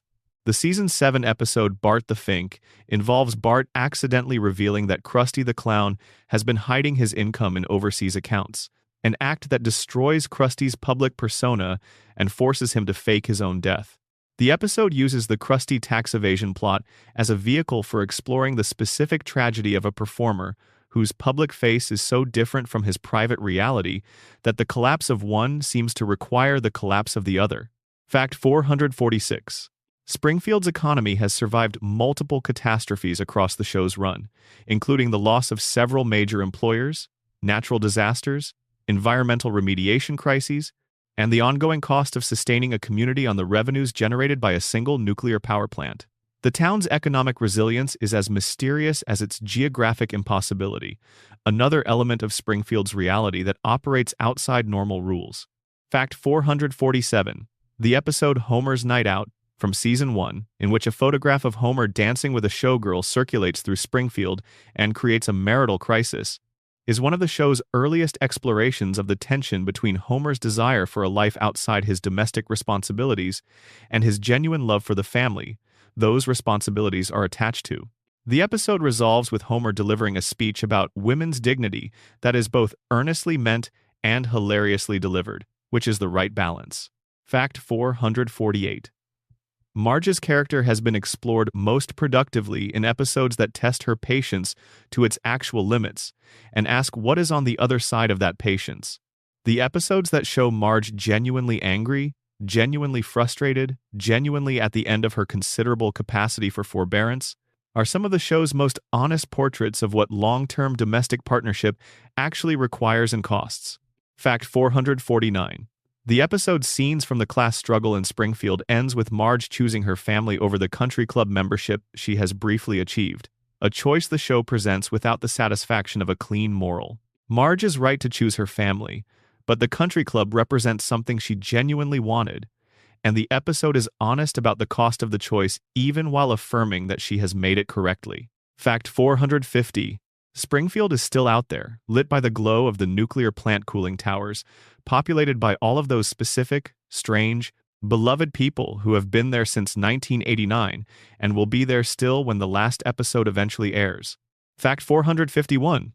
The Season 12 episode Homer, in which Homer has the crayon removed from his brain and experiences a period of genuinely high intelligence before choosing to have it reinserted, is one of the show's most emotionally rich explorations of what Homer could have been.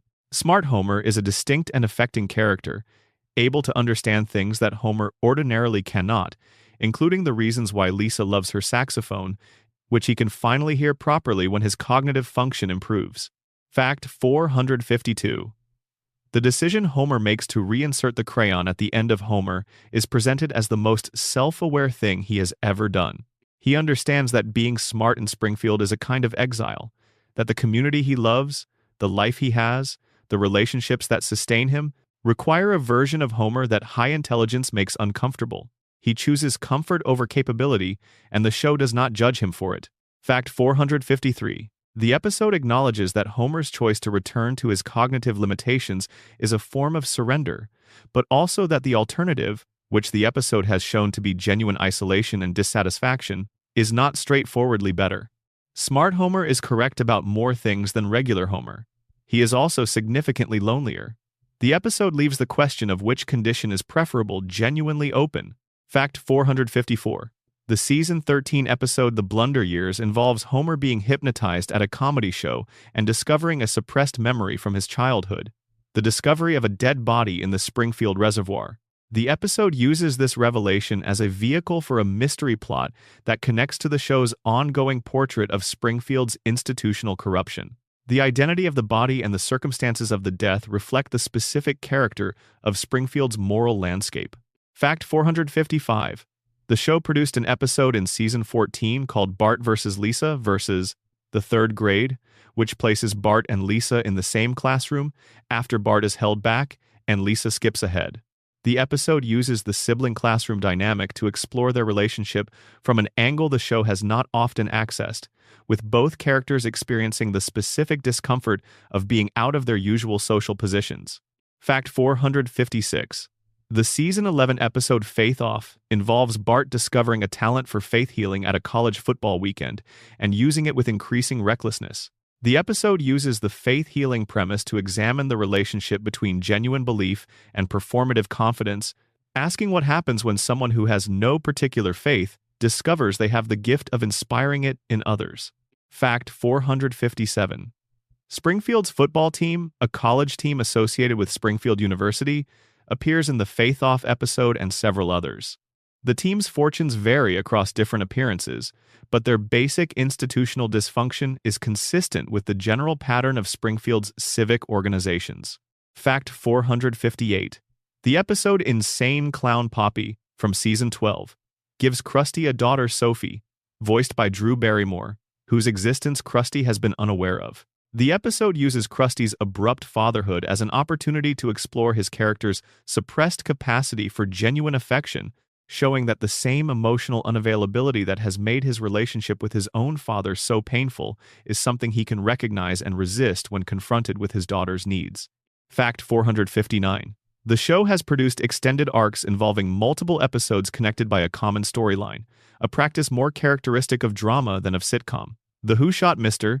Burns two-parter is the most famous example, but the show has also produced other multi-episode stories involving Sideshow Bob, Homer's mother, and various other ongoing narratives that exceeded the scope of a single episode. Fact 460. The show's format of 22 or more episodes per season has been both a strength and a limitation. The sheer volume of production has ensured that even seasons of variable quality contain individual episodes of genuine brilliance, because the probability of achieving greatness in any given attempt increases with the number of attempts made. But the same volume has also meant that less successful episodes are broadcast alongside the best ones, without the selectivity that a shorter season would enforce. Fact 461. The Season 8 episode Homer vs.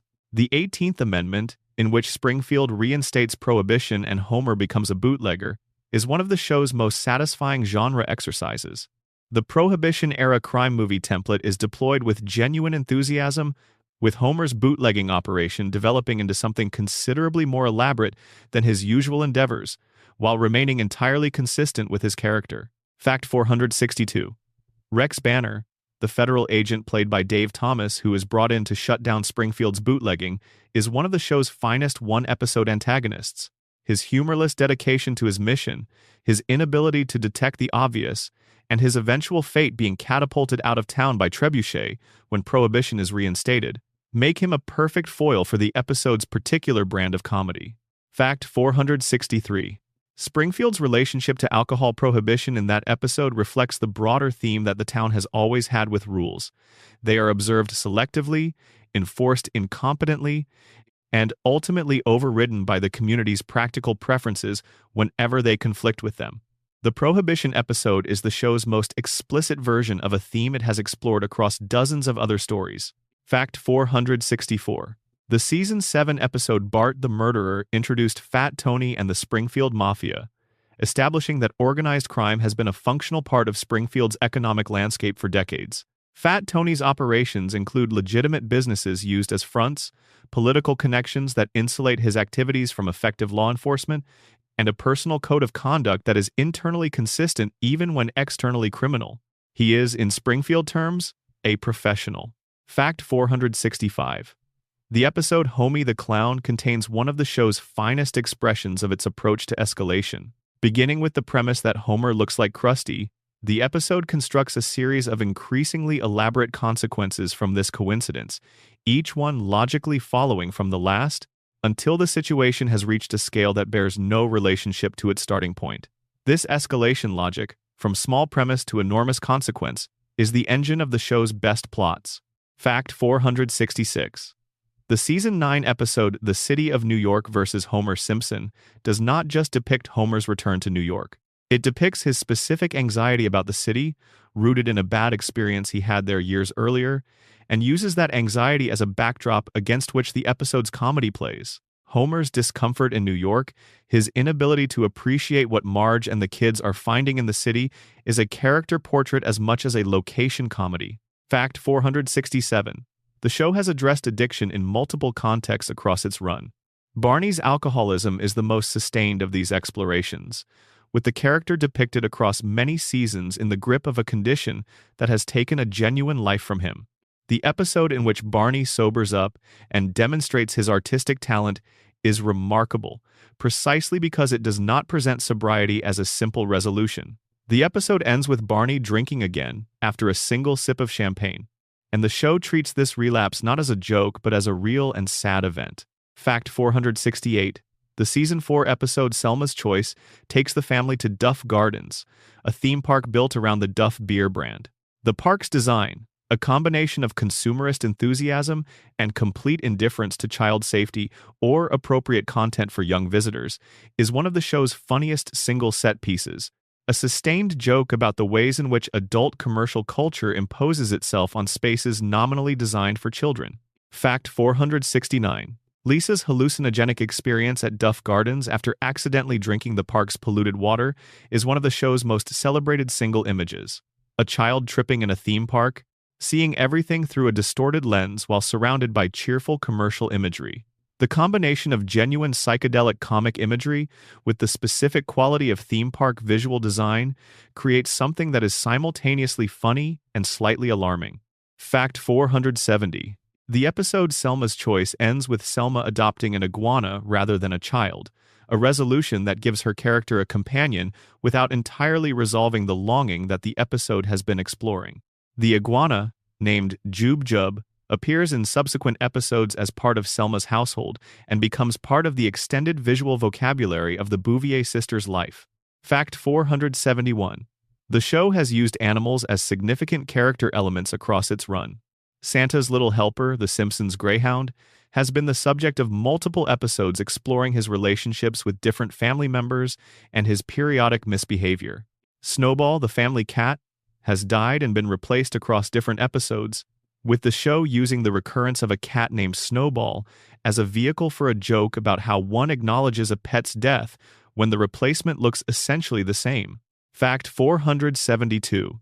The Simpsons movie featured Spider Pig, a brief but explosively popular character, a pig that Homer adopts and to whom he gives the nickname Spider Pig, with a brief theme song. Spider Pig became one of the film's most merchandise-friendly elements and generated a cultural moment that exceeded the very small amount of screen time the character receives. Fact 473. The show has referenced Spider-Man, Batman, Superman, and various other superhero properties across its run, treating them with a combination of familiarity and gentle mockery that characterizes its approach to all cultural institutions.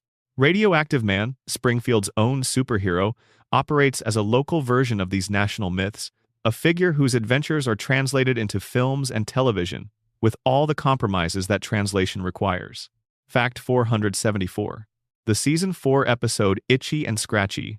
The movie is one of the show's finest explorations of the relationship between children and entertainment media. The episode depicts Homer finally following through on a consequence for Bart, denying him the right to see the Itchy and Scratchy movie. A flash forward to the future shows Bart as a successful and happy adult, crediting Homer's consistency in that single moment as foundational to his adult success. The episode suggests that parenting, done properly, is the most consequential act in anyone's life. Fact 475. The show has produced a significant number of episodes that use the flash-forward structure to explore what the Simpson children might become as adults. These visions of the future are always presented as hypothetical, with the floating timeline ensuring that no single future can become canonical. But the range of futures the show has imagined for Bart, Lisa, and Maggie suggests a genuine curiosity about who these characters would be if time were allowed to work on them. Fact 476. Lisa's wedding from Season 6 remains the most extended and most beloved of these flash-forward episodes. The future it depicts, Lisa as a 23-year-old woman engaged to a British man named Hugh, is specific enough to be emotionally affecting rather than simply comedic.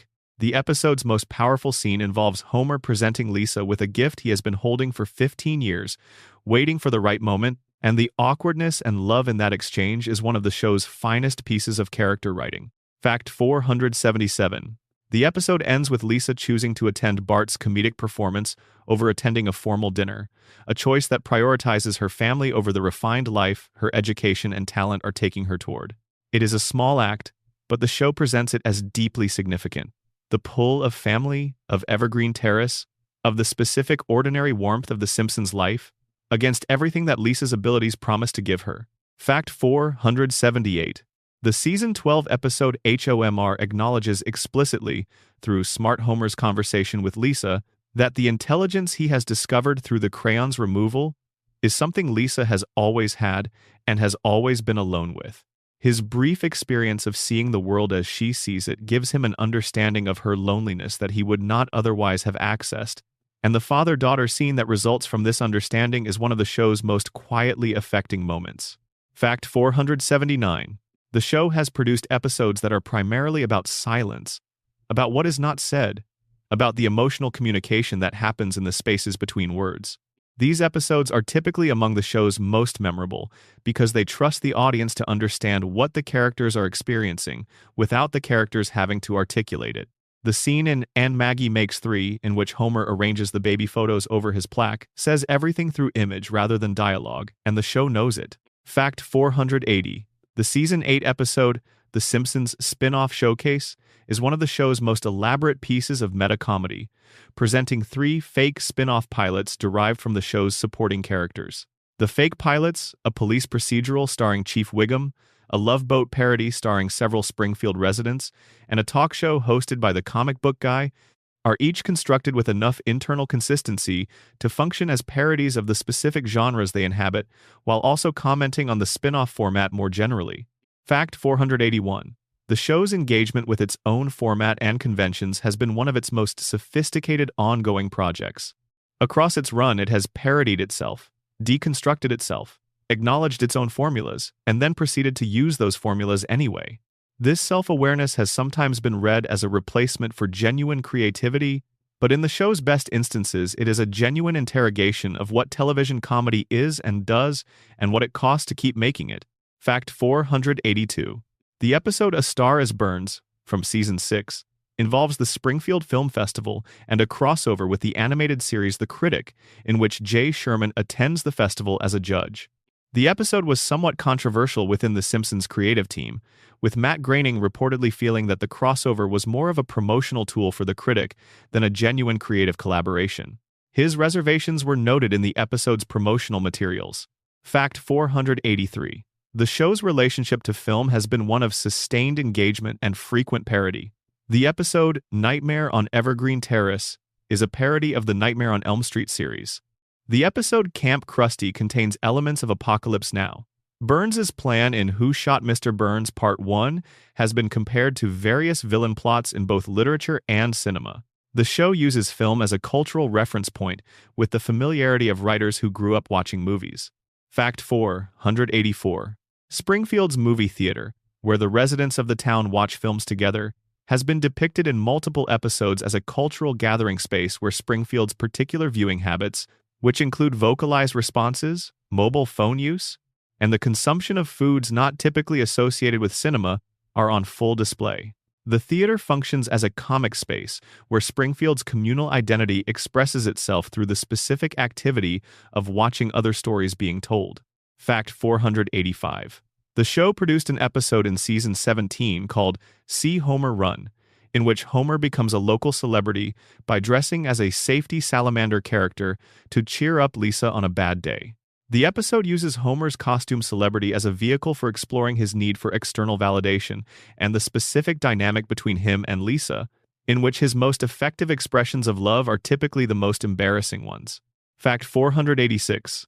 The Season 8 episode You Only Move Twice, despite its reputation as a peak comedic achievement, is also one of the show's most affecting portraits of Homer's professional life. Hank Scorpio's respect for Homer, his genuine appreciation of what Homer contributes to the team, and his willingness to treat him as a capable adult, represents something Homer has never fully experienced in his professional life. That Homer must ultimately leave this environment for the love of his family is presented as genuinely bittersweet rather than simply comic. Fact 487. The Simpsons has addressed the question of its own quality directly in multiple episodes, most notably through the introduction of characters who represent dissatisfied critics or fans, and through the Poochie arc in Season 8's The Itchy and Scratchy and Poochie Show. The show's willingness to engage with the criticism that it has declined in quality, and to engage with that criticism through comedy that acknowledges its own comic mechanics, reflects a creative confidence that is not always associated with long-running television properties. Fact 488. The Season 4 episode Brother from the Same Planet introduces Homer's Big Brother mentee, Peppy, and Bart's Big Brother mentor, Tom, voiced by Tom Hanks. The episode uses the mentoring program premise to explore both Homer's specific failures as a parent and Bart's specific needs as a child, with both storylines arriving at the same conclusion: that Bart and Homer genuinely need each other even when they are failing each other. Fact 489. The episode Blood Feud, from Season 2, in which Homer learns that Bart has the rare blood type that can save Mr. Burns' life and attempts to leverage this for personal gain, is one of the show's earliest extended meditations on the relationship between kindness and reward. Homer's generosity, forced initially by Marge's insistence and then complicated by his own expectation of recompense, receives nothing from Burns except a massive Olmec head that Homer cannot move and has no use for. The episode ends with Homer acknowledging that the moral reward of having done something good must be enough, a conclusion he reaches with visible reluctance and genuine sincerity. Fact 490. Springfield, as we have come to know it across 490 facts, is many things. It is a satire of American institutional life. It is a portrait of a working-class family who love each other. It is a comedy about mortality and time and the strange loops of human existence. It is a mystery that rewards attention and resists resolution. It is the most analyzed piece of American popular culture in the television era. And it is a place that, somehow, after all this time and all these facts, still feels like somewhere you might want to spend a quiet evening. Fact 491. The show has produced nearly 800 episodes as of its most recent completed season, making it by far the largest body of work produced by any single American animated series. The cumulative running time of all Simpsons episodes is measured in hundreds of hours, meaning that a single person watching from beginning to end without stopping would require weeks to complete the journey. Fact 492. The writers who began their careers on The Simpsons and went on to other achievements have, in many cases, cited the show's culture of rigorous joke improvement and absolute commitment to finding the best version of every scene as the most formative professional experience of their lives. The standard the show established in its peak years was high enough that meeting it required everyone in the room to bring everything they had, and the habits of thought developed in that environment have shaped careers long after the writers left Springfield behind. Fact 493. Springfield's schools, businesses, civic organizations, and private lives have been depicted across nearly 800 episodes, with enough detail and consistency that the town has achieved something that most fictional settings never approach: the feeling of being a real place that exists independently of the stories told about it. Springfield feels like it would continue to exist even if no more episodes were made about it, which is the defining quality of a truly successful fictional world. Fact 494. The show's lasting influence on American comedy is difficult to overstate. It demonstrated that television animation could be as sophisticated, as emotionally intelligent, and as culturally significant as any live-action form. It proved that a show could run for decades without the central conceit becoming exhausted, if the characters and the world were rich enough to support endless exploration. It established that comedy could be the vehicle for genuine social criticism without sacrificing its capacity to make people laugh. These are lessons that television comedy has been learning from Springfield ever since. Fact 495. The characters of the show have achieved a specific kind of cultural permanence that exceeds their status as fictional creations. Homer, Marge, Bart, Lisa, and Maggie are reference points that require no explanation to a significant portion of the global population. The specific quality of each character, Homer's mix of love and incompetence, Marge's patient resilience, Bart's defiant energy, Lisa's principled loneliness, Maggie's silent competence, has passed into general cultural currency in a way that most fictional characters never achieve. Fact 496. The show will eventually end. Every show does. When it ends, there will be a final episode, a last couch gag, a last chalkboard message, a last moment in Springfield before the credits roll for the final time. Whether that ending is planned and executed with intention, or simply arrives when the network and the creative team decide they have taken the show as far as it can go, it will come. And Springfield will remain in the cultural memory exactly as it has always been. Fact 497. The version of Springfield that will remain in memory is primarily the Springfield of the Golden Age seasons, the Springfield of Homer at his most Homer, and Lisa at her most Lisa, and Bart at his most Bart. But the Springfield that actually exists in the record is larger and stranger and more complicated than that, a place that has been worked on and added to and occasionally broken and occasionally transcended by hundreds of talented people over 36 years. That Springfield is more interesting than any single season of it. Fact 498. The specific feeling of watching The Simpsons in childhood and then returning to it as an adult is one that millions of people share without needing to compare notes, because the experience is so reliably the same. The jokes you remember are still there. The scenes that moved you still move you. But there are layers beneath them that you did not see before. Details and implications and emotional registers that childhood could not access and that adulthood makes suddenly visible. The show was always telling more than one story. You just needed to grow up a little to hear all of them. Fact 499. The couch, the television, the family.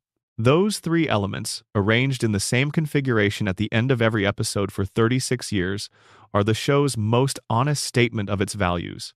Not the satirical ambition, not the celebrity roster, not the predictions or the theories or the mysteries, but those three simple things arranged in the living room of 742 Evergreen Terrace. A couch to sit on. Something to watch. People who love you sitting beside you. That is everything The Simpsons has ever been about. That is everything. Fact 500.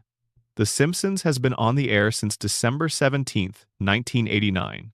It is the longest-running animated series, the longest-running sitcom, and the longest-running scripted primetime show in the history of American television. Every week, or very nearly so, for 36 years, it has put the Simpson family on that couch and turned on that television and invited a portion of the world to sit with them for a little while. In Springfield, it is always the same evening. The air has that nuclear plant quality to it. The tire fire is somewhere in the distance. Homer is home, Marge is there, Bart and Lisa are where they always are. And Maggie is watching, from behind her pacifier, with those enormous knowing eyes. She sees everything. She says nothing. She waits. And Springfield, as it always has, simply continues. Good night,